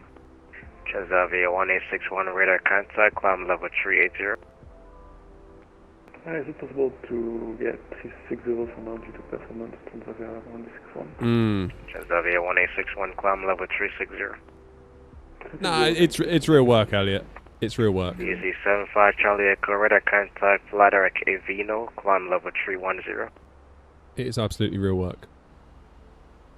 Direct to Azino and climb 310, E75 Charlie Echo. It's Avino. Avino, E75. Running 471, ready for taxi. Wings 471, taxi holding point 03 left via Echo India Hotel Bravo. You're going to be following the LL 737 on India. Roger, holding point 03 left via Echo India Hotel Bravo, following the LL 737. Avino. Easy 16 Tango Echo, contact ground on 121705. 121705, thanks for LPD 16 Tango. No problem. Alpine flying on Alpha Bravo, clear land on 834, wind at 230 at 49. Clear to land on 834. Found me on VATSIM radar, cool. I don't really have a preference. Windmill 4702, clear land on 830, wind is 310 at 33 knots.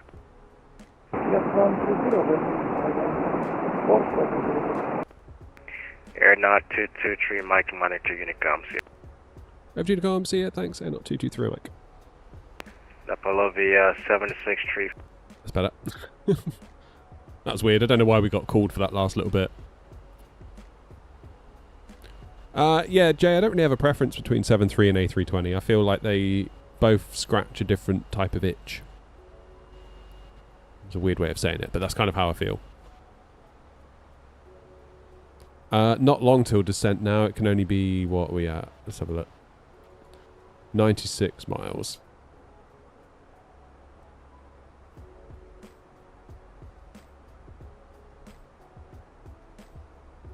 Senna, how are you? What's going on?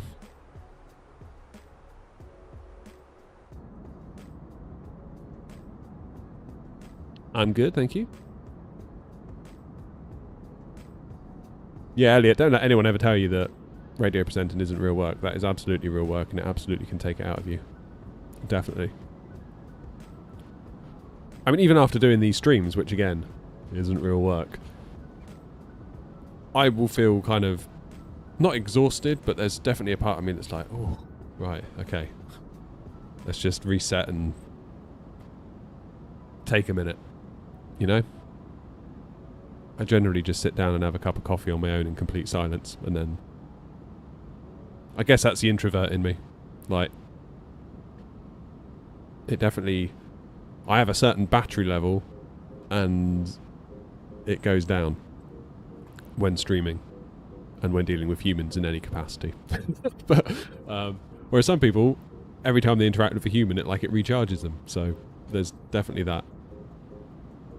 No offense, of course. Like, I love doing this and I love talking to you all, but there comes a point with streaming where it does, you start to feel the fatigue. But I do enjoy it. It's probably my favourite thing out of all the jobs I do for the channel, like making videos, doing the liveries, doing the virtual airline. Streaming is the thing I enjoy the most. And if I could just stream and not do any of the other stuff, and I was guaranteed enough income, I would do it in a heartbeat.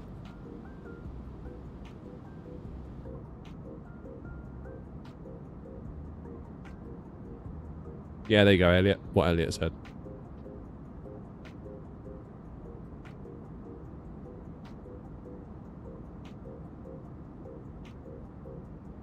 Turkish says 100% agree. I dabbled in streaming in a bit and it's draining. Concentrating on flying a plane while entertaining an audience is very much real and hard work. I agree. I mean, let's be clear. There's much harder jobs I could be doing. Like, I could be labouring on a building site 8 hours a day. That's hard work. That is, I mean, I've done it. That is hard work.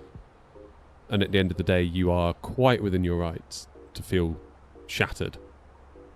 But it doesn't mean that other things aren't hard too.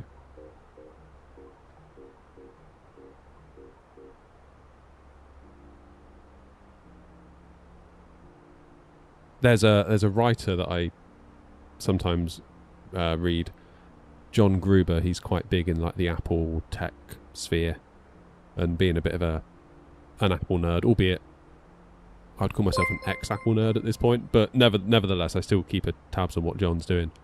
He did a podcast where he says, like, sometimes with all of his writing and all of that, he just feels exhausted, burnt out, and then he sort of feels like, what right have I got to feel this way? Because my grandfather used to work down the mines digging coal all day, and he died of black lung. Whereas I get to sit in a beautiful air-conditioned office at home with, like, the finest drip coffee next to me on a $3,000 MacBook Pro, and here I am whinging about feeling burnt out and tired. But it is real. So, I don't know, it's a weird one. It is a weird one. Zelda! How are you? I think the lesson is basically we all work hard at whatever it is we do. And probably comparing one form of hard work to another is probably a bad idea. It's probably a bad idea.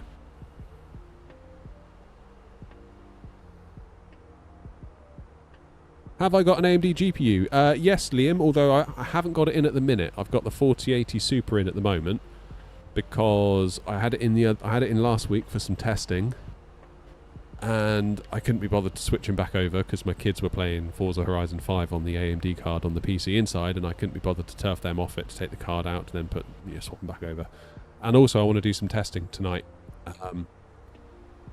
because I want to test out Sim Update 3.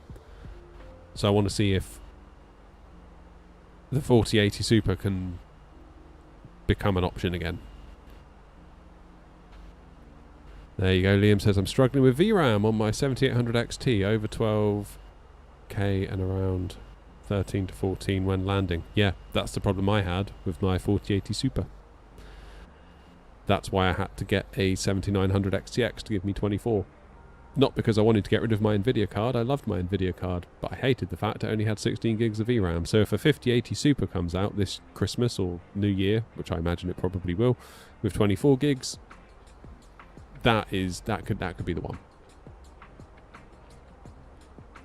Have I thought of getting a Honeycomb Bravo and then getting the Flight Sim factory swappables for the A320 and 737? No, I have not. I'll tell you why. A, it's more money that I could do without spending, but B, some people say some people think with the Boeing, obviously you do like manual throttle on landing, that the climb gates are going to get in the way.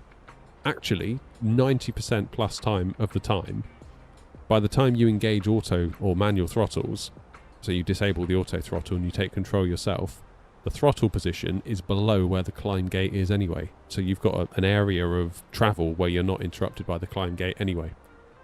And the climb gate is kind of a nice little warning area, because if you start to push the throttles up and you feel the climb gate, you're like, oh, I better not go that high, and you come down a little bit. It's kind of a little bit of a cheat.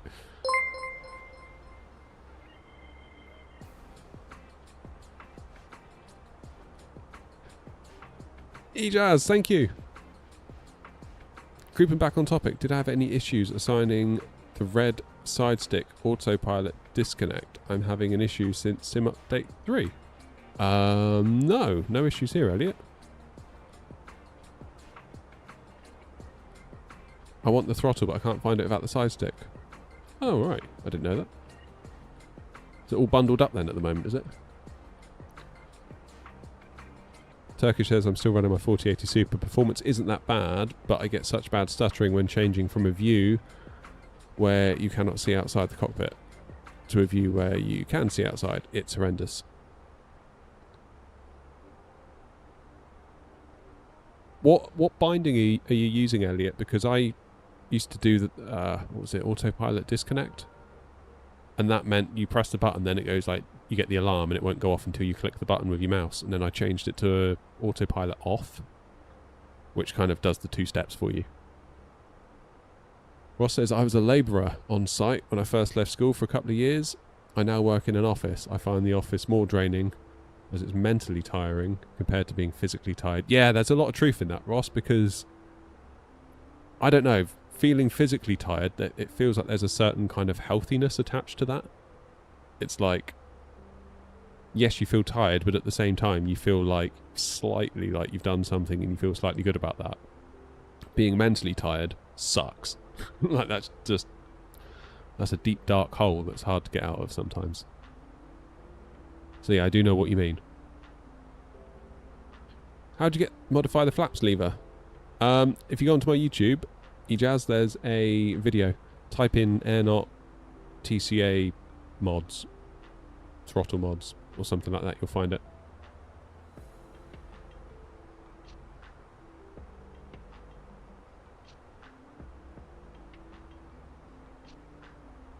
But yeah, basically they're 3D printed. But the video explains everything. I've forgotten half of what I did by now, to be honest. It's one of those... Weirdly, I found myself I was Googling for a question the other day about how to do something in the sim. Or the other month. I forget what it was now. I Googled for the question, and one of my videos gave me the answer. I was like, oh my god, that's spooky. Like, thanks, pass me.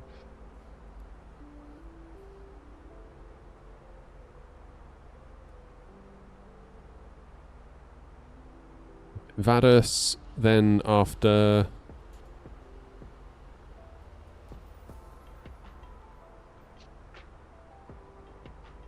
.210 at 18, so the wind is shifting ever so slightly, isn't it? 210 18. Yeah, I'm not going to muck around today. If we need to do a go around, if it's not looking absolutely like I'm happy with it, we are going to go around. There'll be no press on itis. We're going to just go around if we have to, and that'll be that, because this is a 4-hour flight and I am not going to want to redo it because I cock up the landing.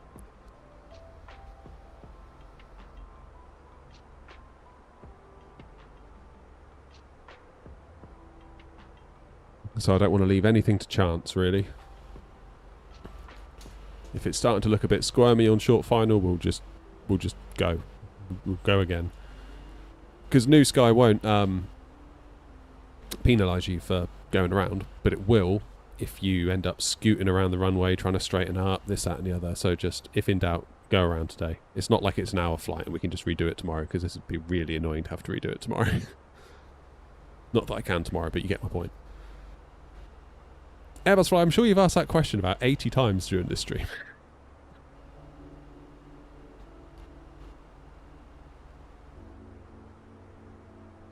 Cheers, E-Jazz.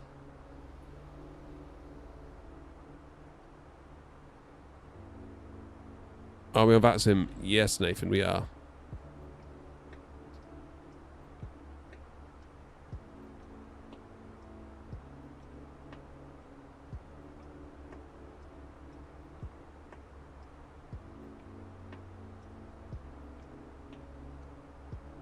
$10 miles top of descent.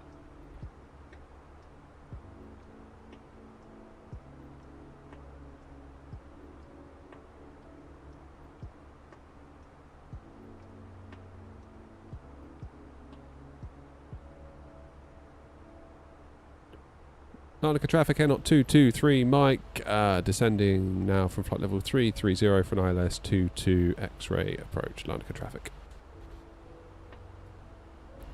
Bum, bum, bum, bum, bum, bum, bum, bum.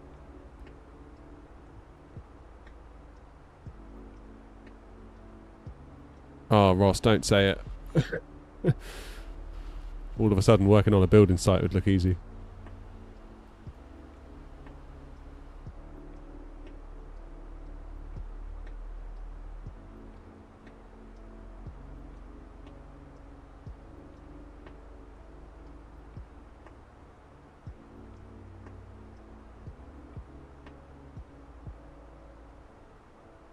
Flying from VVTS to WSSS, but Singapore control went off. It sucks. Yeah, it's the trouble. Good yoke for someone that wants to start to fly Boeing after being an avid Airbus fan. 250 budget, preferably with rudder pedals, as I don't have any. I mean, the obvious choice is to say get the Thrustmaster Boeing yoke, given that you said you want to start flying Boeing and you want a yoke. But you're going to struggle to do that for 250 and get rudder pedals. You struggle to get just a yoke for 250 unless you can find a wild sail somewhere.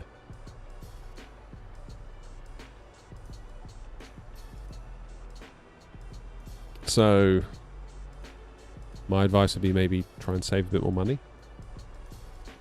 Because I think a lot of the other yokes, like the Logitech and the Turtle Beach, I think they're like sort of pole yokes. So they're kind of like a GA where you get like a pole sticking out and you sort of push and you pull the pole, whereas the Thrustmaster one, it actually pivots like an airliner. Oh, there you go. Tony saying he picked one up for $249 on an Amazon sale.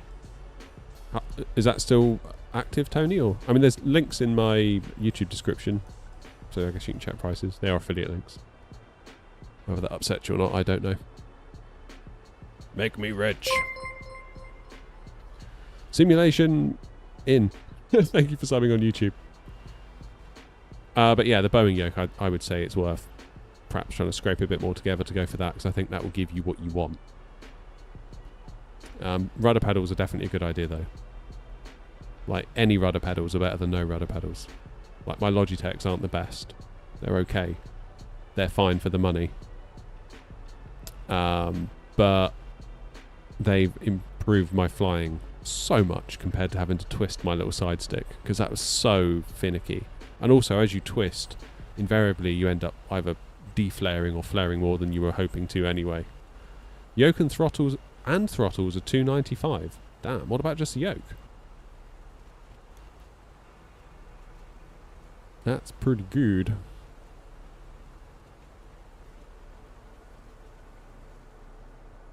That is pretty good.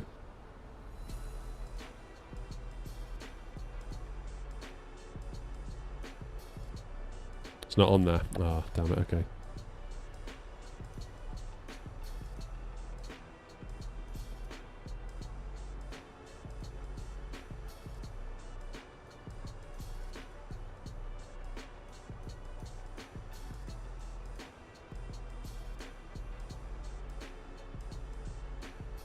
Okay, it wants us at 6,000 at Atlas.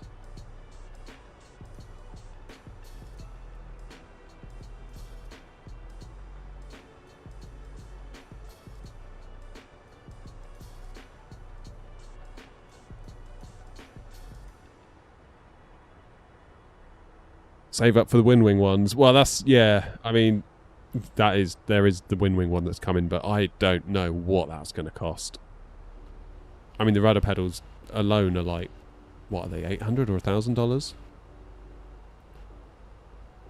King Bob, how are you, buddy? Still liking it? Love it. Love it, love it, love it. I love it a lot more thanks to V1, because he made the profiles for it that just bring it to life. They really do just bring it to life. The one that came with it at the time I reviewed it, the Airbus profile. So in the Moser software, you can sort of choose all these different aircraft types, and then it tries to make it feel like that aircraft type. The Airbus one was not it, in my opinion. I was like, okay, that's not the greatest. Then I turned on V1s, and I was like, okay, now we're cooking. This is the one. Having just been in an A320 sim the week before up at Gatwick, I kind of had quite a clear picture in my mind, like a mental model of how it should feel. And that was super fortunate going from one to the other so quick. And yeah, it's just awesome.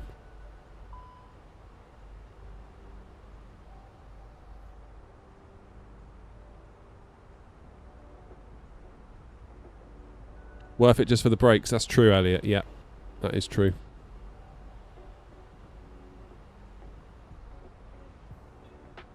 eBay has a yoke new 249 from Leicester. There you go, Evolves. I don't know if you're UK based, but eBay 249 for a Boeing yoke Thrustmaster from Leicester on eBay. And that's new. That's pretty good. You got the Virpil pedals. Do I use CPDLC? No.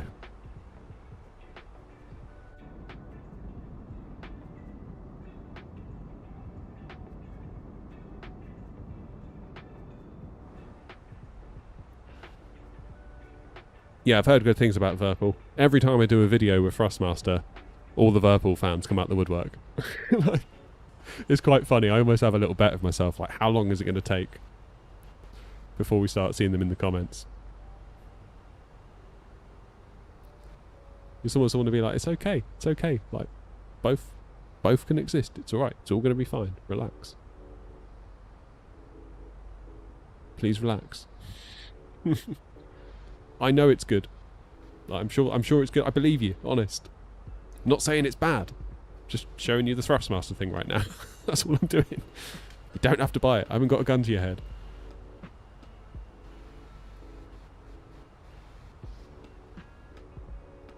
Thinking about this 777-200ER first for payware. Fine, yeah.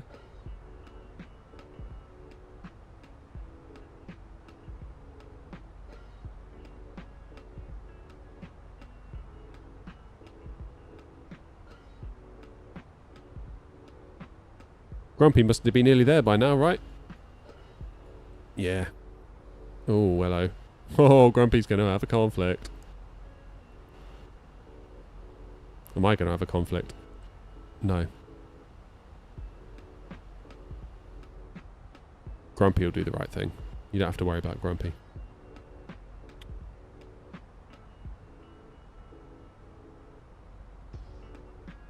Cheers, Tony. I shall have a gander. Now, if I put my speed brakes away, as it's telling me to do, we're going to speed up, aren't we? Yep, that's why I'm not doing it.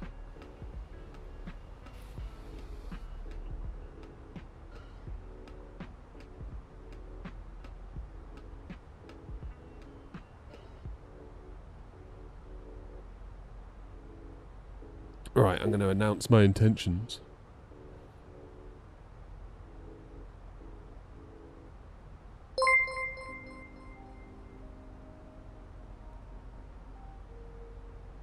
Oh, ZJ, thanks.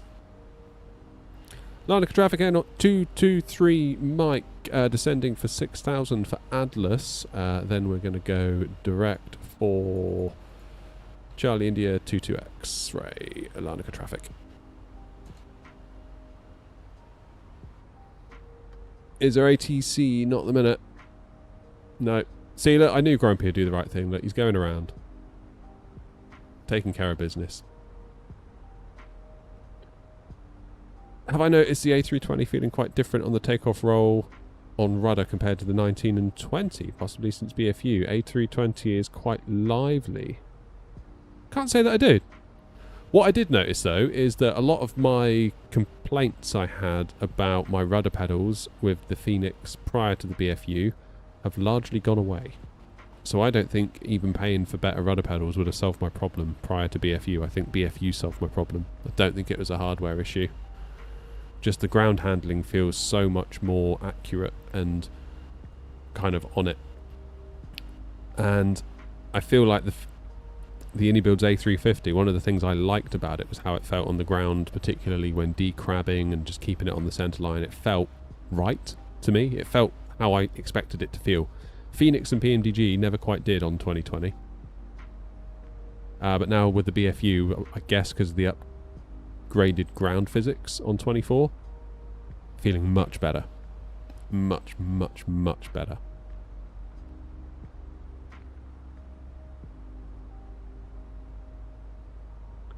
Jack, it's Wingflex.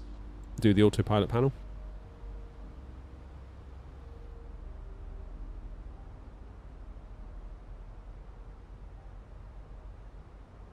And it's very nice. Took me a long time to get used to using it because you fly with your mouse for so long, you just instinctively go with the mouse. Whereas now it's the total opposite.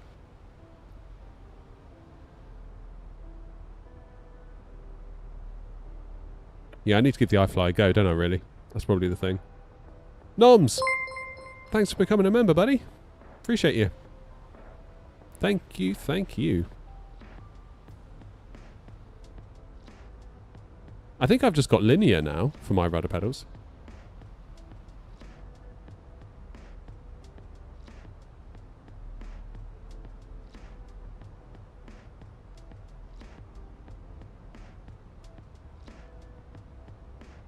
Fairly certain.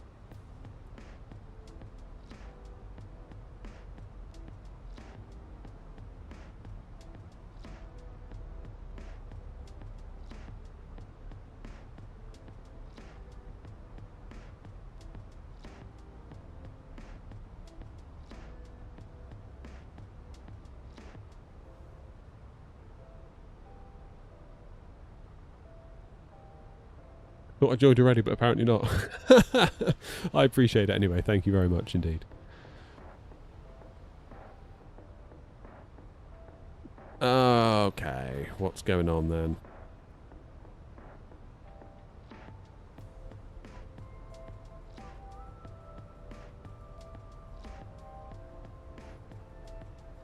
QNH 1005. Linear is what Fenix suggests, yeah.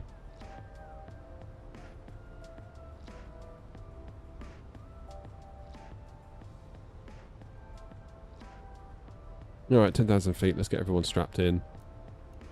Get some lights on the go.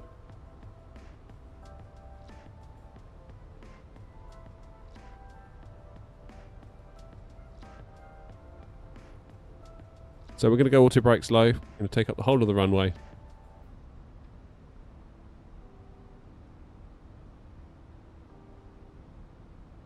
Grumpy on final now? Yeah, he is.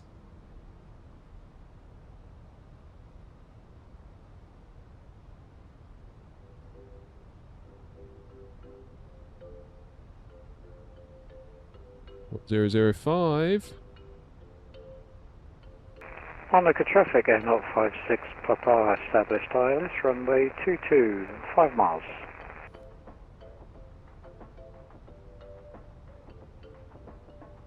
Oh god, I hope I land this. I can't be dealing with a mess enough here. I'm not doing this again. I feel like there's so much riding on it. I kind of get...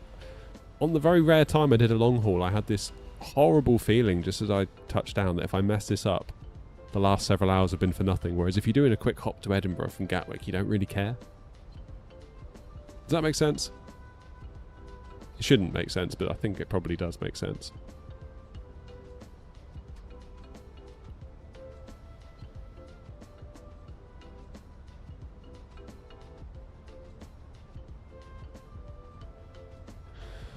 Monaco traffic air not 223 Mike, 1 mile from Atlas, going direct to Charlie India 22 X-ray.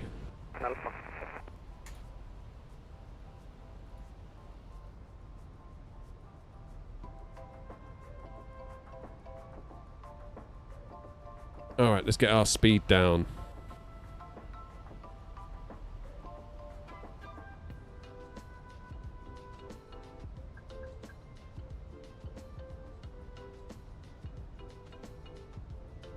Two 220 knots.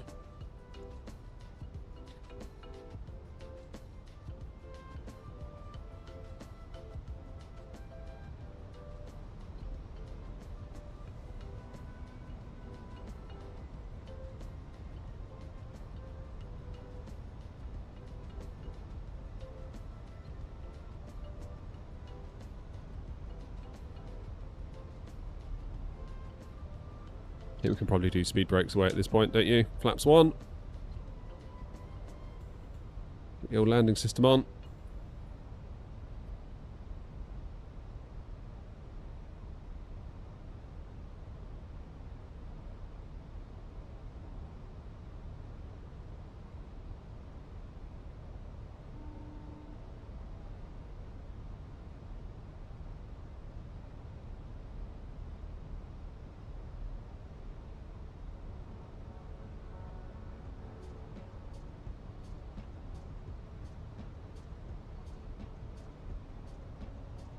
So we've got 10 miles to the turn. Just over. Then we really need to be sort of slowing down. So I'm going to try and be at 200 knots just before the turn. Slow to 180 during the turn to 160. Then we'll go to final approach speed, which is going to be 136, 38 even. How'd you get on, Grumpy? You down? Looks like he's down. Yeah, he's vacated. London traffic, Air 056 Papa, runway 22 vacated, taxiing to stand 45 via Echo Whiskey Libby Charlie.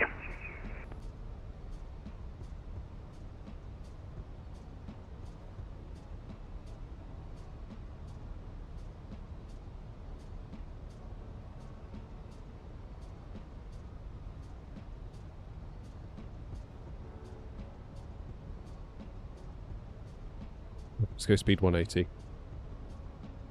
Speed brakes.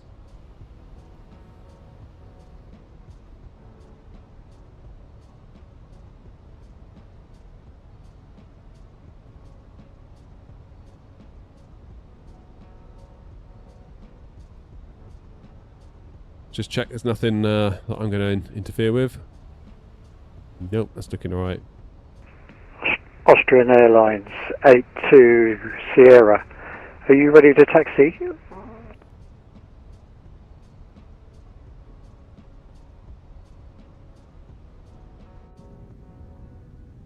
Laps 2.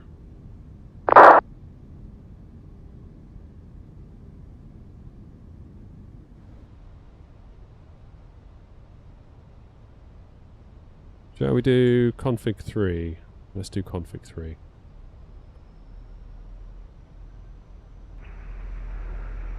Austrian Airlines 82 Sierra, I see you've turned off. I'll continue my taxi to gate. Have a good flight.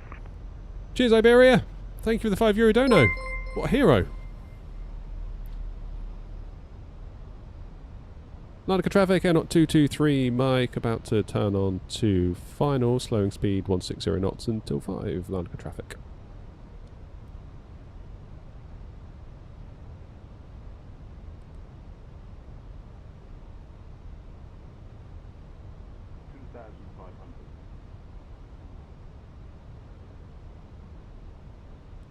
Come on, down you go.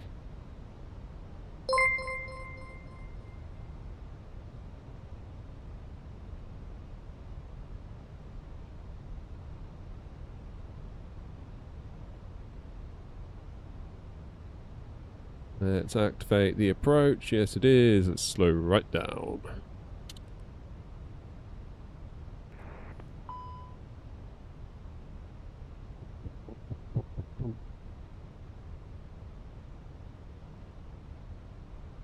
Come on. Feels like we've overshot here a little bit.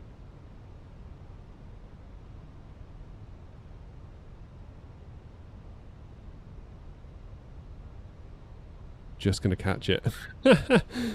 Just.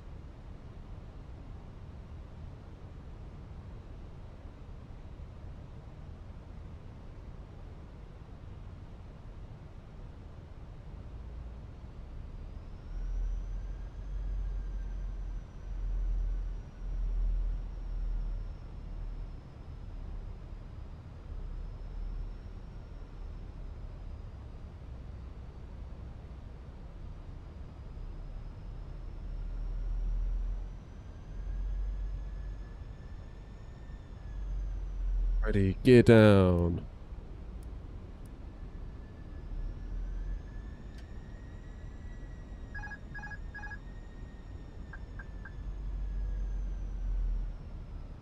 The daisy. Right, we're a little bit high. We can recover that though. Nautical traffic, air naught 223 Mike on a 3 mile final for runway 22.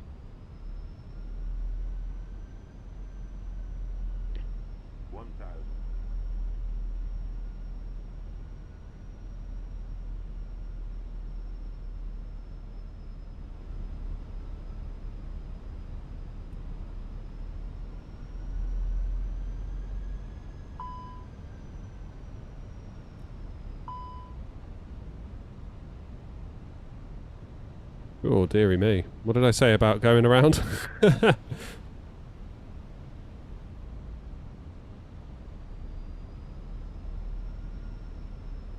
Hmm.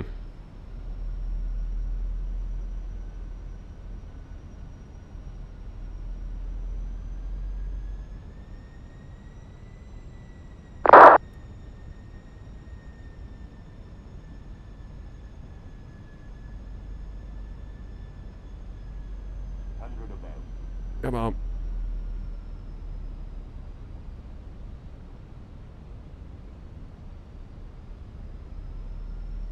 Minimum. Continue.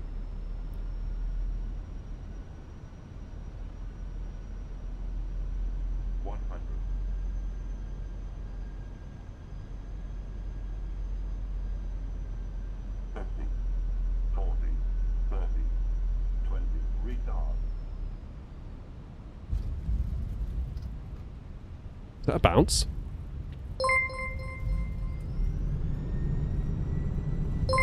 Oh, just.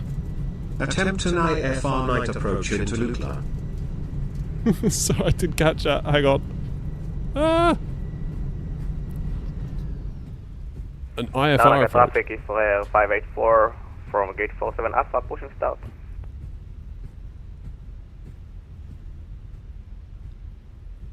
Right.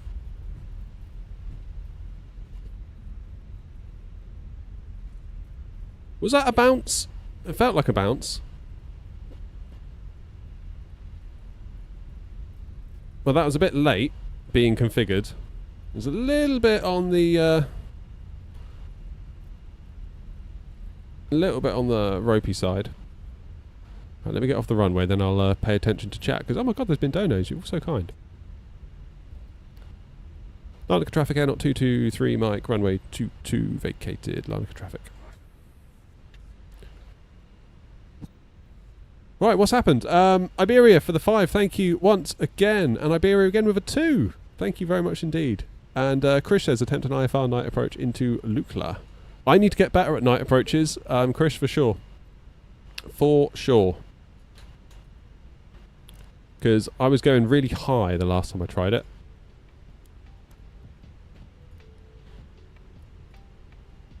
Right, where am I going?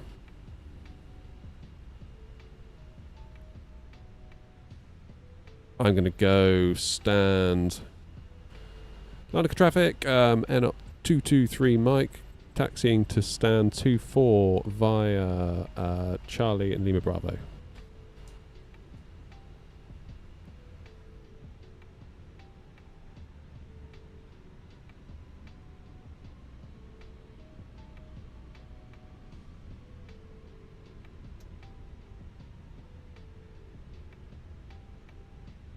That was quite a long time, wasn't it? That was quite a long time, that For flight. the passengers' backs. Cheers, Tony. Hey, it said 190 feet per minute. I was quite happy with that. Cheeky devil.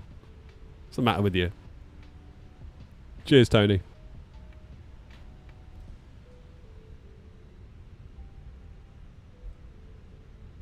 Yeah, I kind of feel like the mistake was going direct to Charlie India 22 X-ray. I would probably fly more of a downwind leg before turning, because I feel like we were chasing that ILS down a little bit and it wasn't quite right, in my humble opinion.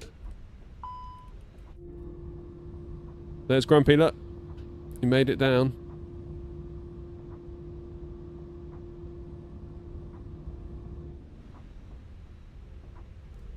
Oh, thank you all for the donos. I appreciate that. It's been a long day.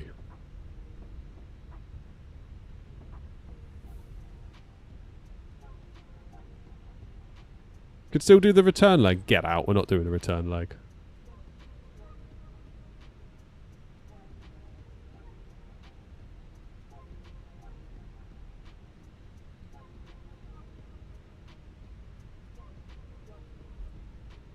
Larnaca traffic air, not 223 Mike. Will take stand 12 on Lima Alpha to be out the way of traffic.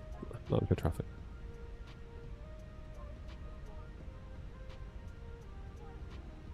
Don't want to be in the way of that one.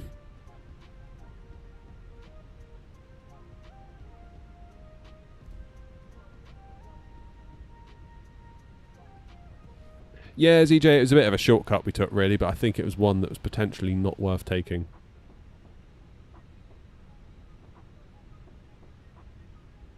If I was doing it again, I don't think I would do it.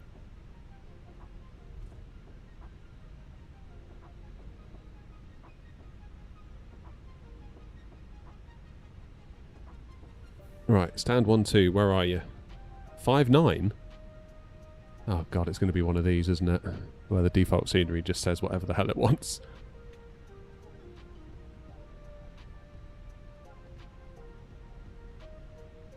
And then you have to basically try and work out what it correlates to on the map.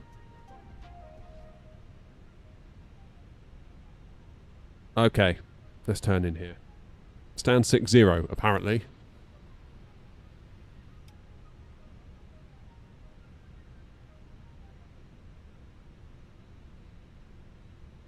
Apparently.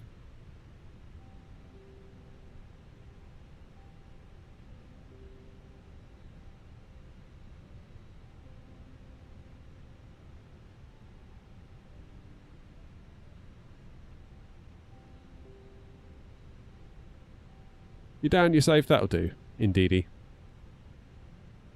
Indeedy. Where's Luckler then? Chris saying about doing that. Not today, Derek, but I was using lossless scaling, which I thought seemed to work quite well, because I used it in adaptive mode. So you can see in the top left, you see it says like 42/60. So the sim is doing 42 frames a second, and then auto FPS, oh, not auto FPS, lossless scaling's topping us up to 60. Right, landing system off, flight directors off. Let's turn off the thingies. APU isn't fired because I never hit the actual start button. That's annoying.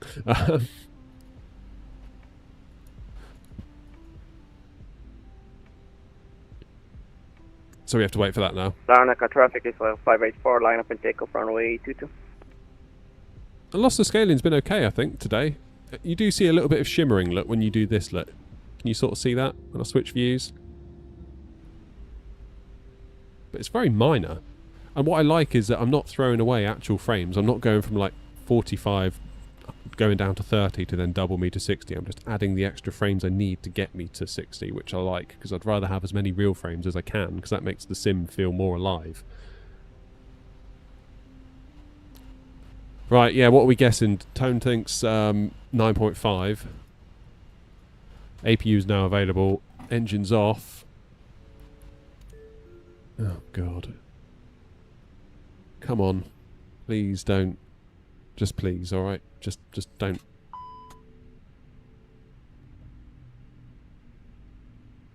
Hey, look at that. 9.99. Great. Right, Tony. Just, yeah.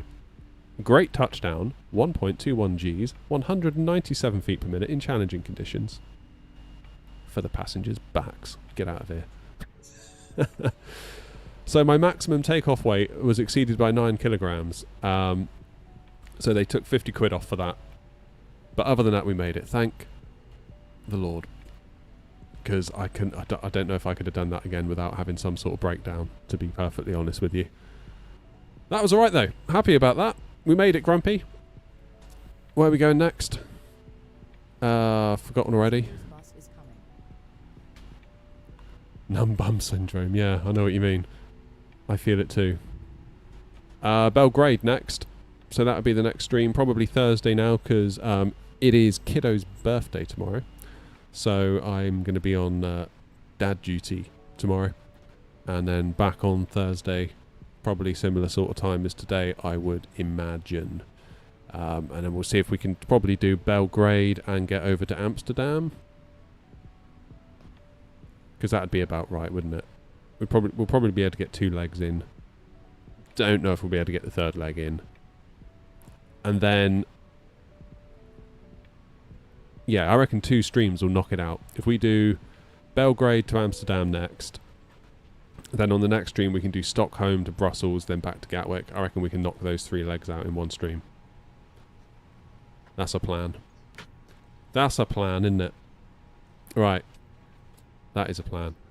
I'm going to get gone because I want to start making my video about SU3 and VRAM and performance and all of this stuff.